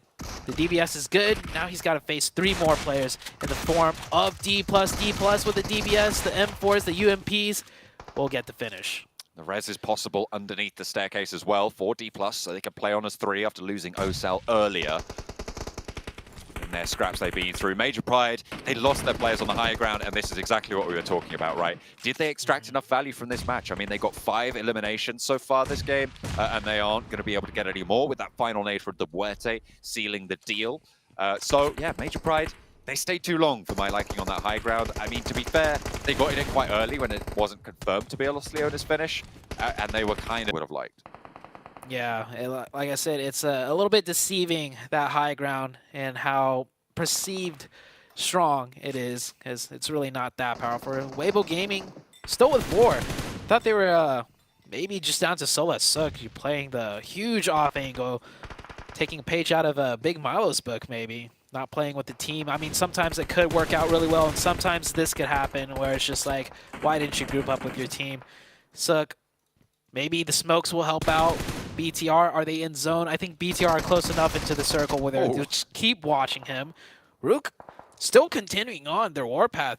They're down to 2 members, but they're picking up the Elam points. That's pretty dangerous. I don't think they knew there was a player on the inside there from DRS. Fortunately, they were able to take him down, but only 2 players alive. That could have been a little bit more disastrous than they would have liked. 3 players alive for Influence Rage. In the meantime, they're just going to try and keep on chugging away from the middle side of this circle. BTR with 4. After a difficult position on that northwestern side, have managed to get on in and looking to establish a path to go further east. Muerte down to a nade as D+ move on in. This is stage 9. It's going to go down to the middle. And all around the circle, our players still up. Big man, this is going to get very crazy now. I thought that was going to take all of them down almost immediately, but no, they find cover for Bigatron. And you're right, everybody is just going to be crunched on in. 1 player from Bigatron falls, Tony K on the outside, 2 players from Vampire have been knocked. The cross from Genforce covered off, easy pickings here for Vampire. They're going to need to get out soon enough though. Schweppes and Ravenclaw, I don't think they're even going to be looking for this res. It would be really quite dangerous to go for it, but Tony K's going to the wall. You get one of them up, maybe, if you're lucky, but the zone is closing. You do not have a lot of time. In the meantime, Influence Rage trying to hold off against Rook. It's 1-for-1 on the trade, and Default of the backlines looking to try to hold off Federal, but no, it's not going to happen. There's a knock from the off angle, and now it's just down to Kayovsky for Influence Rage in the middle here. D+ coming in with that third-party group that's 3, looking a lot stronger when they're not playing split. They could even win this one. There is still Weibo Gaming with 4. Fights all around. Vampire Esports maybe even got the reset up to 4. They're going for it. That blue zone closing very slow. Taiwaski, UMP in hand, 1v3. He's just trying to stay alive. Weibo Gaming, how's their position looking? It looks like Vampire have the advantage on top of them. And oh, Influence Rage also going to look this way as well. Vampire have a lot of open ground in front of them now, and it's going to be hard. Big Milo goes down in 5th place, but there's a lot of other teams starting to fall now, like flies, as you would expect when there's 8 teams into Zone 9. This is what happens in these late finishes, in these urban environments. Kayovsky, last player, drops down, looks for a shot, doesn't quite find the knock, and now D+ playing as 3. Vampire have the numbers. Can they close down another chicken dinner today to send themselves further up these tables? Ravenclaw spotted. Default on the high ground is going to be able to do so much damage to them, taking down 2 of the back lines. It's so unlikely that they can get it all back, and Ruka's still going. The high nades will find a bit of damage, but nothing more. Fabian is taken down, and the drop from Eugene. D+ handle it, and the push forwards. Vampire still going, trying to play on, but it's just Pony K. Default still raining bullets down from the top, but finally they're dispatched and across the lines. Who was it? I don't even know who was able to close that one I think it was Vampire. It was so chaotic, but is it Vampire to find it? It is indeed a chicken dinner from the sidelines, a second today, and they are back with a vengeance once more. Wow. You know what? I know Vampire looked rough on day number 1, but I knew in my blood this match was the match that they were going to win. I should have even called it, you know, coming into circle number 6, that this was going to be Vampire's win. What a game for Vampire. That was a mix of the circles, definitely, you know, giving them just that slight edge needed. But man, it's not easy, not in that urban environment, even if you get the zone a little bit towards your way. But I don't think it was a coincidence that Tony K getting the MVP twice now when they get the chicken dinner. Tony K putting in a lot of work with his team, and he was the one that made that cross that went for that reset up to 4. If he didn't decide to go for that and decided to just keep himself alive, Vampire would have only had 2, and you saw Default on that little high ground position. That would have been the end of Vampire. So everything coming together for the side of Vampire. Tony K really stepping up once again. And this is the Vampire Esports that, you know, everyone so feared. Rook from the high ground in those final moments as well. So impactful on the dynamics of that final engagement. It looked like Vampire might have just been taken down by it, losing those 2 players behind. But Rook, in the end, were just crunched out by that blue zone. If it was any more towards them, if the center was any closer towards Rook, I think they win that, to be honest, because the blue zone was the only thing that stopped them from taking that one fully. D+, they just about missed right towards the end, but a really, really intense final circle. There were 8 teams alive, like you highlighted. Really crazy stuff for Vampire to be able to come out on top. And this time we see D+ not going down early, playing a split. Maybe, you know, they're going to make that adjustment now where they already have. I like to see that adjustment coming into future games. But for this one, I mean, Vampire, they're back. They're back in form. They're putting up points. How many more can they get? There's still just one more match to go. Well, it could be one more, Zute, since we only have that one match left. So we're going to find out as Vampire is still climbing the leaderboards here. A complete resurgence from what we saw on day one. Almost night and day here for the Vampires as we need to continue this momentum forward if they want to break through the top 3. But honestly, gentlemen, Seven and Cameron, this mostly Onus finish, there's no way you could have predicted who's going to win that period with how many teams were left alive. We were watching it, we're like stage 8, we're like, okay, well, Cameron's like, okay, maybe we'll lose 2 teams here, but stage 9 is where it's going to be a bloodbath. And obviously, Vampires, they love blood. Yeah, I think the big play to celebrate for Vampire Esports was Tony K going and getting that reset. I was thinking that was still to even try and go for 1. But really, it's actually D+ that put in the most work here. They got the most points. They got 10 eliminations. Vampire, on the other hand, only got 5. So run that last zone multiple times through. Vampire could easily have gone out with fewer than 10 points off of this one, but the 10 eliminations coming in from D+, I think, was the stronger thing. You also get 8 from Rook, get 7 from Weibo. For a lot of this is just a good round for teams that were really edging closer towards the bottom or already at the bottom to get a whole bunch of points to try and put them back into that middle section. Because one thing we were talking about while watching this game is just how packed that center is. I know that was a conversation, Seven, that we had last week, but I feel like this one's even worse. Yeah, this one's definitely worse. And even though it was an urban finish, even though Vampire wasn't able to put up a lot of elims, I do have to give them props on the splits that they've been working on. They actually been working out great. And they forced BTR. One point BTR was almost going to crash on them. They forced BTR to just rotate south and keep going, which I feel like if it wouldn't have been because of that, if they would have lost early players with that fight with BTR, it would have been a completely different story. So we got to give them props here for Vampire Esports. And like Suta was saying, could they maybe, win another one? I think the record is 2, right? They will break the record Stalwart. Here. 3? Oh, Stalwart in Group Green. They could tie it then. They could tie it. It'd be very difficult. What I'm happy to see, though, is Forrest, man. Forrest and Fabian. The 2 players at a D+, who I always look to have a stellar performance, and I feel like we've yet to really see Forrest step up until this match with his 1,000 damage done. Maybe D+ are coming back as well. We're obviously talking a lot about Vampire, but we know the power that South Korea has to offer here. And also for Default as well, for Rook, we were talking about how they seem to be the punching bag in the last few games. It's nice to see them have a decent result here. As we look at the leaderboards, Vampire, they've been able to make it into the front page at 8th place. It's still not too far off. Obviously, 21 points to them in 3rd place, but considering where they start the day, Cameron at 16th, I think they'll be happy with this result so far.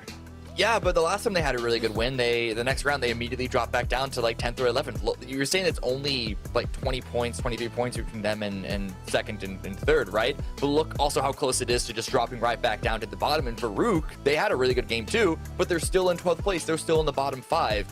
This is, at this point, the trajectory that we're going right now with so many teams having good round, bad round, back and forth, no one's really been able to really clear away. In fact, even Bigatron is struggling to maintain their distance in front of Influence.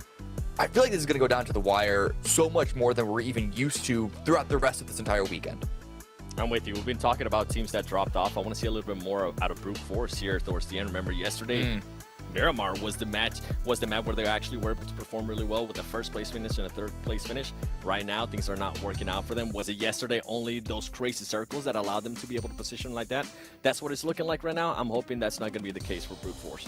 I mean, also for Brute Force, they were in top 3 at the start of the day here as well. And they've been following it slowly down the leaderboard. And obviously, you never want to have to go to the last chance of the survival stage. I should say you obviously want to go to the last chance because, well, it's your last chance to get into PMGC Grand Finals. But you'd obviously like to qualify right off the get-go. But I don't know, maybe one of the things that is really hurting them is the fact that the teams have had time to research and look back at the VODs, look back at the matches, and maybe their playstyle has been figured out a bit. Maybe, like I said, 7, it is all about the zones. But one thing is, they have to change things up here and look to perform. But looking at, Influence, Rage, Bigatron, I feel like we haven't really seen any teams be super consistent today other than Major Pride. I feel like they're averaging like almost... Influence are actually the most consistent team that we've seen here. They're in 2nd place, and they've been holding down that. I mean, even yesterday too, they've been holding down that 2nd place position for the longest time. They're not winning any of their games. They're barely reaching podium too many times, but they're always getting the eliminations. In fact, you can even look back at the previous week and compare their points trajectory like Nongshim, surely they're in second place right now, but they're always getting something out of each round. Okay. Well, you don't have time 7. We're gonna actually head back to our casters to see how things are gonna break down in our final match of the day. John and Zute, let's dive into it. Hey, look at that. I mean, we've been talking about Influence Rage as well, though. They are just always there, and you were talking about them as playing in a similar way back in America, Zute. Yeah, and I'll pull up the stats in a little bit, but man, even that last game, after that huge crazy ending, we were talking about who got first, that blah blah blah, so on, and I looked down the leaderboards, and right on the second side, right on the second side, I pointed out to you, hey, look who got 6 points. It was Influence Rage, just like sitting there, you know, nonchalantly. Don't mind us, you know, we'll just pick up our points here and there. So that is how they play, and Cameron pointed out they are the most consistent team out of all of the teams.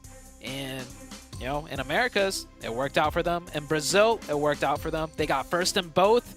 I know I keep mentioning it, but it's like you have to mention them in some shape or form if they're not going to get the big games. If they keep sneaking in, I mean, what else can we say besides they're just consistent?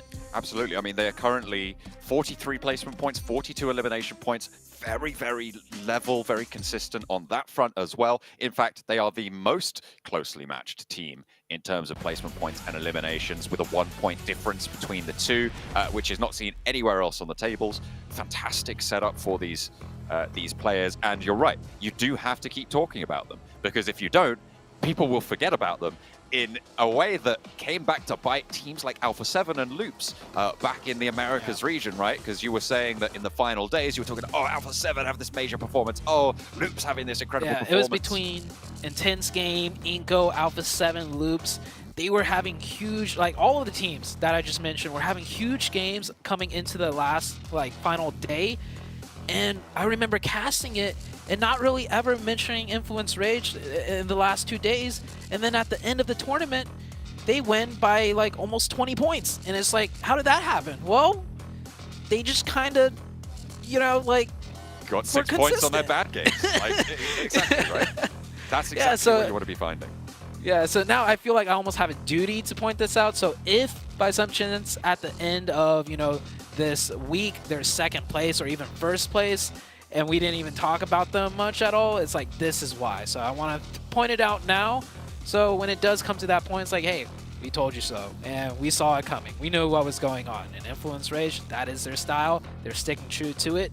Vampire Esports, though, they're coming back with their own style of these huge, massive games. Let's see if they can keep that up. Absolutely. And I just want to wrap back for a final congratulations, I suppose, to Influence Rage, is that there isn't much you can do about it, right? Like, it's not like they're doing plays that leave them exposed. They're playing safe, consistent playstyle, and because of that, there are very little weaknesses in that playstyle. Sure, you can pick off players, sure, you might be able to get an early engagement, but beyond that, the counterplay sits at be better with a gun, and that is not easy at this level. And also, their playstyle isn't the easiest to figure out either. For them, like, to recognize these safer plays, because teams like to study the game-winning plays. Coaches, there's a lot of analytics that you can look into, you know, VODs of how to win a match or how to put yourself in a top 3 with points. And so a lot of other teams will mold themselves after that, and, you know, it's easier to identify too. But just like on that Erangel game, when Influence Rage with 4 kind of just went to the middle and the wide open, I was taken surprised by that. You were, you know, caught off by surprise too. I thought they would push down East, take out BTR, and if they did, they would have won the match, because BTR won the match. But that is not their style. Instead, they won't go for the risks unless if it's needed, I think. If they start slipping down in the point table, this is a veteran team that I think will make that clear-cut adjustment of like, hey, let's go for the game-winning plays now. We need the points. But right now, they don't need to. They want to make top 3. I don't think this is a team even necessarily aiming for first place with the way that they're going about it. I mean, have you ever seen the film Moneyball with Brad Pitt and Jonah Hill, where they take on the whole baseball pre-existing concept of what does well in a tournament? I think we are getting a remake here, but it really spoke about. Sounds like a really good movie. Just those 2 actors. By the way, I think I'm gonna have to check that out. It is a very good film, but its main point is that you're not buying wins, right? You're trying to buy runs with play. You're not trying to buy a batter. You're not trying to buy a baseman. You're trying to buy runs by creating this roster. And that's exactly the strategy that Influence are going for. They're not trying to get chicken dinners. They're not trying to, well, I mean, they will get them if they're given that opportunity. They have got one already so far this stage, but they're not trying to go for those, as you talked about, plays that can be more easily identified. They're trying to play to their strengths and get everything that they need done, which is exactly what they're doing. And potentially, if this is observed by a lot of other teams, we could see this be a major fashion in the next coming year as well, because I really, really like what they've been able to achieve so far. And I hope more teams try to look to perfect it. But the difficulty is, the more teams try to do it, the less effective it is. Man, Yuhai, always the showman right there, now known as Superboy. I think he might switch back to Yuhai. I don't know, he always switches names. But what you're going back to, I want to tie it up with a nice quick analogy. So you're meaning like buying runs, or they were buying runs, not bats, and etc. So essentially, it's like if you were to interview teams and they say stuff like, we're focusing on getting eliminations, or we're focusing on getting top 3, or we're focusing on getting the chicken dinner. You ask Influence Rage what they're focused on, they answer with, we're focused on getting points. Yeah, right? Exactly. Which is what all teams should be looking to do, no matter where they're coming from. So you just want to level out your entire play. And obviously, that's kind of quite easy to say, but actually executing on that is not always. It's a unique play style. Not for sure. Many teams at all ever do it. And if there are other teams that do it, it's hard to focus in on it, right?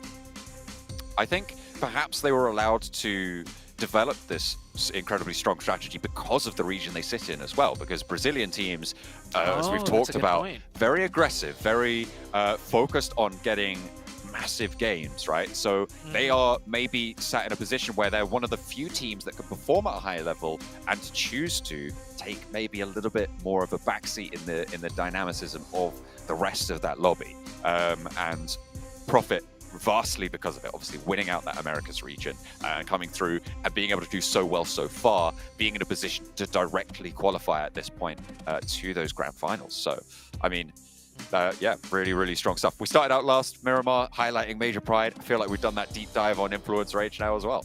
Yeah. BTR, what's your deep dive on them besides they just have insane, like, do you see like a weakness? Because that's just that last match, we saw their macro gameplay, right? They covered every option possible in a nice, in a nice way before having to commit into the Los Leones. And even then, right before they committed, they still explored every single little possibility on which entry to make in. So I feel like BTR's macro game is on point. I feel like obviously their gun skill way above everyone else's so far from what I've seen. What's your take on BTR? Like, potential of their greatest strengths can also be one of their weaknesses that we've seen. They take incredibly strong off angles, right? They like to establish control over a lot of terrain and research the terrain before they go for an engagement on it. But that does leave their players a little bit vulnerable sometimes, and they're getting picked off. Certainly that's what we've seen today. Is their propensity to lose a player or two a little bit earlier on. Obviously, they're still able to win with 3 players, as they showed back over on one of the Erangels. But for me, I feel like there isn't much I would change other than, I don't know, don't get shot on these rotations, on these wide angles. Maybe be a little bit more passive on that. Have you got a different opinion? No, but I have something that could be their weakness. Okay. So they're really good against other teams that are playing optimally because they will account for it. So is their weakness playing against players or teams that are in sub-optimal positions, positions that, they shouldn't be in, and then they get caught off by surprise? There is that argument, right? You see it, you definitely see it in the lower stages where, a veteran team will come into a group of more amateur teams and they'll still probably do really well top 3. But things will happen where it's like, man, why is that player still there? Or why is that team still there? It's like they shouldn't be there, and we don't account for that because it's not optimal, and then they'll lose a player or two. So could that be, one of BTR's quote-unquote weaknesses? I don't know if you had to pick one. I'm not sure. I mean, it's quite difficult to really, obviously, And that, I mean, that's the main challenge for all teams at this level. Is to, if you can identify their weaknesses easily, then they're not doing their job, right? They are not playing to the best of their ability. But today, BTR, they have lacked the power that we saw in day one, but they've still managed to put up numbers, to be honest. You know, they finished yesterday, I think it was on 70 points. So they managed to get 36 points today so far, which is just over half of what they were able to get in day one in the previous match. But they still have one more game left to go. If they can push up over that 120 mark, they're looking pretty good on the day. By just having a little play with the camera, Tony K enjoying his time before this remake. I really love how day 2 has been playing out too, because I think it keeps every team in just enough of a way where the morale is high. Like, I mean, just now we saw Vampire, right? Tony K feeling really good. They get 2 good chicken dinners. They're only in 8th place though, but that's such a huge turnaround for them that they're happy with it, and the morale is good. They're keeping themselves in. BTR, they had a huge performance day 1, and a lot of pressure coming into day 2, and they started slipping, but they showed us, hey, day 1 wasn't a fluke. We didn't just get lucky. We'll still get in good games here and there, and that is exactly what they did, getting that chicken dinner. So they keep their morale up.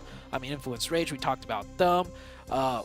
For Miracle Vibes, they've just been consistent as well, kind of like Influence Rage. Weibo Gaming, they started off with a huge chicken dinner today, keep themselves up, keep their spirits high. Like, all the top teams, like names you want to throw out there, have had a say today in some shape or form to basically continue the running for that top 3 going into day number 3 and day number 4. No real team, out of the many expected teams to do well, having to kind of, bow down.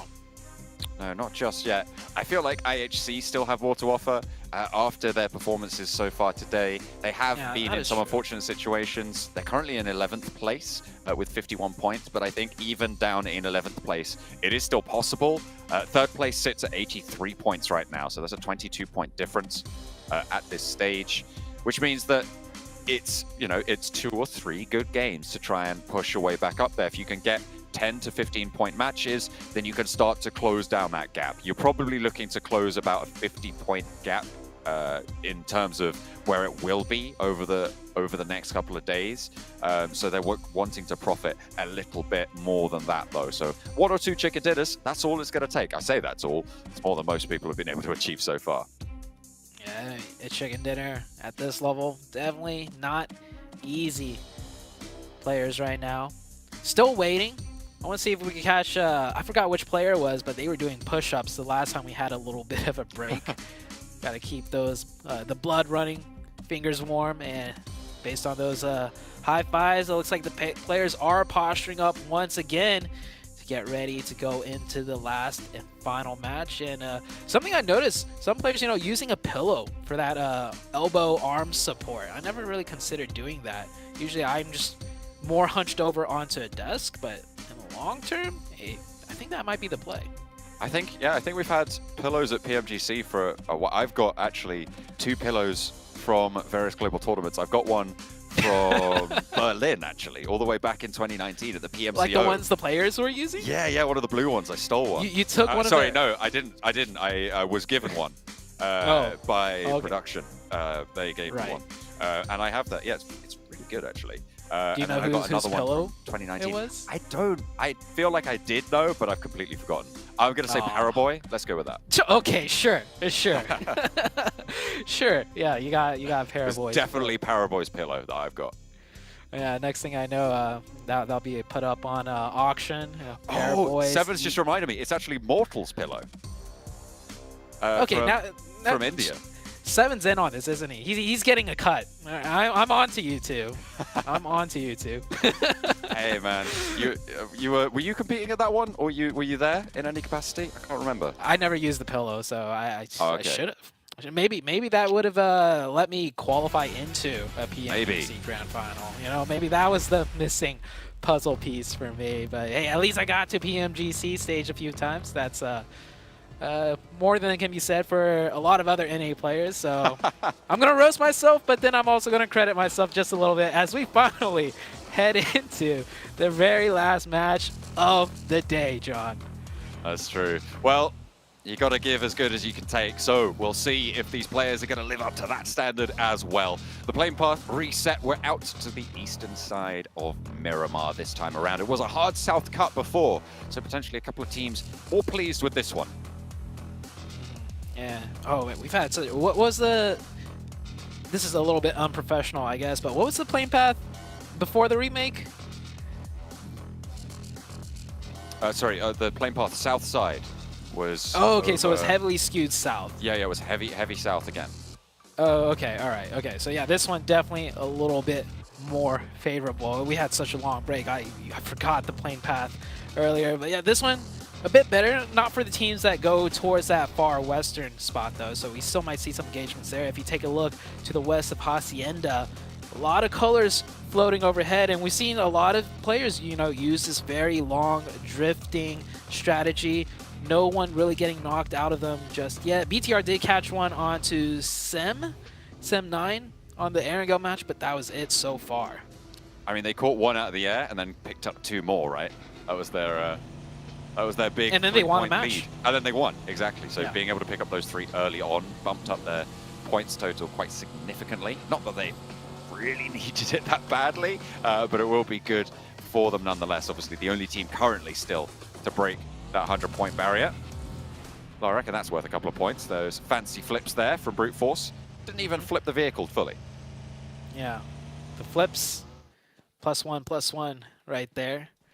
Mikhail with the Winchester. We saw some Winchester nice ones too. I think that was last week though. Yeah. Not any has happened this week so far, but can't sleep on the Winchester as he is about to get picked up. So the circle has popped. It is southern, but not too far south. Not like the Los Higos one. Thank God we're not going there again. As exciting as it was a cluster. And BTR, one of their members getting caught by himself. I don't think he's going to make it out of this one. Nope. Has 2 first aids as well, but there's just too many players for him to find cover. That's an easy flush. Yeah, I'm taking a look at exactly what happened here. Maybe I think this might be Genesis seeing the circle and adapting to it to rotate into loot elsewhere. So the timing of this rotation really caught off the BTR player by surprise.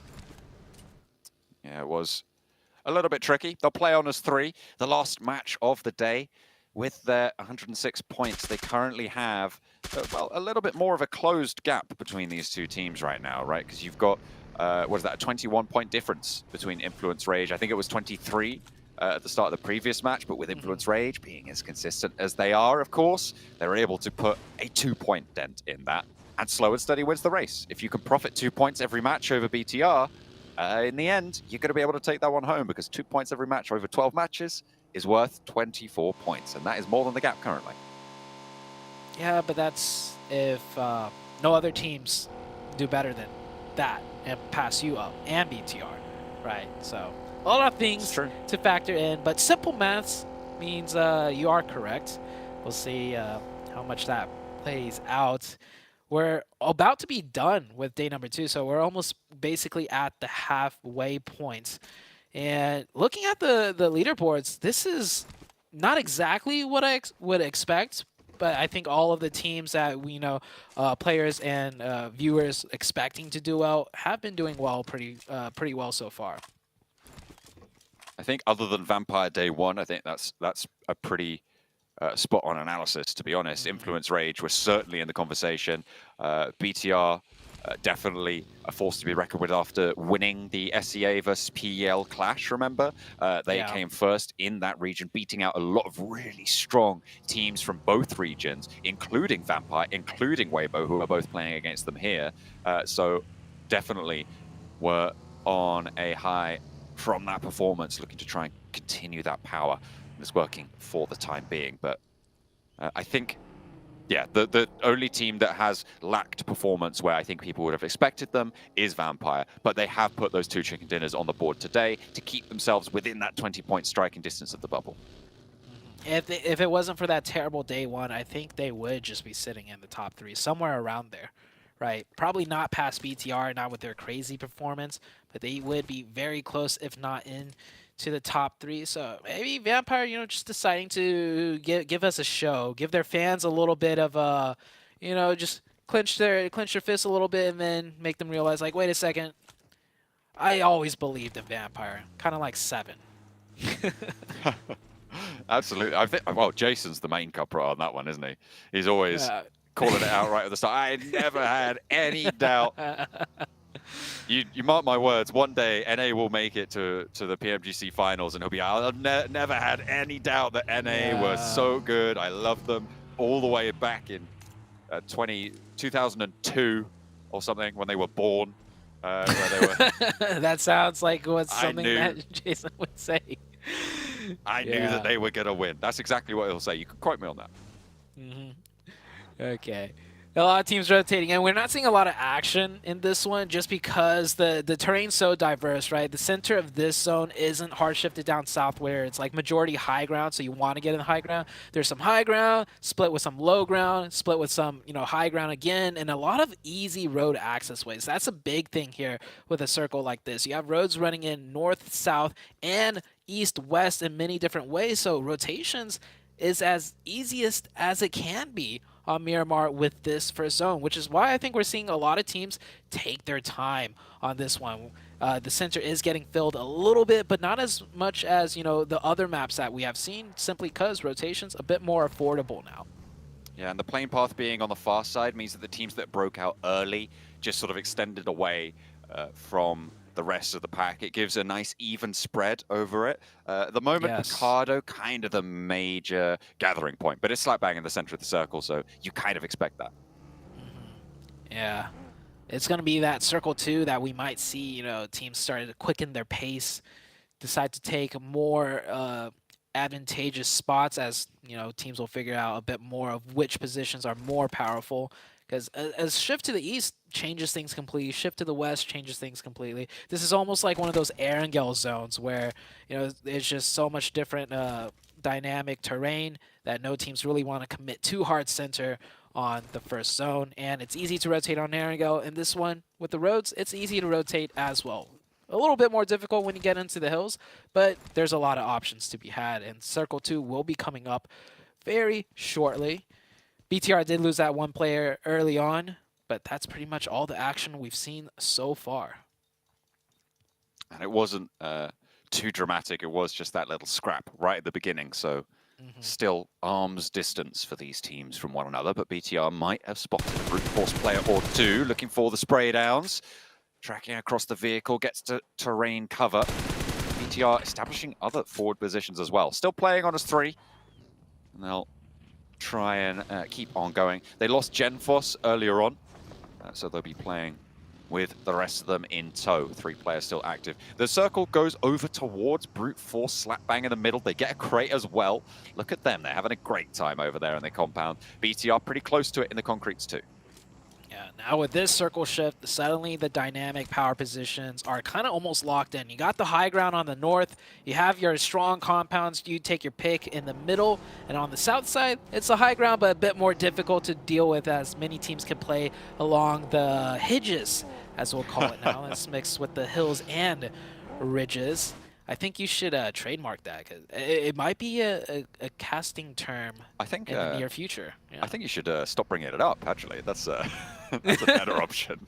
Okay, all right, okay.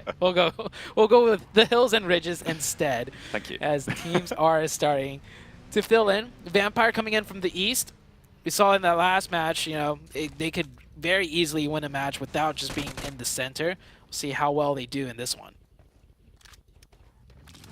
Bino Storm right now in 16th place. The team from Japan. We've seen a couple of decent positions from them, but they just haven't really done too much. They haven't been able to get late into this circle, and I'm hoping that maybe they can have a resurgence later on and live up to Reject's legacy from that first group over in Group Red, I believe it was, in the first week of the league stage, placing in 4th place. Currently, not able to marshal that sort of power. Major Pride, they've spotted Vampire, or at least the outpost thereof, and are not in a position to go for a full crash just yet, but we know what Major Pride are like. They can absolutely turn on a dime for this one. Major Pride in a decent position.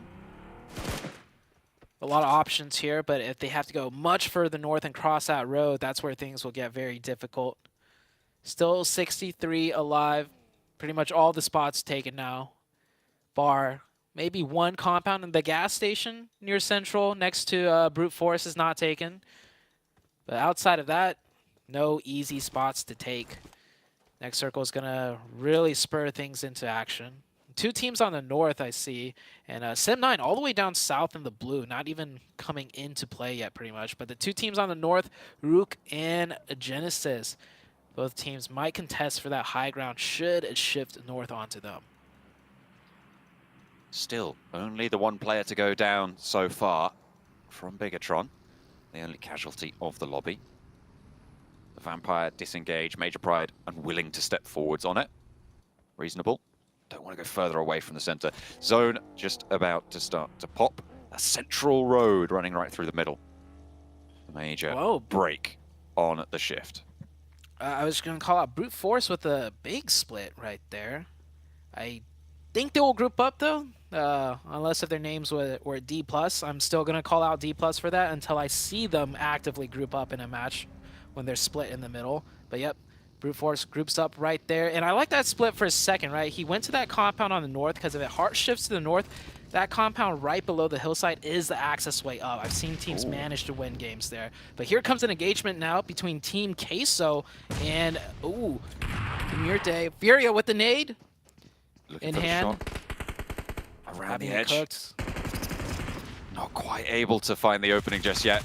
Team Queso rolling on up to Demuerte's position on this high ground, and it's looking good actually to start for Team Queso. Demuerte didn't find any opening knocks. They've got the outside angle as well. Malloy did get traded off. It actually is fairly isolated for this roster, so it's 1-for-1, back to forwards, and Milky Way has to descend away from these nades. 1-for-1 right now on this engagement, on the scrap. The nade pouring into the upstairs position, but Team Queso, they're playing all the way down. Looks like Demuerte might give up this fight, as this spot no longer that crucial. They could just hop forward in front of them and still have a viable spot to play in that's even more central. Vampire on the south side. Oh, this is going to get tricky for Vampire, having to cross north in future circles, fighting out of this position. They do still have 4 up, so it is doable. Sim9 will rotate ahead of them, but the Vibes team just in front of Vampire as well. BTR in a really solid position in their compound that sits closer towards the road as well, ahead of a lot of these engagements on the south and on this west side.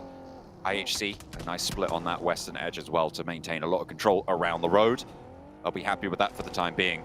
You see Demuerte going to be turned away by that. Team Queso going to allow the disengage. Neither team wants to continue. They've already lost a player. Yeah, Demuerte did what I was saying. They could just hop in front of Team Queso, which is a better position, more central, and a more advantageous spot to take the fight against Queso should it arise. So they put the pressure, they lock Queso in. That's a good play. Both teams lose 1, however. As D+ coming in from the east side with 4 players. Let's see what D+ can do, fighting in from the edge. We haven't seen this too much. Almost gets an opening onto DRS, but the bullets do not connect. Fabian launching that nade on through, just being the point at the moment towards their location, but Forest goes even closer.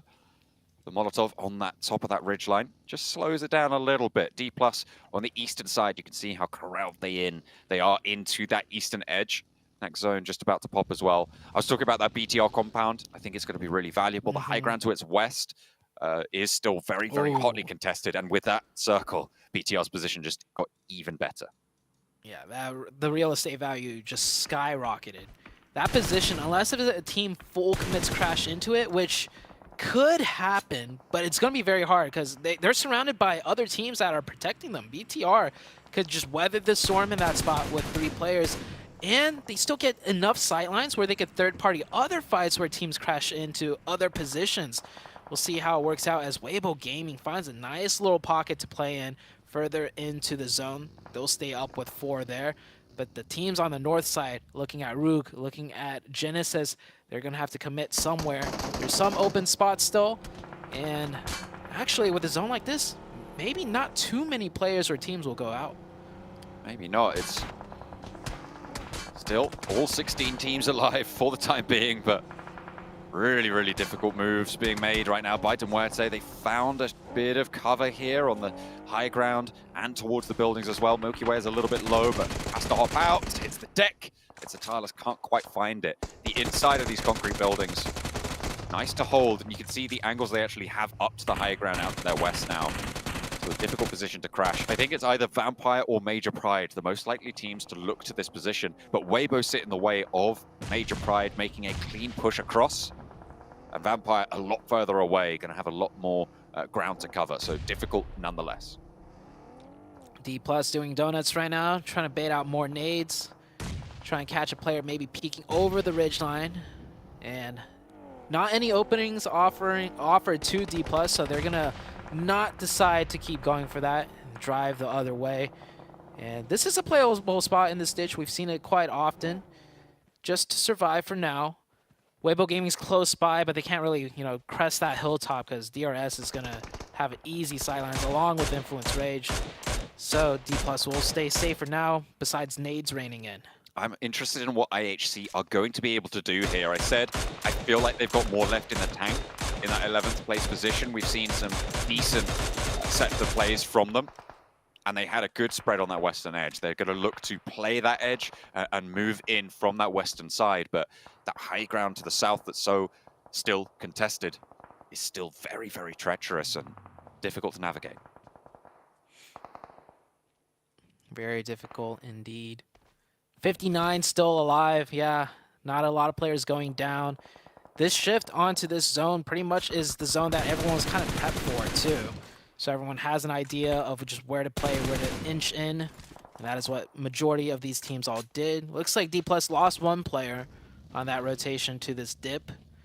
Next circle, where is it going to go? I mean, I imagine in the next zone, we're going to see at least 20 players go out. There's not much more left in here for players to hide in.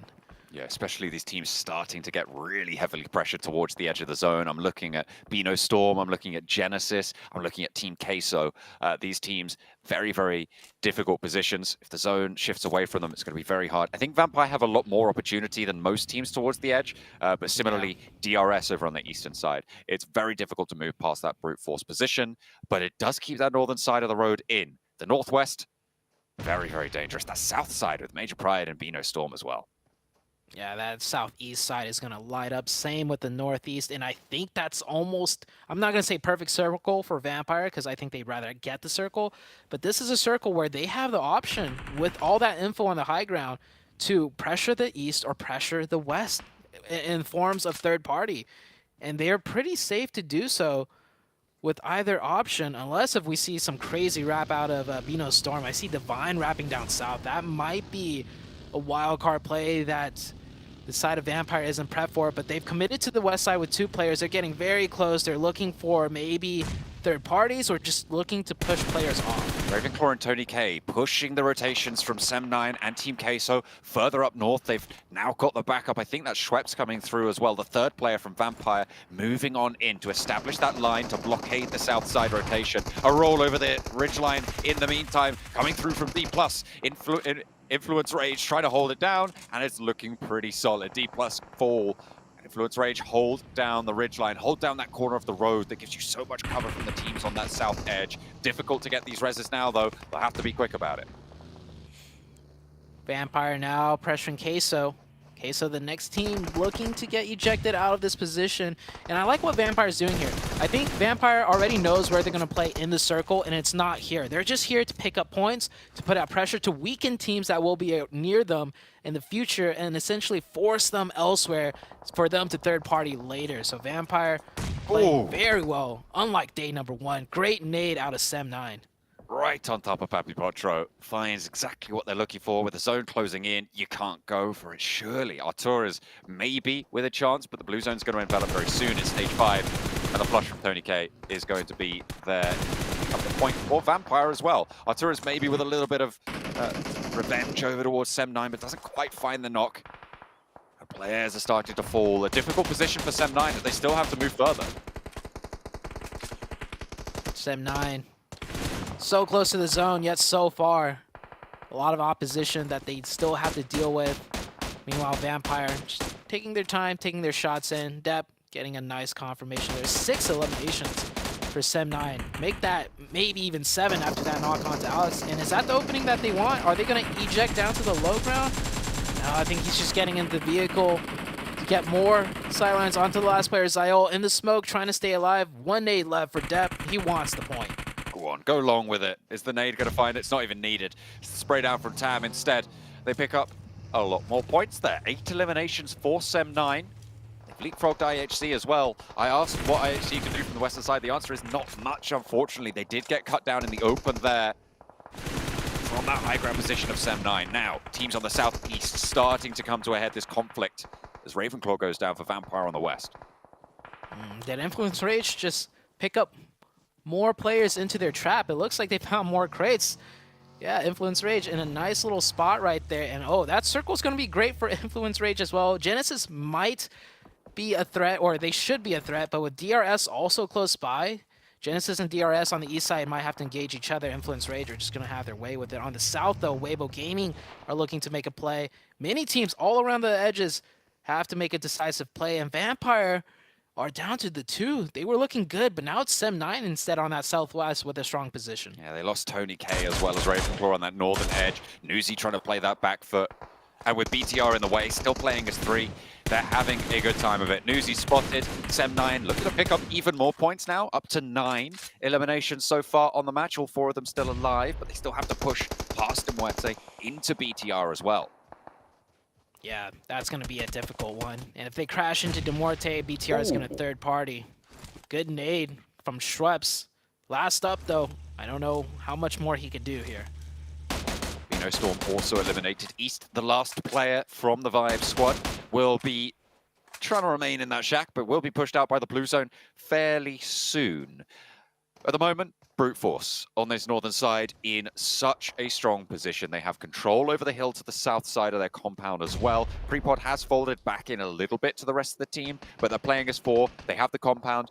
Anyone who tries to move forwards to them gets spotted by Influence Rage as well.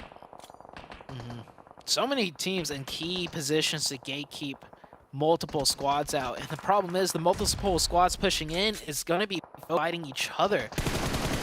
I think at most maybe just one team that's currently not in the zone is going to make it in intact as 4.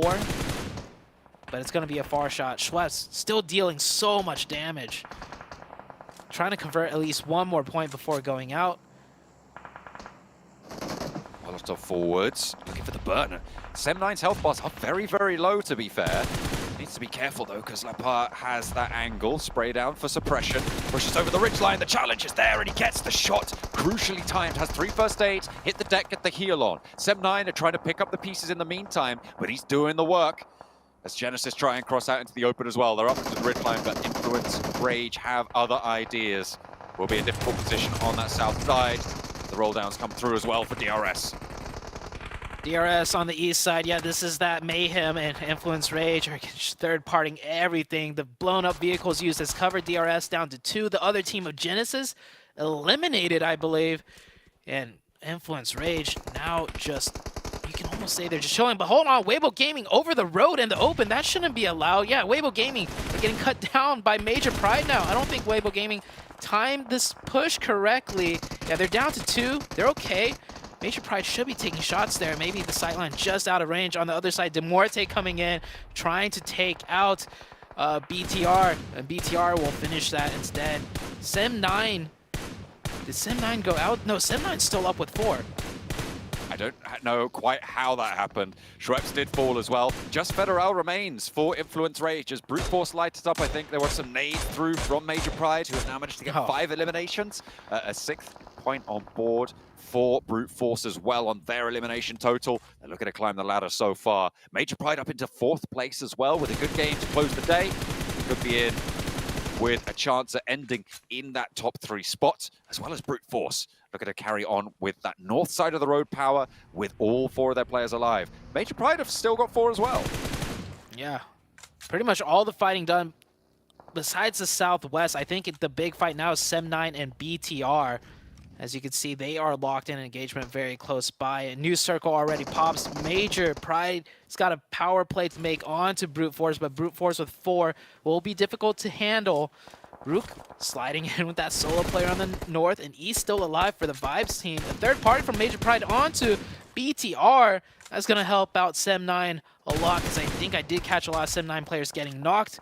A second ago, Satar getting a knock right back. He's the last one up now, though, for BTR. BTR have held in these concretes for a long, long time. They got 5 eliminations to their name, which is a good result, even if they go down here. And speaking of good results, Influence Rage, remember, still consistent. They have got their 6 eliminations, so they've got a decent bit of points just to keep on going, keep on rolling. Major Pride taking a knock to the zone. Not sure about that one from Naomi.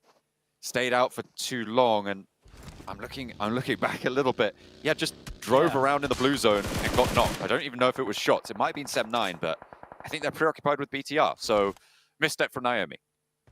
Yeah, big misstep. I watched that feed just now play back. There was no white lines shooting towards his way. So he just went out into blue and knocked himself in the most pit. I mean, hang on a minute. The DBS, still good. It's in par. It's in the hands of it's in the hands of BTR, so you know it's going to be strong. They're back on it into the fight and regrouping with 2. I mean, with 2 players, they still got a lot of power. Naomi, however, sees an opportunity. Naomi did get fully flushed, by the way, which is going to leave them a little bit unhappy about it. But Dino spots Lepar, and that gives them so much more maneuverability for Major Pride on the high ground on the east side. Man, you talked about it before. Major Pride make a huge move. They cleaned out the east side, and then what's the mistake they made? One of their players goes out into the blue and gets himself knocked. It's when the adrenaline gets pumping, when they're doing things right, something ends up going wrong. They can still win this with 3. Let's see if it's possible. Brute Force with the zone once again. 4 players still up. BTR. So hard to finish out. I don't know how they still have 1 player alive. Effect with a great nade. That's a big opening. It's pretty big as well for the players on that south side, because Ado was their main linchpin to keep them nice and safe. The lone player from Sem9. What can they do against Major Pride here as well, as the flush goes through onto Ado? As the nade elimination comes through for effect. Mind 2 nades of his own, and we're down to 5 teams. Mind readjusting now. He has to be the more forward position, it seems. He's going to readjust a little bit closer to his teammate. Huge smoke path out of, I do believe that's Major Pride, as they are going to go into the push, taking shots long range too at a different team. Heads on a swivel. A lot of sight lines that they have to worry about. Nades pre-cooked into the smoke. No one's there though. Not quite just yet. In fact, actually moving into the danger zone up into the shack. The bombardment comes through. Nice and coordinated from Brute Force, but it's not really going to find too much. The second follow-up volley with the Molotov puts effect back behind the building. Tam making that mad dash in the meantime. Relatively unspotted. I wonder what Satalis is going to see about it as well. Tam seemingly low on that medical supply. Major Pride have made their way into this zone as well, but they'll have to play for the center, and right now, nobody has that advantage. I feel like Brute Force could have utilized their util a little bit better. All of them cornered in one spot, and they couldn't get a knock, but Major Pride will get the opening. That should be the push. A second one quick to follow. No, it does. Now it's a 3v1. All down to the last player. Quick peeks is necessary. He gets 1, he gets 2. The 1v1, it's a close range. The M4, the spray down, it is good. Dino will clutch that out, and he can get that full reset, because no other team is really a team. Everyone else are solos. You need to be careful, though, because you peek out, you're gone. 10 eliminations found for Major Pride. This could be the game where they finally convert on their position. Just play it nice and safe. Get your teams back up, and that is exactly what they're able to find. The rest of the solos fighting it out for second place at this point. Barring a wild coordination, you're just going to see the chokehold that Major Pride have on this from the south side of the road and close this one down. But Rook has 3 nades. Not just that, they're going to have to cross the road first before anyone else. Look at where center zone is. It's so far away from Major Pride. That kind of makes all 3 players look their way. Oh, they have a vehicle, though. That's going to help out a little bit. As, okay, they spot out 1. I think with that threat gone, now Major Pride could be much more safe in securing this win. BTR taking a high placing position as well. They've got 6 eliminations. It's a 3 versus 1 now. Just Satalis remains. He's sends a couple of shots into the tree. The blue zone's there as well, and Effect picks up the final point. Major Pride closed down day number 2 with a chicken dinner. A lot of points added to their tally there, and that should see them up into the top 3. A lot of momentum gained with that final push. Influence Rage maintaining consistency, and BTR always relevant in the conversation. Yeah, you can see how happy they are, and with good reason, right? They get to the cusp of greatness so many times with their great decision making, their team play, but something always goes wrong for them, and this time finally they are rewarded and they are ecstatic at a great time too. The very last game of day number 2, the halfway point, and they were in the top 5 if I remember correctly. With that win, ooh, that just really shoots them up that leaderboard. They got a whole load of points there. They started the match on 76, so they're definitely within striking range, that 83-point bubble as it was. I imagine that we're going to have seen that, and I imagine that also Influence Rage will still have been able to keep up that 3rd place. So BTR, Major Pride, Influence Rage, that's what I'm thinking for the top 3 at the end of day 2 at that halfway mark. Damage numbers are in effect. The MVP, 792 damage.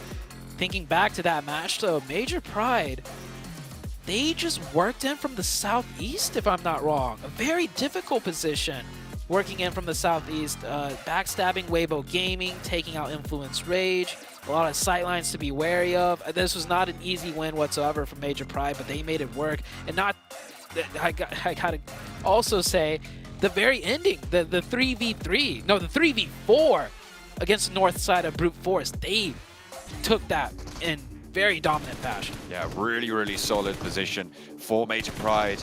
They were fighting through and through and through. A brilliant showing to close out the day will be that 2nd day finish, which means the halfway mark has been breached. Let's head back over to the desk to take a look at the standings. The standings are definitely going to be interesting here, John. As you mentioned, Major Pride finally getting themselves a victory here after they've had a pretty damn good performance today. Also, a couple of other teams you have to keep in mind. The likes of Bigatron outperforming Influence Rage here in this last match. I mean, the gap they already had of 29 points is going to continue to extend. Brute Force having a decent game. Honestly, Seven, there was a couple of different teams having a pretty good result here in this last match. There was. I mean, to be honest, MP, I'm so happy that they finally got that chicken dinner out of the way. Now I'm going to be looking forward to tomorrow. Hopefully for MV, we'll be able to see a chicken dinner out of them because it's our teams that are consistent. As I was mentioning earlier, two teams that were in the top 5 situation with no chicken dinner. Good to see them get that out of the way. With 14 eliminations too, that's impressive to see right there. And some of the other teams that definitely needed extra points. You know what? Hold on. Let me slow it down. One team that didn't need the extra points but ended up getting more points, BTR. Good to see them being able to finish off the day here with Miramar, considering that Miramar, yesterday, they were doing absolutely awful. Yeah, I'm actually just really excited to see Sem9 pull out a really good run. Sure, Major Pride won from the center position, which is where they, historically like to play, at least in this group, right? But Sem9, they were the team that were coming in from the edge. When we saw that shift, look, the cast was looking at Vampire, pushing up towards the north. It was actually Sem9 that stopped that push and then did their own push to go that direction. And that's going to put Sem9 in 10th place. I believe they were, 14th place going into this? So again, just another example of one good round getting the team out of the bottom 5. But as you can see, the points are still very, very close. We are starting to see some separation. I'm looking at the gap between 6th and 7th as one of them, and then of course at the bottom between 14th and 15th. But this is such a tight finish. We're going to be seeing this bottom 5 teams go in and out of it, I think, over routinely over the next 2 days. Yeah, 100%. I mean, obviously, we saw Rook able to step up with default today. IHC as well, having a really good match earlier on today. DRS even had a really good game. So yeah, there's definitely possibilities for Queso, potentially Sem9, potentially D+ to fall out and actually drop into, being knocked out the entire event. Just to quickly head back, though, to our Bigatron topic about Influence Rage. Yeah, they built up a lead against them, but then you forget Major Pride with a victory actually clawed back at the lead. So that 25-26 potential point lead is only turned into, I think it was an 18-ish? I didn't catch the number. Yeah, okay. So it's still a decent enough gap, but at least for Bigatron in particular, right? I don't think they have to have an amazing extra days whatsoever because they have a 30-something odd point lead over 4th place. So they're looking pretty comfortable to make it into the Grand Finals. It's just about holding on and maintain that position. Whereas, why are you shaking your head, Seven? Oh, No, don't try to give Bigatron a buffer. Okay. I mean, they have a buffer. How that works before. yeah, but don't try to slack off. Come No, on, I know. We've in the blink of an eye, just as we've seen teams skyrocket out of the bottom 5, we could see a team just completely shut down and fall out of the top 3. We actually saw that last week with Enigma Galaxy. So I think despite maintaining first, there is a little bit of concern how BTR have been quiet on a few 2 rounds today for anyone to be like 100% confident that they're going to remain top 3 by the end of this weekend, much less first place overall. Now, we've seen some amazing rounds out of them even just today, so there's definitely the possibility that they will maintain there, but it's not a sure thing. Well, for us, we're going to head on the stage for an interview with Formerical here to hear about Adaptation is the theme for day 2 of the 2023 PMGC. And what a day it was for MV. This team started off at 7th place with only 38 points at the beginning of the day. And now they are here in 4th place. With me, I have Dok from 4MV. And first of all, how are you feeling right now? 자, хамгийн анхны асуулт. Док, чиний сэтгэл ямар байна? Сэтгэл маш өндөр байна. Энэ тэмцээнд анх удаага оролцож байгаа болохоор сандрахгүй юу? Амар гоё мэдрэмжтэй л тоглож. So, I'm feeling great right now. Even though this is my first tournament, I don't feel any nervousness at all. And right now, I'm enjoying every game I'm playing. Enjoying every game he's playing. I can definitely see it in your game and your play style. And honestly, you know, coming back to your scores here, I mean, for you guys, not having a chicken dinner has never been a problem. This is not your first rodeo getting on top 4 or top 3 with no chicken dinners. So is this something that you guys want to... What did you guys change from day 1 and day 2 to pull this off? За, танай багийн хувьд эхний өдрөөсөө 2 дахь өдрөлөө шилжихдээ ямар хөө тоглолтууд дээр засаж алдаагаар засав. Учир нь яг л танай багийн хувьд бол chicken dinner идэхгүй байх нь ямар нэгэн асуудал биш байна шүү дээ. Танай багийн хувьд дандаа ингээ 3 4 дахь байранд ямар нэгэн chicken-гүү үргэлжлүүлж явдаг. Энэ та нарын үеийн нууц юу вэ?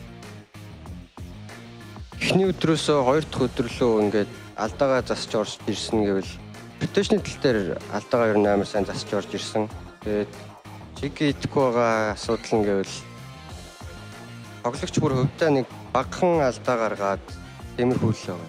Тэгээ chicken идэхгүй ч гэсэн оноогоо сайн авч байгаа болохоор энэ сэтгэл өндөр байгаа. Маргааш бүр илүү хүчтэй орж ирнэ алдаагаа засаад. So from day 1 to day 2, our first mistake was with mistakes on the rotations. So first we fixed on that, and on the no chicken dinners, like there's a little mistakes from each individual players. So right now we're feeling down on that, but we're getting our points, so we don't feel any like sadness at all. We're happy. I mean, speaking about that, I mean, you guys did say that not getting your chicken dinners is something of a mistake that you guys have done. So it does show that getting a chicken dinner is something that you guys are trying to do. And what's stopping you from closing a game, honestly? За, танай багийн хувьд бол одоо ингээд chicken dinner-тэй амар өртөд байгаа. Даанч идэж чадахгүй байгаад байна. Яагаад идэж чадахгүй байгаад нь ямар нэгэн шалтгаан байна уу? Түрүү хийсэн чинь тэгэл хувьдаа нэг жоохон алдаа гаргацаагаал.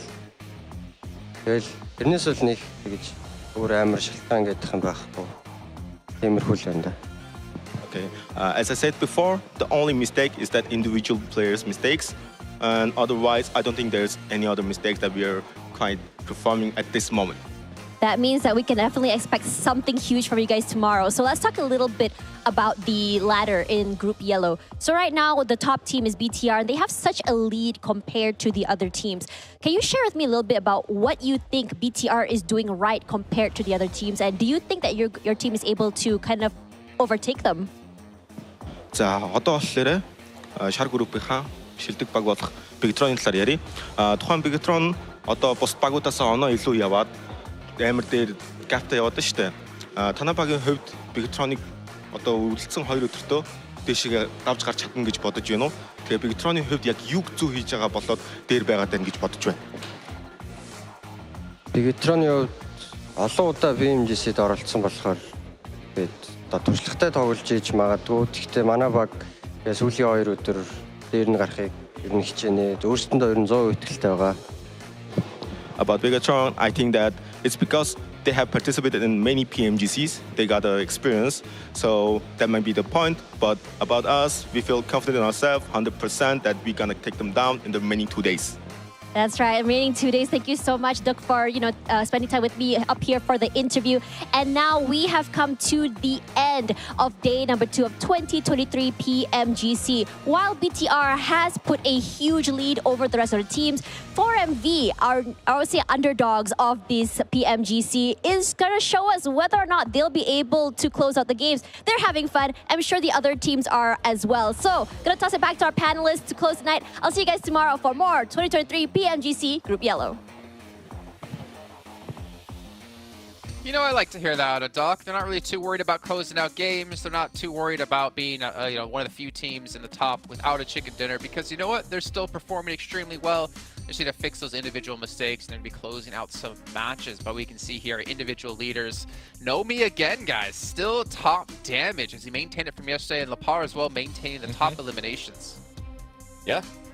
I mean, despite the team, again, I feel like I'm going to be repeating myself with this, but despite a lot of the victories, a lot of really good individual rounds going towards teams across the board, we're still seeing a lot of good action averaged from Major Pride, from BTR, Weibo as well, though not quite nearly to the same level. I'm still, of course, remembering the Los Leones finish for them, but okay. Day 2 MVP is going to go to East. This isn't too much of a surprise. Whenever we do see For Miracle on our screen, East is generally putting in a lot of the work. I just like that he said they don't mind not getting the chicken dinner or being able to close out the match, considering that MP was now able to close out the match, able to get that chicken dinner, and got pushed up all the way to 2nd place. Especially when we start getting towards the last day on Sunday. A lot of these teams that are especially in the top 3 are going to be looking to get those chicken dinners, looking to close out those games. So, yeah, they might be used to not getting chicken dinners like Tash Bunny was saying there, but I don't know. That mentality doesn't sit well with me. Interesting that he actually had, by the way, East there, the most average damage per game on the day. So that's kind of cool to see. Obviously still behind Nomi at the moment, but they're starting to make some moves, make some strides. And the fact is, they're still top 5 out of chicken dinner. So for me, that's a very, very strong team, especially when we saw towards the earlier stages of the day, almost able to pull off the 1v1v1 to close things out. But gentlemen, I mean, that pretty much wraps up our day here. I'm kind of impressed, but I think, Cameron, you kind of said it perfectly. I don't remember if this was on air or if this is where we're watching the match. Been a very scrappy 2 days. There hasn't been that clear domination out of one team. Yes, Bigatron, it was all about them yesterday, but going to today, there's been a lot of other teams having their individual moments. But I'm curious if that's going to be maintained into day 3 and obviously day 4, and if so, who the hell are we going to end up with making through the Grand Finals at the end of day 4? I think it's going to maintain. Your guess is as good as mine for who's actually going to be in the top 3 once it's all said and done. Vampire. 7. What would you do if Vampire don't make it top 3? Put your money where your mouth is. Oh, wow. You almost made me say something that I actually do not want to do. I don't know. I'll think about it. I'll let you know tomorrow. No. Maybe. You know what? We'll make this deal.